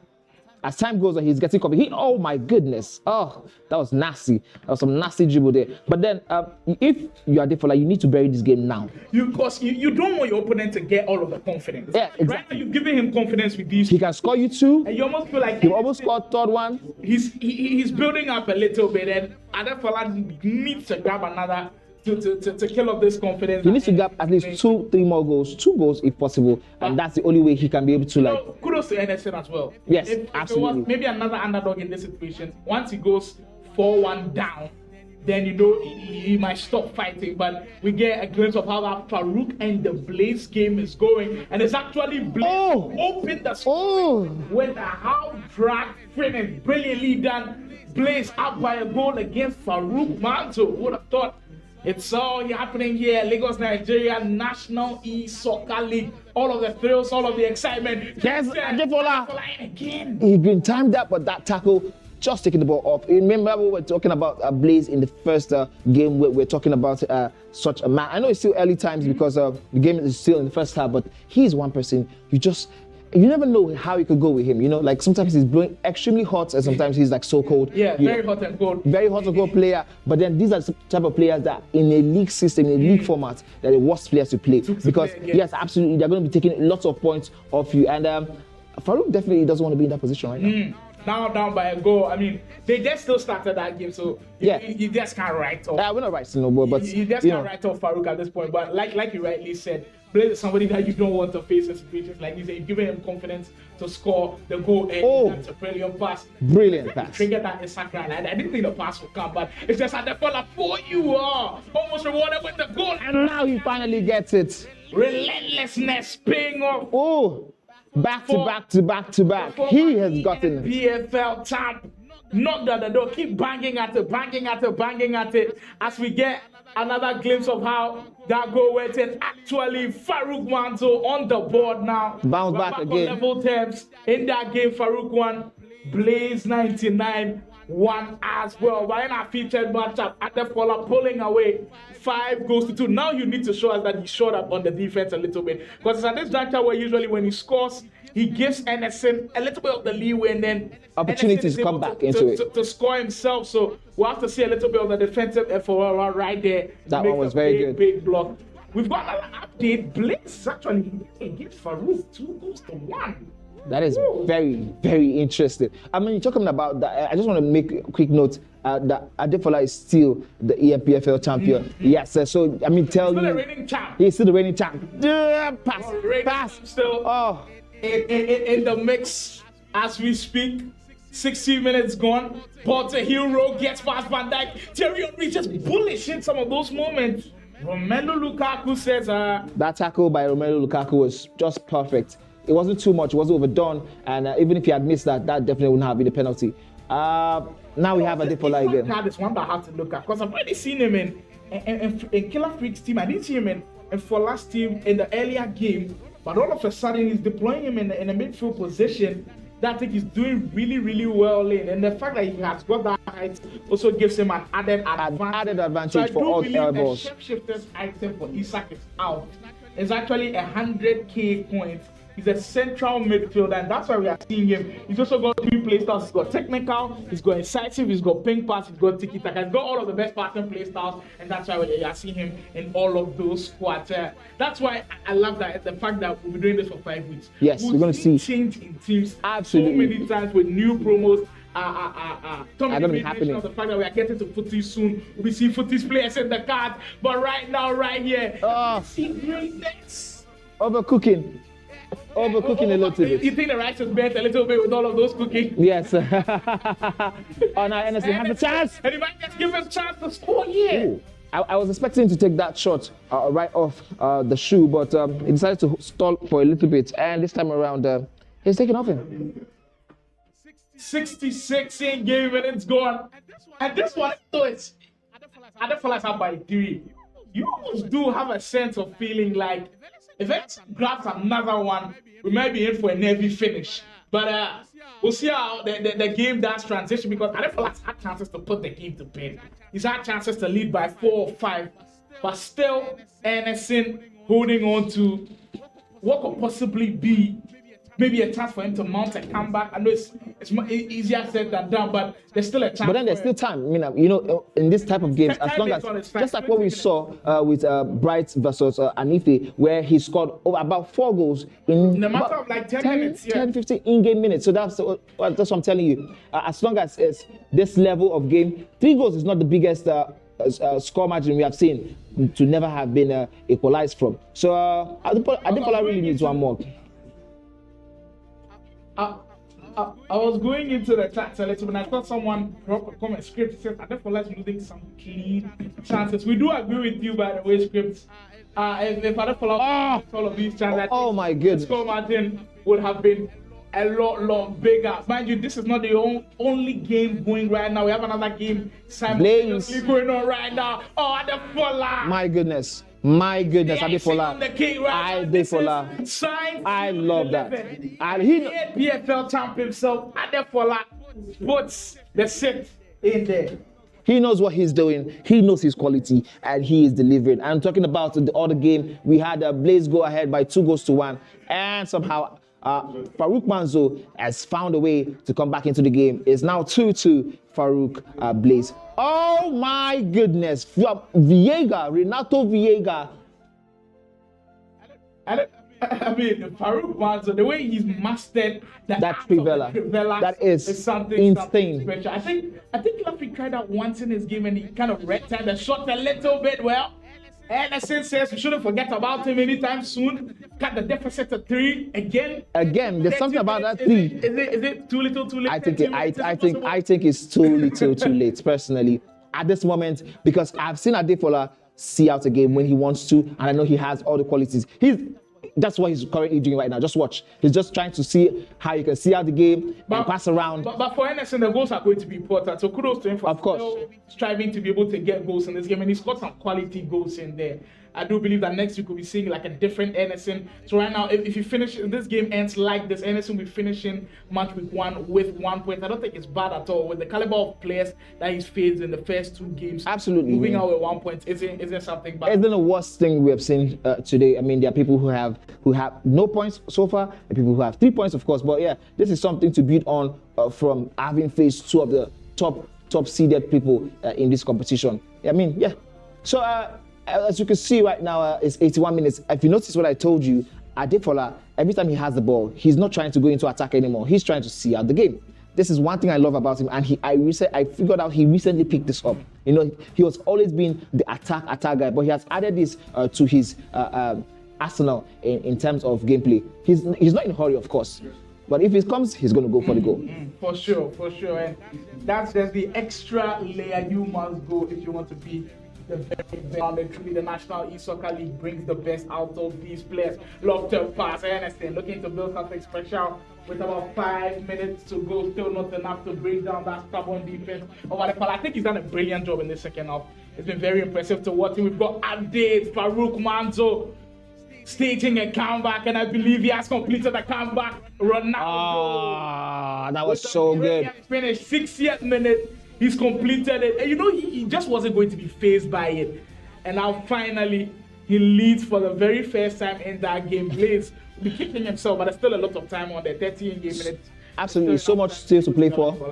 I mean, he scored first 2 goals, and yeah, every single time Farooq had an answer for them. But I think this time around, he now has to find an answer for Farooq's winner or so, as it stands.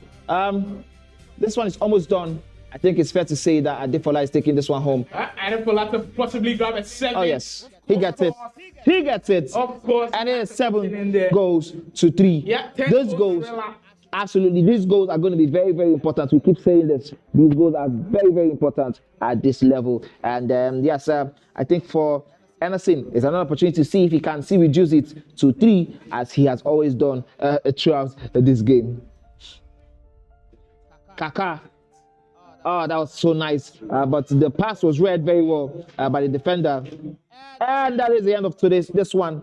This is probably so if the feed can immediately switch to Farooq's game, I think that would be perfect. The way it's poised in those last minutes, producers, we can actually get Farooq's game for the last 20 in-game minutes. The fans are also calling for it, but we get to see the sportsmanship as well from Adefola and Anderson. Anderson asking questions, acknowledging the fact that he was really, really good. He was blown out of water by a proper technique master. The sportsmanship up to it, and that's what we preach. Even though we are all competing against each other, the respect must still be there. It must still be there, absolutely. Job of showcasing that one right there. It's something that we preach, not just in any sport, but also in esports as well. The National E-Soccer League definitely harboring positive things. As I'm hearing, we are going into that Farooq versus. Want to see the action as it's happening live. Action. Farooq has completed over the net. Remontada, but can he maintain the energy to 90 minutes? That's the biggest question, because Blaze is already. It looks like a guy that's on fire. We saw in game 1. It looked like a really, really positive player, and he actually led by 2 goals to 1 at the point. But Farooq are making sure that he got all of the business done, and of course creating that comeback. We'll head into that game now. I do believe that the Fleeces get it back on screen. But right now we have. Oh yes, we're back to it. But this is the replay, if you're correct.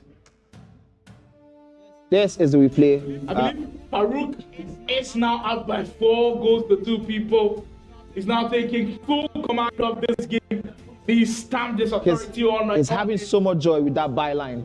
He's having so much joy with that byline. And I wonder why Blaze was not able to articulate what he was trying to do and see if he could, stop it defensively properly. He's done that 3 times now in a row. Now we're going to real time where the action is happening live. Farooq, as you can see in that black and white strip, just showing his superior dominance. He was actually down in this game. I think this is probably the most difficult he's played in the first 2 games of this match week. And now he's taking full control, up by 4 minutes to go. Still not over yet. I do believe Blaze might have something up his sleeve just to maybe change how the game is looking. Oh, what a chance!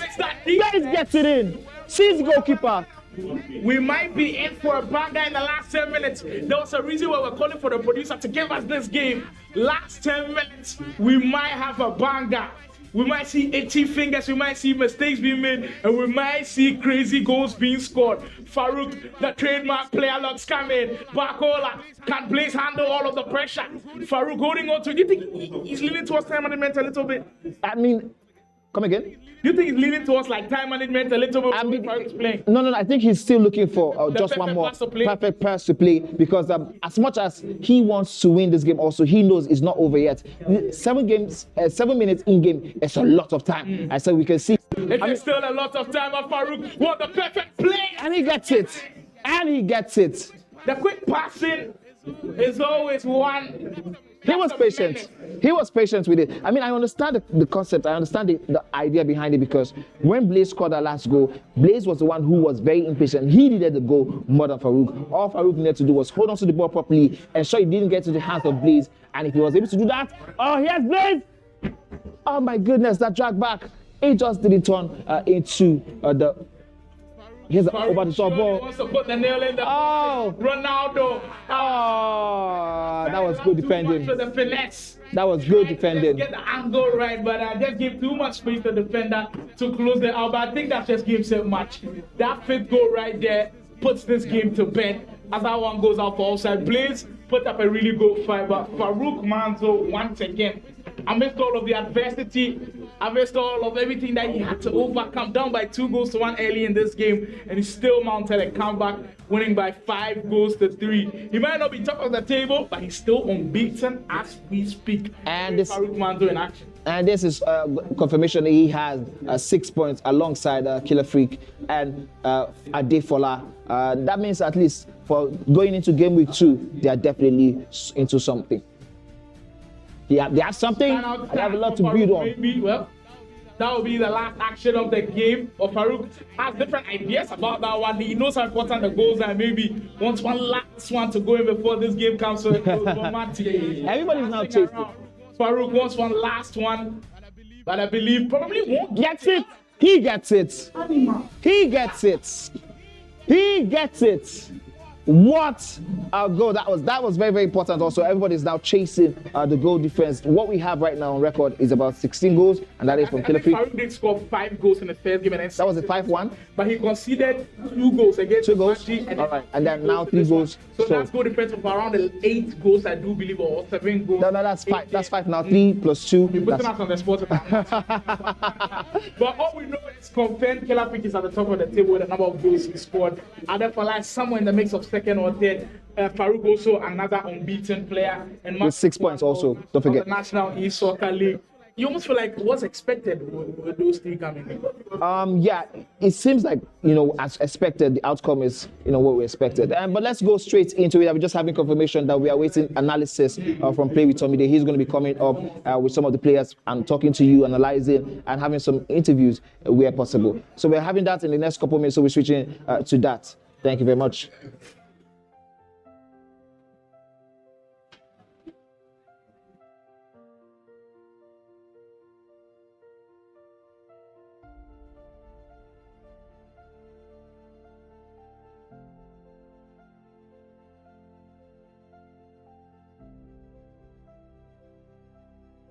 Weeks.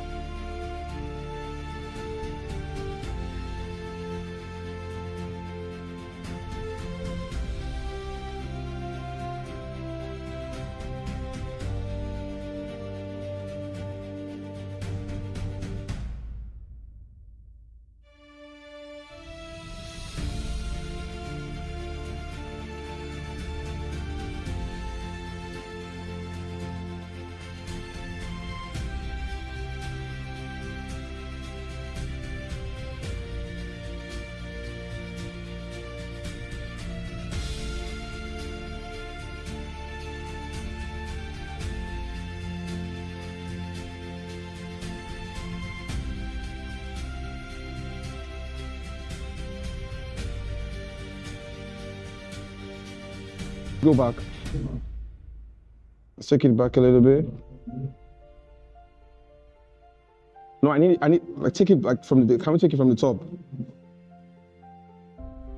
All right. No, is this it? No, this is not it. I think,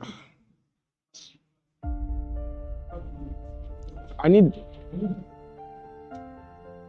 the first highlight, I need you to replay the highlights. I need the highlight back. The first highlight that was played, I need it back on screen.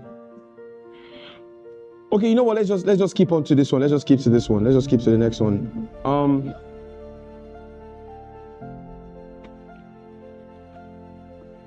Good. Hold on. Pause. Can we cue a pause here? Pause. So here's the thing. So we have 1, 2, 3, 4. We have 1, 2, 3, 4 here. We have the right winger making a run into space. We have Aitana with the ball. Who leads was the first passer to Aitana Bomati.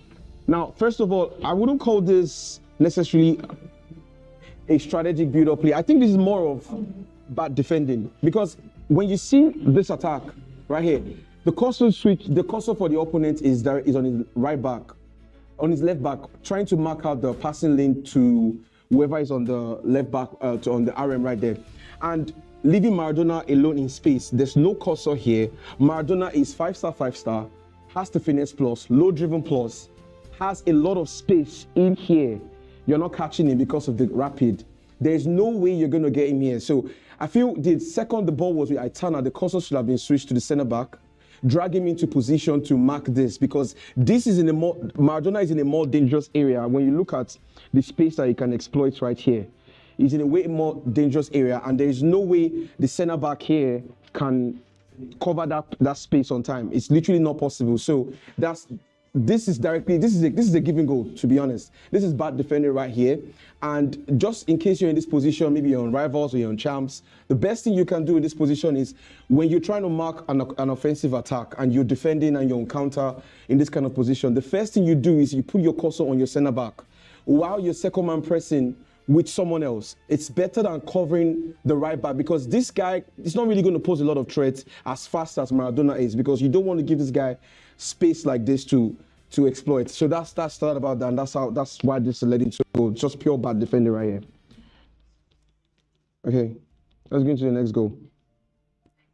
Let's keep it rolling. The next one.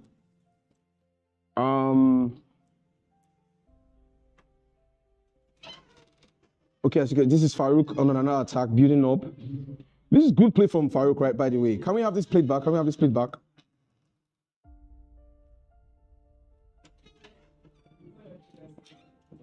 Take it back a little bit. Just one step backward. Can we just take it one step backward? All right, good. Pause right here. We have Rodri's with the ball right here. We have Tejas here. We have another player running into space here. Then we have Bakola right here.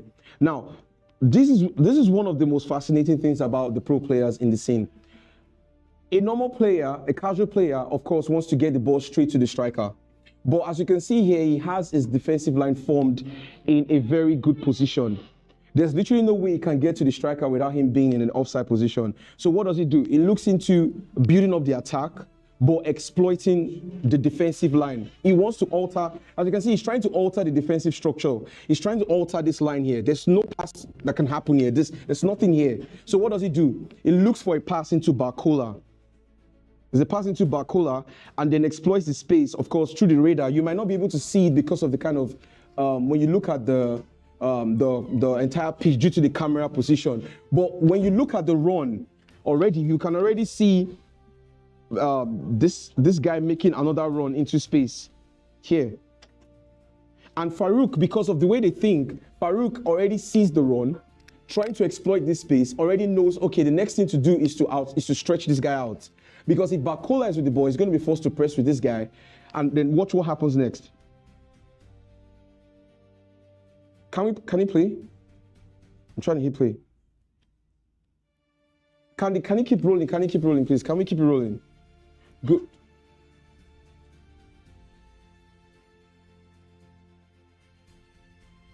You guys you've taken it. This is not the goal. This is not the goal. This is not the goal. I think we're having technical difficulties now. Maybe I'll come back.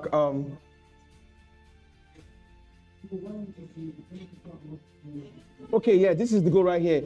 Exploiting the space, as I said, and the next thing he did was a trivial line to the green time, and that's the goal. So due to the technical difficulties, I won't be able to do further analysis, but I'll be back on stream to show you guys more analysis on the goals scored by the players.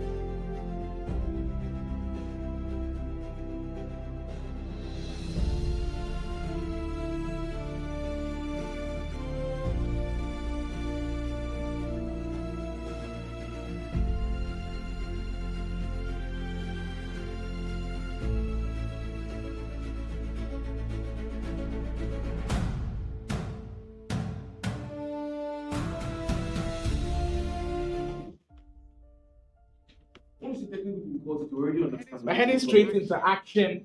National E-Soccer League. We've had about 6 games on the main broadcast of truly brilliant action already. And you know what? The ones that are coming up, I believe, will be very, very special. We've got 2 simultaneous games that are about to come by, and I think they'll really give us some very good games. I think something different than we've seen so far. Than what we've seen so far. So we already saw Rufi in action. He was in a close game. He did win last minute, and he's up against Baji, I believe. That's a mouthwash. Very, very. Like a match watching one, I agree. It's something different entirely from what we have seen. You know, like these players, they don't do the regular. They love to build from, scratch, try something new. So it's like just having 2 new cards. Well, Baji Jr is not a new card, to be fair. But Rufi, this is his first LAN tournament, and he's getting to be on stream twice. That's tell you the ceiling we have for him. I'm very excited to see that Miaham item, shapeshifters icon, Miaham in the midfield. I haven't seen it too many times on stream today. We've seen a lot of Isaac, we've seen Holet, we've seen Pedri, we've seen, I believe, Kevin De Bruyne, but we haven't seen too much of Miaham. Hopefully, the action that he's got for us. But we are underway. Week 1, Baji Jr, Rufi, both of them playing their second games. Rufi, I do believe, grabbed an important win. He was in that heavy encounter, last minute win against Mitchell. And now you get a chance to make it 2 out of 2 wins. And of course, Baji Jr is also looking for 2 out of 2 wins. He also did win his first game as they'll be heading into their final games for match week. Predictions. Not have to take a prediction. No, I'll give a direct prediction for what the scoreline will be, but I think it will be a close one down to the wire. Because once Rufi is in, I think we'll be in for drama as looking to break through early, but Rufi, great defending right from the very start. You know what? I think Baji Jr has something in this game. I don't know how he's going to get it, but I think he definitely has something he's going to be taking home from this game. Now, both players, of course, have 3 points from the first games. Rufi winning, I think it was a 4-3 against Mitchell Y. Baji Jr won 5-2 against Blaze 99, who we just saw up against Farooq Mamzo. So, of course, it's a legitimate win. It wasn't an easy walkover because Blaze in his own right is one of those players who is... We're speaking of Killer Freak, Adefola and Farooq being unbeaten so far. These 2 guys actually in your shot are also unbeaten. It's just one game. But it's still unbeaten, so take it. If it ends up being a draw, it'll be 2 games still unbeaten. But yes, but with less points. Maybe somebody's record does get destroyed here today. Rufi, patient with the build-up, sends the runner of out the wide round. That was just exquisite. That's some lovely stuff. That He is just knows how to put it all together. easy, very simple. He knows how to do the simple things, and the simple things give you the goals. The basic things, of course, when done correctly, are what give you the goals. We had Tommy there around or at the analyst desk. I'm sure one thing that he'll tell you is the touch from Adola, right? It just takes it away from that, sets everything up brilliantly, and from there onwards, you knew Rufi had something in the bag, and that was just beautiful to watch. He's already up by a goal to none. I do believe his game against Mitchell, he also took a very, very early lead. It took some time for Mitchell to bounce back into the game, and Baji Jr. wouldn't want the deficit to be too big to be able to cut into. Just 12 minutes gone, and we've had a very interesting start to the game already. Absolutely. Now we're seeing the game between Anife and Boyd. I think Boyd has the early opener, of course, just 6 minutes into it.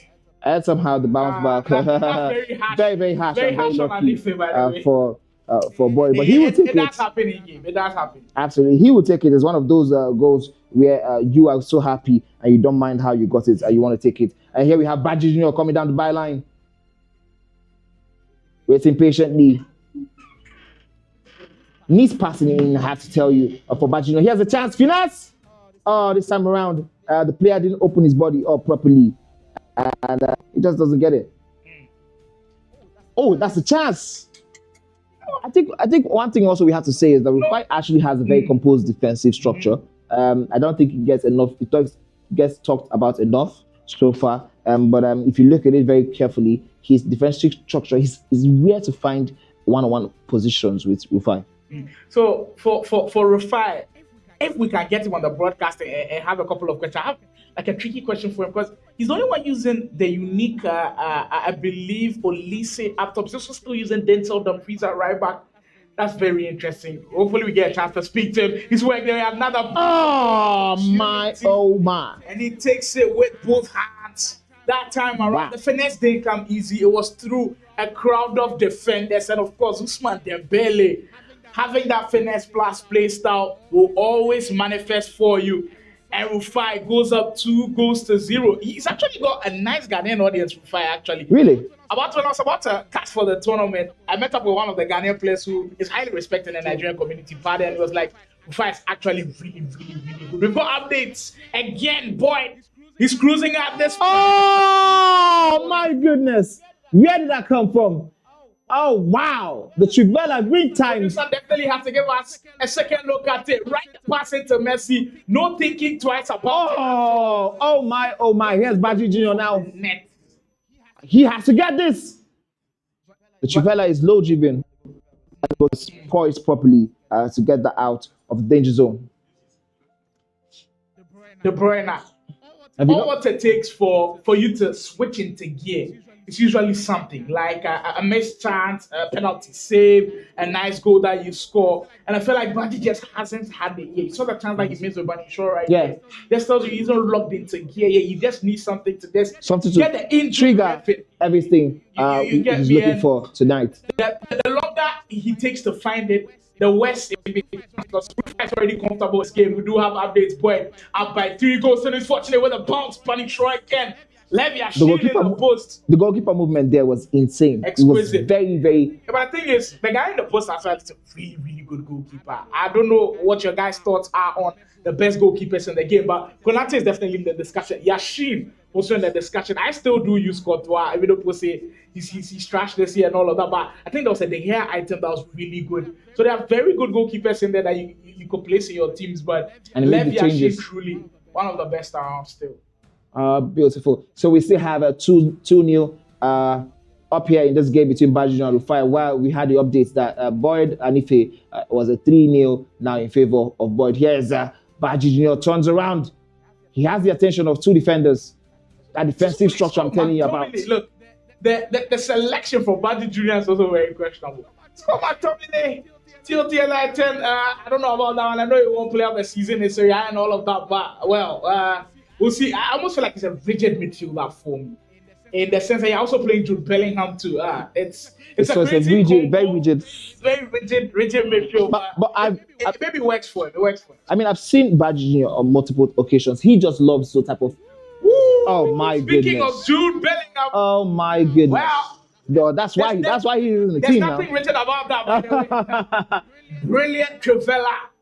And out of the simultaneous games that we are seeing, two excellent travelers we've seen already. One from Boy and Baji Jr. also registering one. But I think after Rufi went up 2 goals, It sort of slowed down a bit. It's kind of slowed down a bit. Well, he might have had us. That drag back. Excellent. And he gets it. Oh, the sequence of moves into the half drag back into pass is just something special. That was exquisite. So the thing is, it's there's different moments for people to click into gear, and you almost feel like with Rufi, he doesn't need too much to click into gear. It was just so easy for him to break down that defense. Baji Jr. needs to work on that quickly, or else this game is going to run away territories that he does not want to see. Mind you, both players are coming this one in red hot form. Rufi got that last win against Mitchell, and Baji Jr. also got a comfortable win in his first game. So both of them are looking to keep the winning streak alive. And at this point in time, Rufi looking like them to do that as we speak. Another brilliant player lock from Baji. Using that as a decoy, also you can see that. You saw that switch with the player switching with the turn it into decoy. I mean, that's crazy. No, there's so many variations with the player lock. You almost feel like once you know the basic one, R3, L3, you're done. But after R3, L3, if you lock it onto the person that you want to, you can keep switching about 100 times and get you confused. And you know who does that best? Farooq. When you're watching this game, it's so confusing. We've got updates. Anife looks like he's on board, working it from the wings and just dancing in and around that area. Back post cross, beautiful finish. Very beautiful. Driven into the back. No driven. And he's back in that game. Boy 3, Anife 1. It seemed like he just passed that into the nets, and it was so well done. And that gives him something. Talk about. Oh my goodness! How did that happen? Oh, he hung it on the tree. He carved that with perfection. Beautifully done from Baji Jr. It's just the attention to detail for me. So this year, a lot of people have complained that maybe step overs don't work, but I feel like it is where you exit the ball and you can take a thing or two from what Baji Jr. just did. We got another look at it. Just look at where he exits with the step over out to the 10, and that was just beautiful stuff. Long moves up top. 3 goes to 2 now. Rufi, all of a sudden, he's kind of relaxed on his laurels a little bit. He cannot afford to do that against a great player like Baji. Final chance of this first half. Can he finish on a high?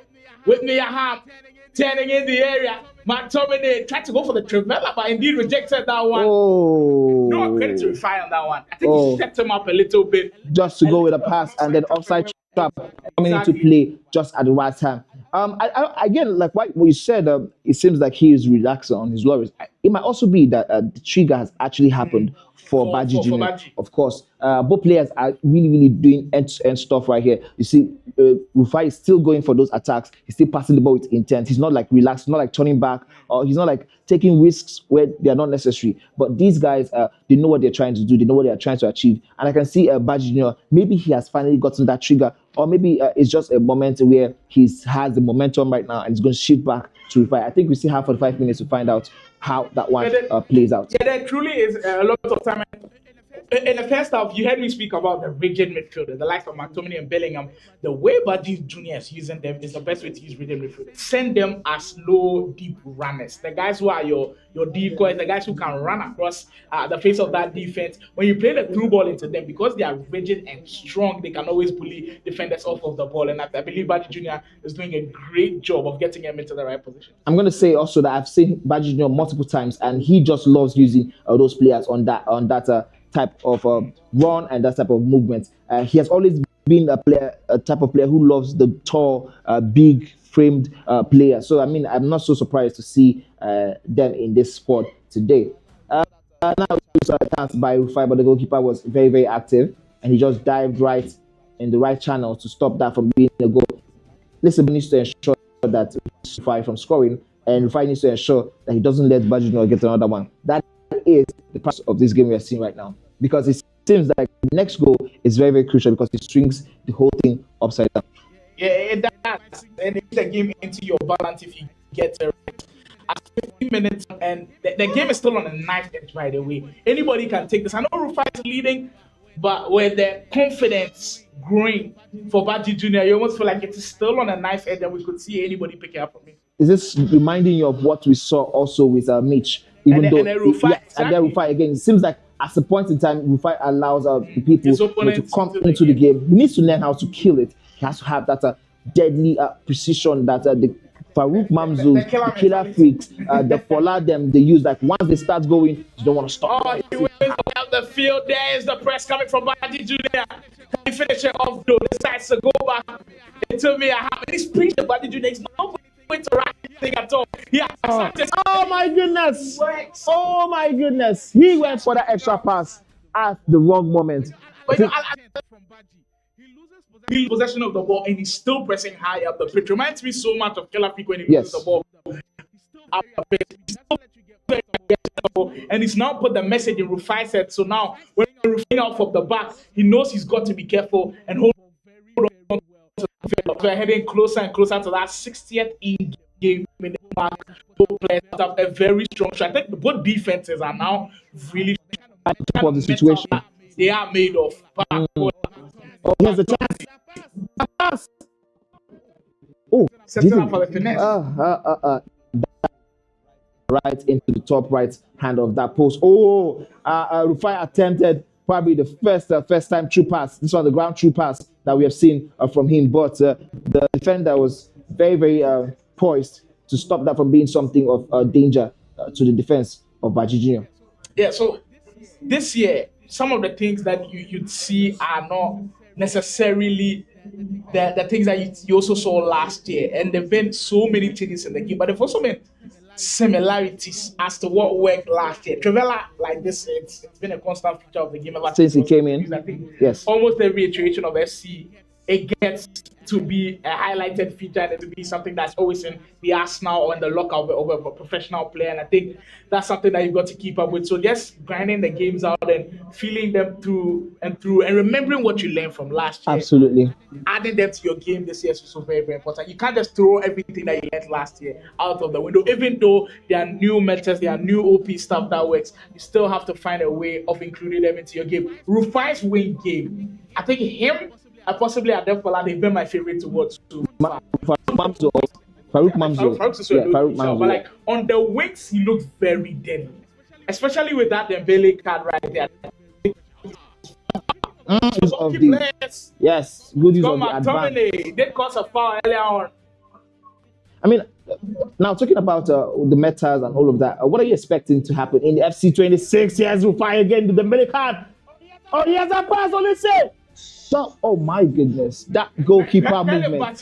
Credit party on that one. And that's one of the goalkeepers I shouted out as one of the best, David De Gea. But this one, you have to give the salute to Baji Jr. The movement, insane. Anticipation, top tier. But he's got more work to do.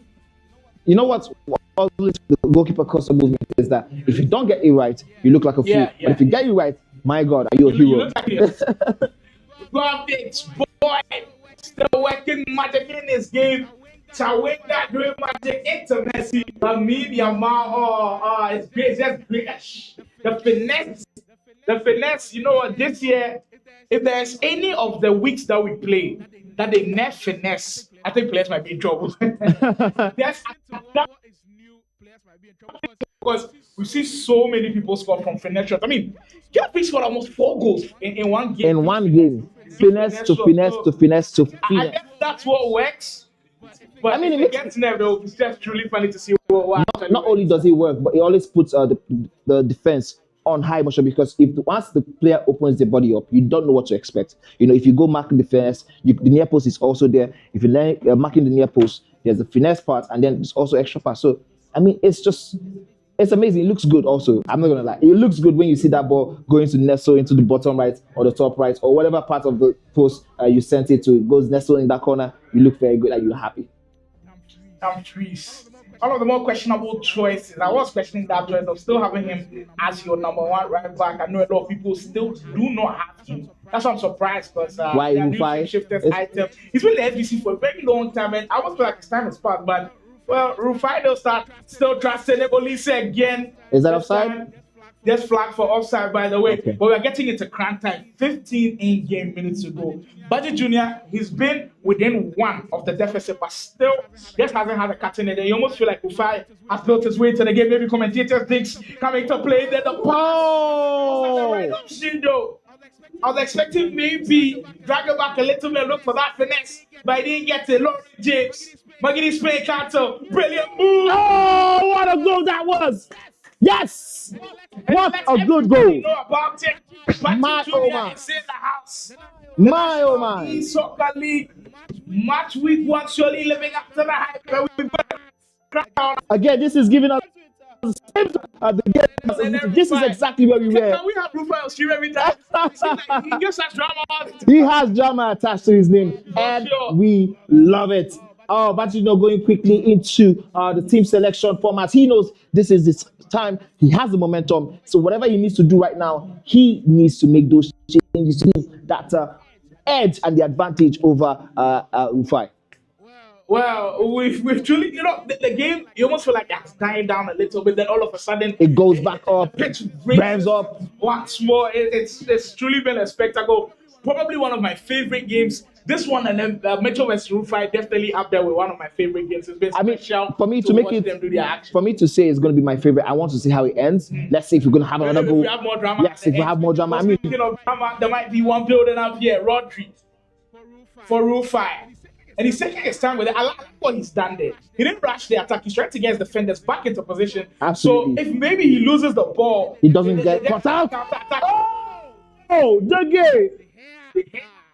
Wow. This guy, he's a block in the post. My goodness. And he's made another crazy that save was crazy. You have to, I think this is an opportunity for Trivela there. And he saw it also at Baji Jr. Oh, nice defense there. Nice defense there. Here's a chance by Baji Jr. Can he be patient enough to get it into the net? Oh, we have Boyd again. 66 minutes. 8 minutes to go. 8 minutes to go. And this game, it's set up for a grandstand finish, and it's what we all love to see for. The fact that some of these games you just can't predict where we'll go. Rufi did start well. It took Baji Jr. time to build into the game, but this is perfect execution that last game. He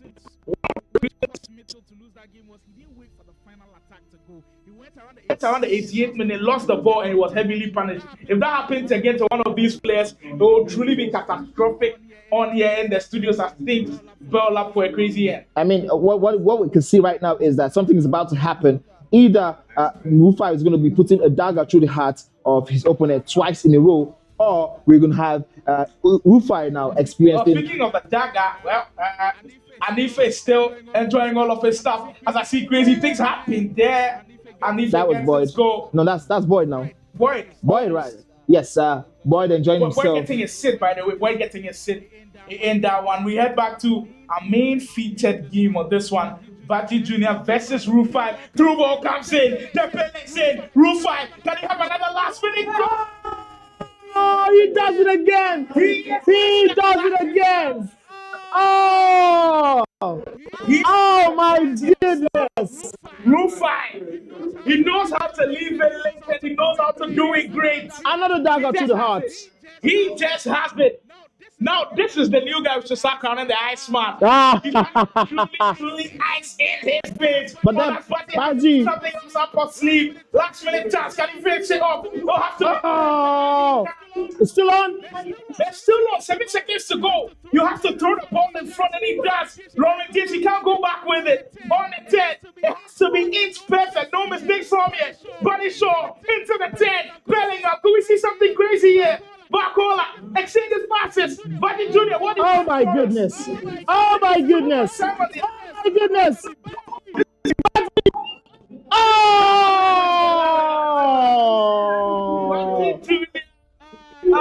He might have one. He was this close. A game we just saw. Entertainment truly. Speaking, if you're in the studios right here, you will love everything I've seen, and we hope you enjoy it from home as well. It's what the National E-Soccer League is all about. The drama, the entertainment. Look, I'm putting a petition out. Give us Rufi games every single day. We are saying, give us Rufi. But this is crazy. Give us Rufi games, man. I mean, talk something special. Back-to-back dagger to the hearts. True. And they're almost like similar goals as well. Similar goals, same time, same time. I mean, this now looks like the script. Rufi is the script. Definitely got to have Rufi here. This pick into his brain a little. Was a plan to be able to like have the composure to score these last minute when it's against two great players as well, and Baji Absolutely. Jr. and then Mitchell. So he goes unbeaten, joins the likes of Farooq and Adefola, and then of course he probably is the those one. guys are doing crazy. He's the one with the lowest goal margin, of course. But then that's not a problem. He just has 6. He has 6 points now, and that's all he needs to do to progress to game week 2, where he's going to be enjoying himself. Now, we want you guys who are watching currently, let us know in the comment section. We want you to vote for your game of the day. Which of the games to watch today is going to take the point for you as game of the day? Who gets number 1 spot for you? This one or Mitchell versus Rufi? The one with I think Mitchell. those two have to be the top one. The one with Mitchell gets it just because Mitchell came back from 3-1. 3-1 down, and then it was just like the momentum was really with we get into the last minutes of this game. Boyd has surely put and secured all of the 3 points in there. 6 goals to 2. He gets all of the most desired points in that one. But you can vote for your game of the day in the comment section as we speak. For me, it will have to be this one. The drama right at the very end. I know Mitchell Wilson had drama. Yes. But the fact that for Baji Jr., he had a chance to go in front, decided to try to recycle a little bit, not knowing that the clock was ticking. Clock was not his friend. Drama. We've been blessed to truly be. That's what the National Soccer League is all about. We put this together because of this, to be able to have moments like this as we run you through how it all went down. So if you didn't join earlier, it was Rufi who started out with the bang like he did against Mitchell. Lovely work. The touch from Adola ran exquisite. Get into that touch, beautiful that pass. finish. Amazing. And this was the second one, I guess. Yes, this was the second one. Or Olisa again, giving him all that joy. And he has Dembele. And from that angle, it was definitely going straight into it. And then here was the Trivela from Baji Jr. that started off all the whole drama. And this was another opportunity. This was look, I'm putting a petition out of the game. He did score, and then Rufi came back into it and then scored 3-1. But this goal from Baji Jr. is one that you should be learning off of. The step over exit. Special move. Get it onto her left foot. That's what I'm saying. Attackers are so OP this year. 5-star skill move, 5-star week for Lauren J. He's always going to bury that. And this was the one to give us the equalizer. Yes, this. Lost the pass into space. And you know what happens to pass? It sets your and he shoots it one time. No need to have an extra touch. And this was the dagger in the hands. At 88 minutes.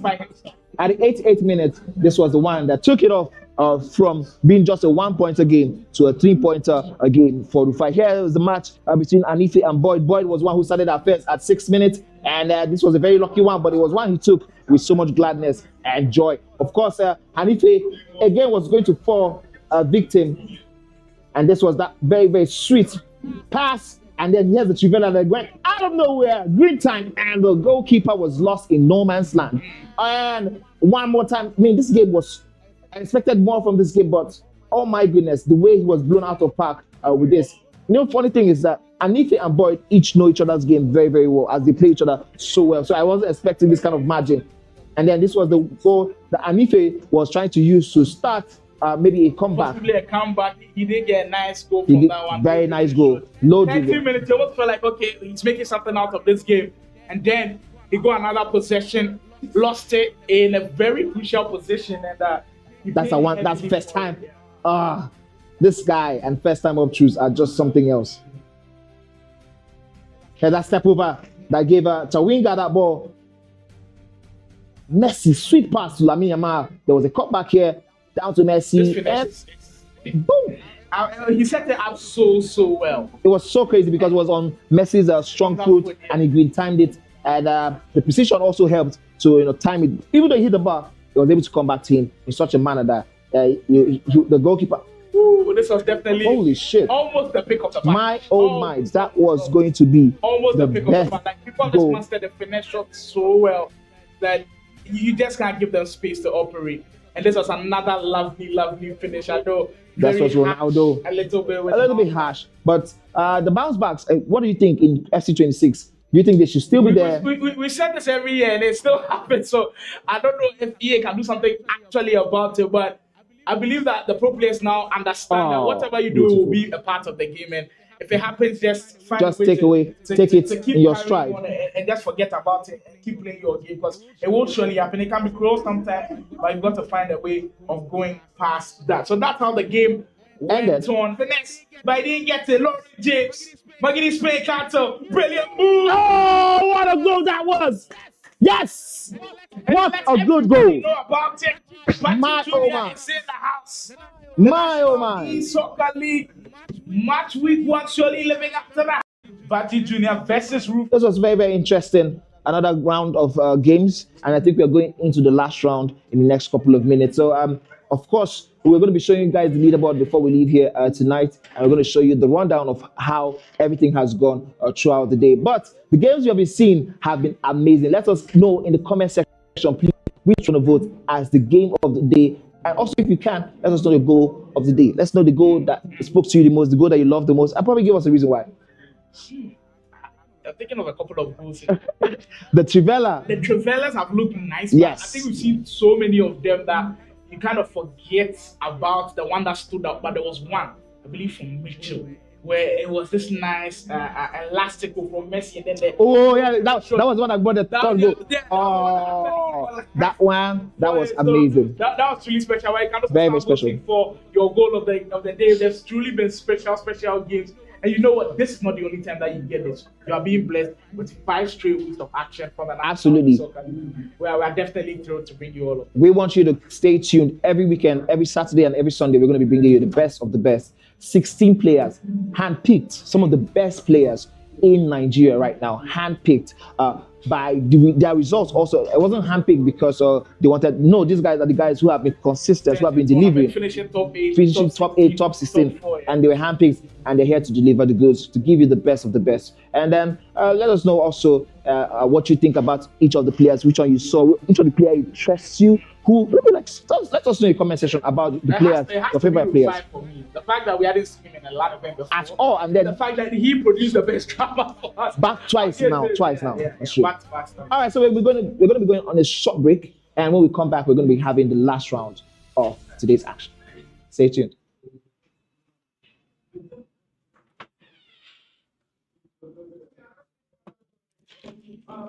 We say short. I say short break. He's going into this thing.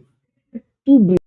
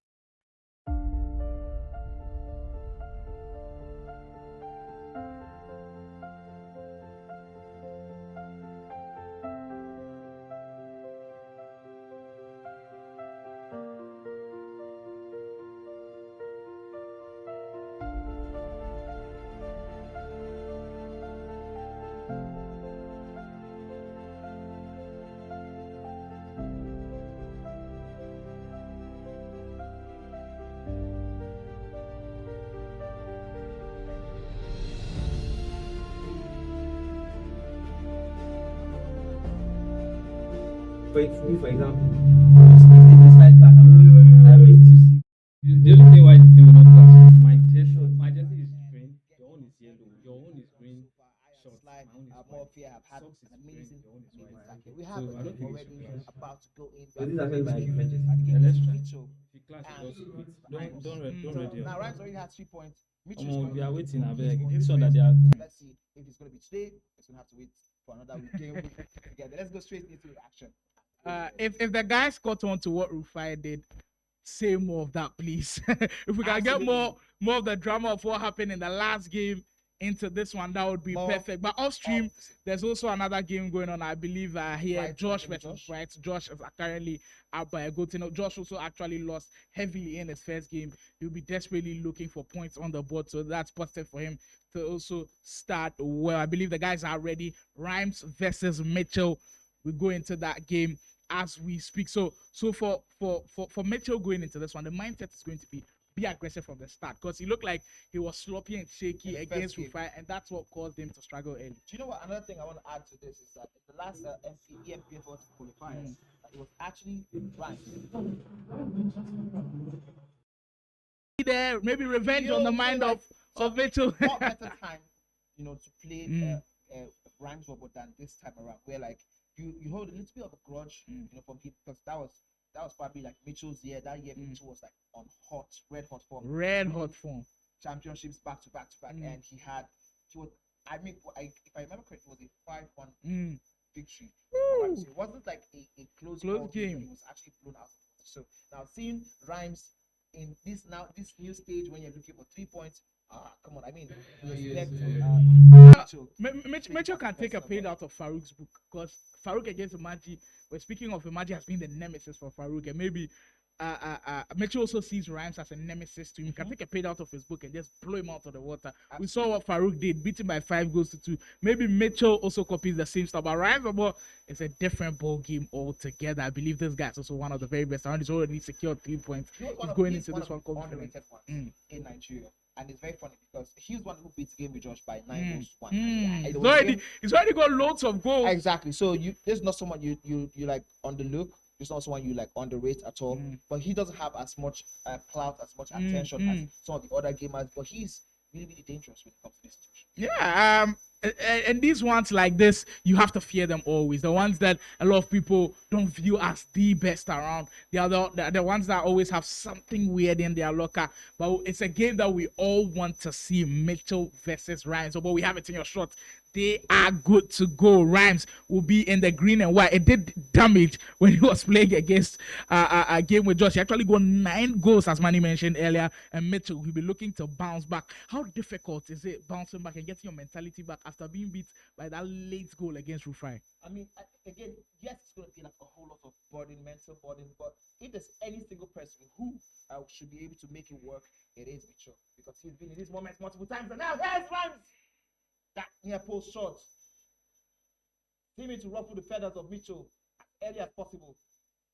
Very, very interesting way to begin this type of match. What do you think? Yeah, very interesting way to begin for Rhymes. He's already, the first couple of possessions, it's showing you that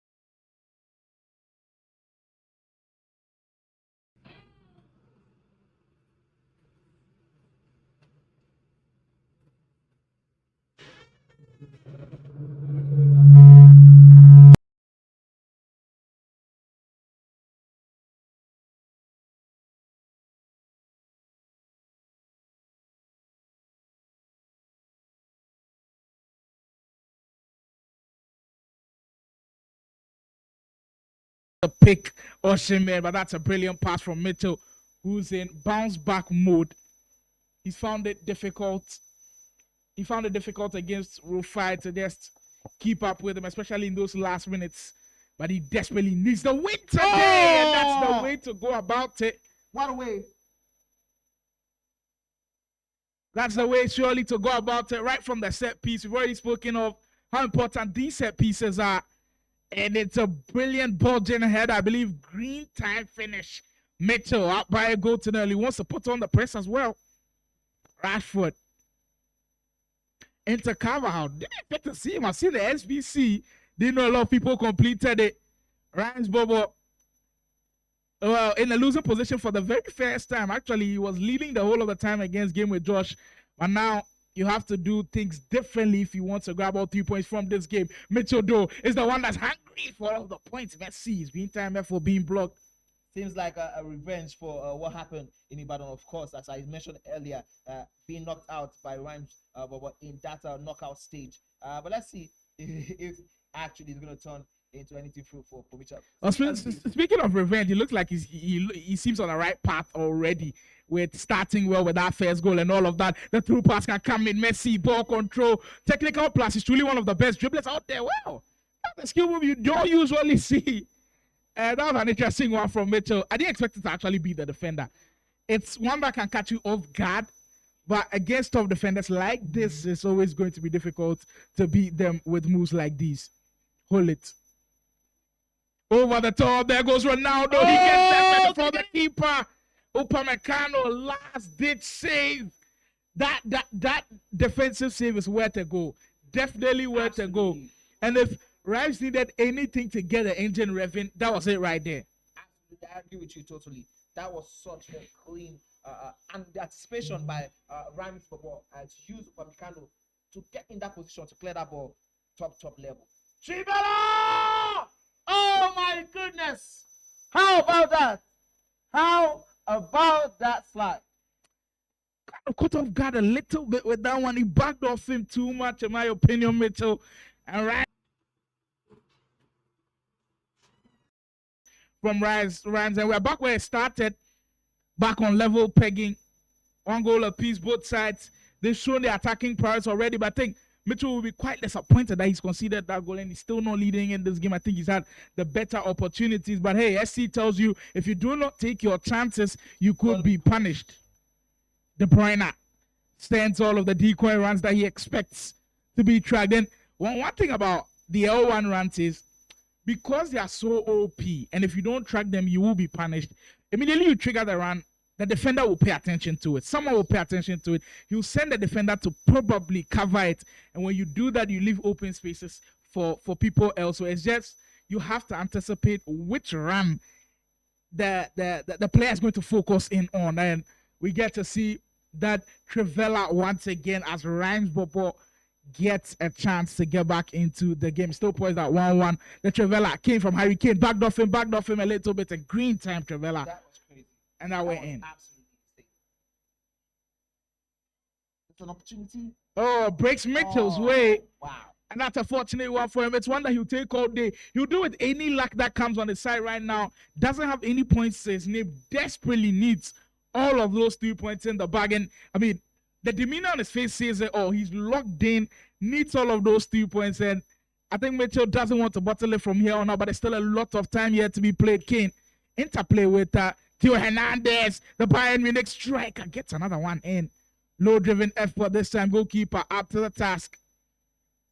When you have the likes of Harry Kane who have crazy passing stats, you'd expect that they'd always drop deep. But that's not what I've seen from Rides. He's actually been the man who's the one always at the end of the chance. I know he's got great finishing and all of that. And I think that Patrick Vieira item is also a shapeshifter that has offensive statistics. I haven't seen too much of him, but he's also in strong positions early on to start this game. Dembele, speed boost into space. Oh, that's just a lovely skill move to execute. He's got 3 to work with. Yes, with that heavy touch. Mamardashvili is there. Ryan Zobo has done well to close down the spaces as quickly as he can. Sends the runners. Look how many runners are going. De Bruyne into Carvajal. This is a brilliant sequence of move. Can he finish it off? Oh, that's just beautiful. Let's see. What? Right from the depths of the very best. Ryan Zobo at his best. Mitchell just can't seem to hold on when he leads and rides the ball's offense, proving too hot to handle as we speak.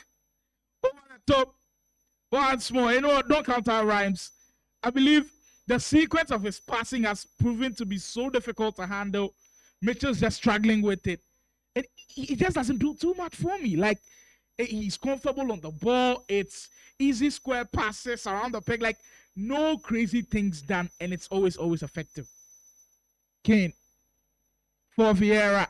You send a run again. That's it. The decoy run from Kane to trick you. They pull him down and you have a free kick in a promising position. Will we have our first direct free kick being scored in our last game? I believe it could come. De Bruyne, one of the best free kick takers at the game as we head into that pause. It's beautifully poised. 39 game minutes gone.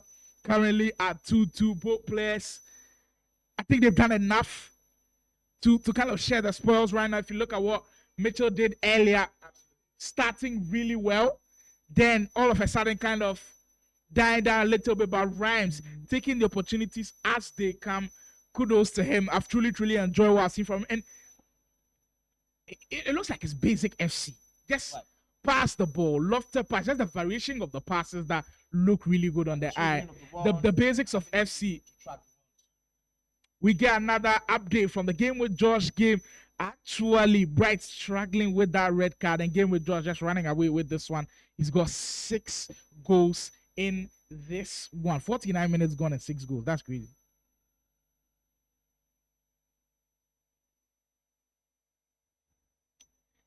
Well, there's still a lot of time here to be played. There's still that final game to come. And this one beautifully put. I'm having vibes of Rufi versus Mitchell. I'm having vibes of Rufi versus Baji Jr. You know what? If you want to come and feel the vibes live in studio here in Lagos, there's a chance for you next week. Because next week we'll be continuing with Matchweek 2. And the word from the production team is if you're following Cade Esports on Instagram, let's comment on our next post. I want to come and we'll let you be here right in the studios, experience all of the action, get to see money in action, get to see all of the players in action. I'm telling you, you wouldn't regret it at all. So once again, you want to be live in studios, witness all of the drama, just follow Cade Esports on Instagram. Comment right under our next post. I want to come and we'll let your dream happen. We go back straight into the game. 5 minutes left. And actually, we didn't get to see the free kick on Cam. But I do believe that he missed that one. Messi, 5 minutes ago. Mitchell. Oh, what a nice pass there by Mitchell. Threaded into Pedri. Oh, and I know he wished right now he had a left footer in that angle. Would have gone for the Trivela, of course. And it probably would have been very effective in that area. Oh, my goodness. Harry Kane, he's not the quickest of players, so it's going to be difficult to get away from his marker. Oh, that's skill move by Rams, though. Very important, very good. Important thing to note. You know, I don't see that skill too often, and I think it's kind of slow to execute, especially with a slow player like Harry Kane. It's not the best skill move. I mean, a normal half drag into pass makes a little bit of sense, but that skill move, I think it slows down a little bit. But maybe something that he's worked on so far. We haven't seen him pull it off in really important positions. I mean, we hope maybe he was trying to catch a Mitchell out, or off guard. Like something you wouldn't expect, and then most times, like in these kind of situations, it's usually the things you don't expect that catch you off guard the most. You know, we spoke about the speed boost being used in areas where the players didn't expect them to be used, and you can see Mitchell's reaction. He knows how important this game is. Even Rams Bobo, of course, knows how important this is. But the pressure right now is seriously on Mitchell, a player of his quality, of his caliber. He has to have 3 points at least in game week 1. So far, so good. The momentum has been taken away from him twice.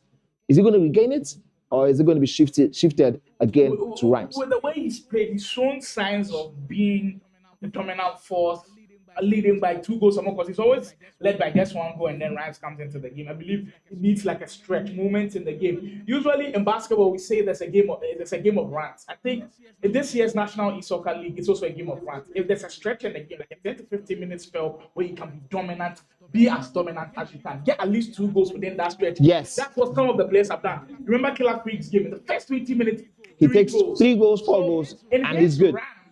He takes it. He maximizes his run the best as he can, and I believe that's what Mitchell must do to be able to grab 3 points in this game. There's been a big update. Mitchell actually has a red card. My oh my. That of course changes the face It changes of the this whole game. dynamic. Changes the whole dynamic. Again, if you would love to join us, if you would love an opportunity to join us live in the studio next week for match week 2, correct? Just go on Instagram, go to Cade Esports, and once you comment on the latest post saying I want to come. And then you can get to see all the action as it's happening live. You can get to say to I and Tommy Day and Sly Mob, of course, all the way from Ghana. He is the one who has been giving us the in-match analysis, while I am also supporting with what I can. Here's the chance by Mitchell. He has to get that goal now, so he can go and try see if he can close it out. But funny enough, he's not playing like someone who has a red card. That's the interesting thing about With it. the red card, though, I don't know how it pulls it off, but we see crazier things happen. I mean, if you follow the Champions League this year, Nicholas did the impossible for beating Levy with the red card, took him to extra time and all of that. If Mitchell can pull this one off with a red card, he becomes contender for game of the day. I know I said Rufi versus Baji Jr was game of the day, but if Mitchell pulls this one off with a red card, this one has to be serious contention. And there's still a long way to go. I like the strategy from Mitchell, keeping hold of the ball. He can't give it away in key positions already, and he's taking good care of it as we speak. Funny story is, since the red card, we have seen Mitchell have more of the ball, and I'm trying to understand how that turns it's a in terms of mindset shift in the sense that now you know you need ultimate protection. You can't just be given away because you'll be punished, because your spaces are much empty. wider, and you just can't afford to be giving it away easily against Rashford. Rhymes is now trying to come up with the attack of his own. This time around, the pass into the area is seen fully. Now, let's talk about that Trivela by Harry Kane from Rhymes. That was absolute craziness. I didn't expect that at any point in time. I didn't know Rhymes had that in his corner, and that's usually how it works. When you're able to catch your opponents off guard, we've spoken about that today, of course. I and you, Sly. When you're able to catch your opponents with something off guard where they don't expect it, and just play it off your back of streak, and then if you can get the goal with that, good for you. Definitely good for you, and just showing that you have that in your locker alone is a big plus. It's a huge plus. As we get into this corner kick situation, Rhymes gets the cross in, and he was almost there. We get a chance to see that that you were speaking of. That was. I think Mitchell just backed off him way too much. Yes, he wasn't expecting that from that angle, and then he got punished for. Oh, he has a chance! My goodness, the Konate goalkeeper. My oh my, that was so close. Very close. Right now, Mitchell looking to work on the counter. That's too many bodies to work with. That's where with the player look to get into space. Mitchell is trying to do the impossible here with the red card. Rhymes. Perfect defending as we speak. We're about 13 game minutes away from wrapping this one up. Speaking of wrapping things up, I believe Game Week Jaws has wrapped things up already. Even before the red card, he was cruising. Finesse shot goes in. My 8 goals to 1. Well, that's a good way for him to get his own 3 points. And I think Bright is his game week 1 is not looking so bright, of course, and he doesn't have any 3 points to go home with or any points at all. But then there's still game week 2, a lot of games still to be played, and so let's not count him out totally. Here is Mitchell with the ball over the top. Chawinga, can she get it? First time pass. Harry Kane gets it. When you do the first time pass and it's Harry Kane running away from the defender, you kind of have confidence a little bit because he's not the quickest. Yeah, he's not the quickest, he's not the fastest. If it was a Thierry Henry or a Ronaldo, you know that there's a problem. Mbappe, you're in trouble. And funny enough, we haven't seen Mbappe on the main broadcast. Actually, we haven't seen him. Maybe it's too expensive for the 12 million coin, but I just don't know. But we haven't seen Mbappe because we've seen Olise at the SG, we've seen Ronaldo, Kane. The Olise one was just crazy, man. I mean, and I can't say Mitchell. Just a quick reminder, the first goal for Mitchell was also from a corner kick, and it was green timed header. And we said we have not seen so much of the set piece goals, but Mitchell also the game against Rufi, he scored from a corner kick. So I think this is one of his strengths. He has a chance by. He has it! Oh my goodness, Konate again! You know, I have this theory, right? When you're playing FC, you have a red card. The goalkeeper. Sometimes the game favors you a little bit. I think right now the gods of EA are on Mitchell's part, but he has to use those favors that the gods have given him to good use. He has to Right score now, before the favor when the pressure switched. becomes too much, surely Rams will punish him. Great 10, Vieira can't get away from that defense. And Mitchell is still in this game, but right now it's coming under serious pressure. Look, when you have a door and someone just keeps banging at it, At some point, it will break down. And Mitchell has got to recognize this as he faces more threats. oh, that was so close. For the pass. The extra pass, right? It would have been amazing. Would have been easy, but maybe the pressure getting to Rams a I little think so bit. too. In his mind, he knows his opponent has a red card, And feels he wants to he do should be things too leading at much. this point. You know what? You're very, very correct, Slime. Of sometimes when you have your opponent against the red card, it seems like you are in a hurry, such a hurry. You need that's the time you need to be composed. What a goal! Talk about composure at his eyes cold. I saw that coming from a mile away. Was nestled into how it means so much to him. Talking to himself. He took the glasses off and had to show everybody what was happening. That's an important goal in the round of things. My Rhymes. He's on the verge of making it 6 points out of a possible 6. What a start to Matchweek 1 for Rhymes. Truly impressed. Look, he's been banging on that door. Yes, we just spoke about that. And it was only going to give. It was always going to give. The hinges on that door were so weak. It has finally broken down, and it came from a Kevin De Bruyne Trivela. You almost feel like it's something that Mitchell uses, and if used it against him, scoring from a Was that a Trivela or a finesse? I think that was a finesse. Actually, the finesse this time around. Yes. The other way around with Kevin De Bruyne. That finesse was so good. It took me out. Oh, that was so good. And then what a way to get yourself that goal that might ultimately prove as the one that gives you the 3 points for today. Here's Rhymes again. He has an opportunity. He decides to go back, and I'm wondering why. I was wondering what was happening in the chat, and there was this conversation going on with how Rhymes was missing so many chances. It felt like the game was rigged against him. But you know what? Even when the game is rigged against you, you find a way to unrig it. With that finesse shot going in. 10 minutes away from making it 6 out of 6. But by the way, Mitchell is not going to lie down easily. I don't know why run. It seems so. Oh my goodness, decides to go for the lob. Oh, yes. Oh, wow. Any time to go for the low driven shot, it was right there. The low driven shot, the finesse by Killer Freak, that was so good. Oh, my man. To go for wow. The pressure moments, being in the pressure is not easy at all. It's not easy at all. He's not giving up. It's been his mantra all day long. Holding on to it. Damn freeze. Great 10 still has it. Doesn't want to give up possession of the ball, right? And every single defensive shift tried to prevent Mitchell from tying this one out. De Bruyne. If you arrive in this position, you try to hold on to it and secure the win. That was such a good tackle there. Surely now Mitchell will get a final crack at it. Into the last 5 minutes, the last 2 games of the main broadcast, they've been a joy to watch. And for those of you that have stuck with us from minute 1 when we started this broadcast till now, I know you'll be proud of all of the action that we've had. That was such a close one. 5 minutes, in-game minutes, of course. I know you've got a red card, but you've got nothing to lose, right? Nothing to lose at this point because ultimately you're going home with no points regardless. So all you need to do is take some risk and hope for some reward. And it will just be so devastating for Mitchell to just lose by 1 goal deficit in both of the games against Rufi and now against Rams. He's got 4 minutes to pull the rabbit out of the hole. Does he have something in him? Rams, of course, some game management. Keep a hold of the ball. We need to see a full lockdown press from Mitchell. But mind you, it's not a red card, so the press might not be full. It will look partial a little bit because there'll be so many open spaces. That's great defending. Aloiran gets a hold on to the ball. Hold it. 88 minutes.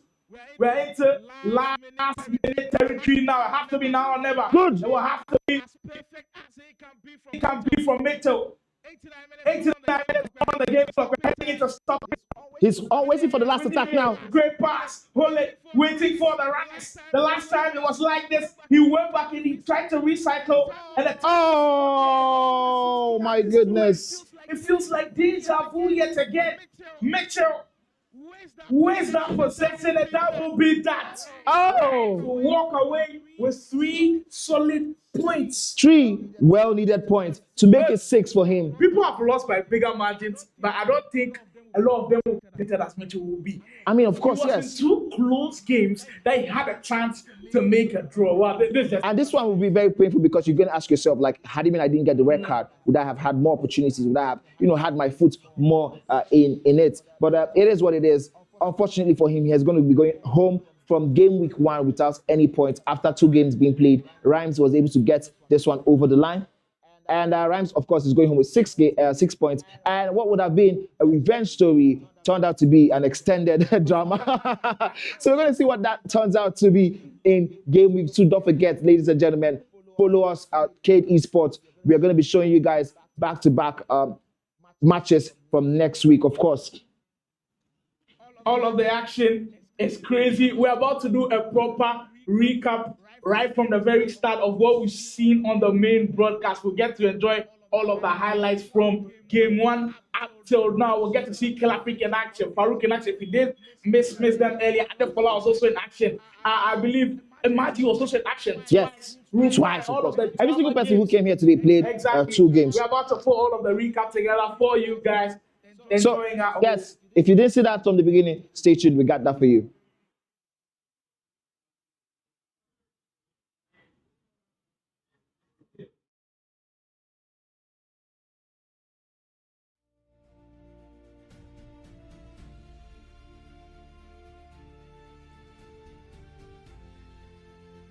Komi.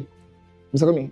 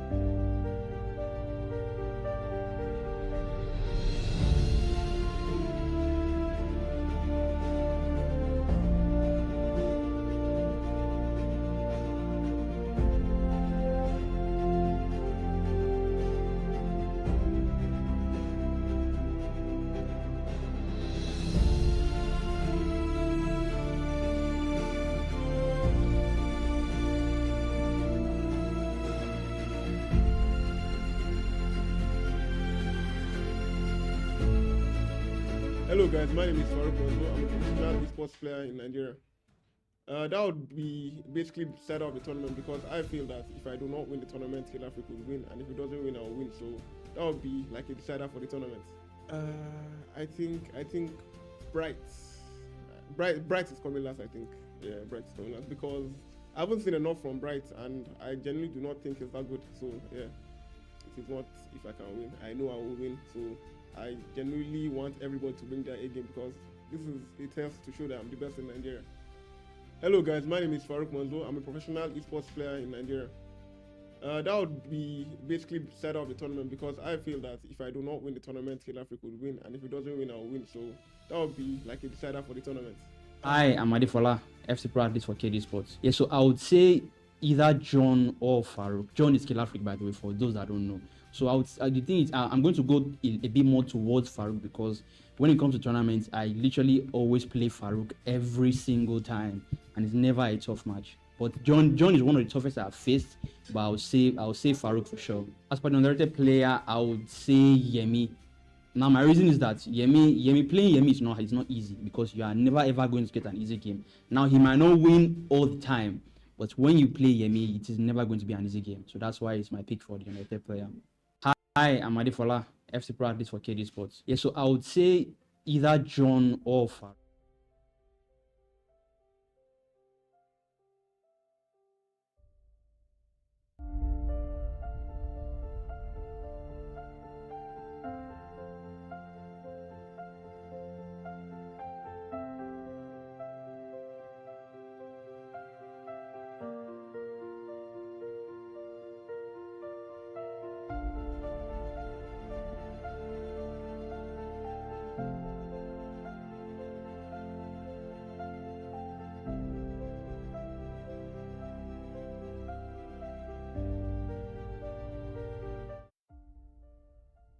Welcome back. We just saw back-to-back games, end-to-end football. And we saw players going up against each other and giving us the absolute entertainment we expected that this tournament is going to be. Welcome back to the National E-Soccer League, the first of its kind ever in Nigeria, brought to you by Cade Esports in partnership with Game Evo TV and the Nigerian Esports Federation. Also want to shout out to all our sponsors, Gamer Pride, Afro Sports, Super Sports, and Pulse Entertainment.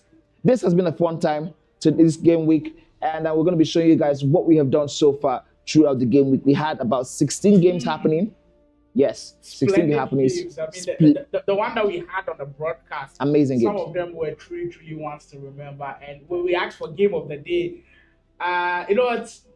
I'll still go Rufi versus Baji Jr. because of how that game ended for me. But there were so many contenders in there. I know all of you have different opinions, but today, like you see on your screens right now, we've had a brilliant day. First matchup that gave everybody the tilt. Killer Freak 12-0 against Uzo was just something crazy. And our first main featured broadcast, Farooq Manzo beating his nemesis Imagi Farooq 5 goals. 5-2. Adefola also picking up a strong win against Mr. Oga 5-1.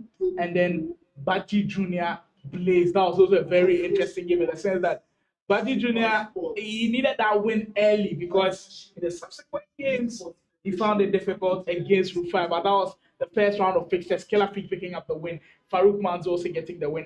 Adefola picking up the win as well. And Baji Jr. also getting the win. I mean, the first round of fixtures showed us that some of the players wanted to dominate it. Absolutely. Right from the very start. And it wasn't just a regular domination. We also saw in the second set, we had Boyd going up against Ernest in a game that was low-key. If it was on stream, it would have been a crazy game. Definitely. It would have been game of the day. Yes, this was the game that had Boyd coming from 4-1 down to drawing 5-5. We had Mitchell going up against Rufi in arguably the match of the day. Rufi peeping that one by 4-3. Bright and Anife saw a game that Anife won by 7-4. We had a lot of goals in this particular tournament. Then we had Rhymes Bobo tearing apart his opponent's game with Josh by 9-1. So that was it for the second round. And then we went also into the third round. We had Killer Freak again. Imagine just had a torrid time. Facing Farooq, Killer Freak back to back wasn't easy. It wasn't easy at all. It gets easier. Will it be easier? Really, these are the 16 best in Nigeria. We'll find out next week. All right, so we had Killer Freak lose out actually win the game between him and Imagi Faruna by 6 goals to 2. We had Simply Uzo in a keenly contested match lose very, very slimly to Mr. Olga by 2 goals to 1. We also saw Farooq actually come from behind to eventually beat Blaze by 6 goals to 3, while Adefola tore apart Ellison 7 goals to 3. Yeah, that Anderson game was very, very close in the sense that it felt like it was getting close at a point, but Adefola stamped his class and authority all over that game. Now to my favorite game of the broadcast. If you missed this one, once we're done with production, rewind back and go and get a glimpse of it. Baji Jr. versus Rufi. It was really my favorite game. Boy versus Anife, low-key great one. Boy picking up that win 6-2. Now another contender. Mitchell with that red card was trying to do the impossible, but Ryan's Bobo just had something extra to give. Mitchell with the last chance of the game couldn't pull it off. Ryan's picking up the win 3 goals to 2 in our final game of the day. Game with Josh. Finally, some redemption for him. Beat him right like 10 goals to 1.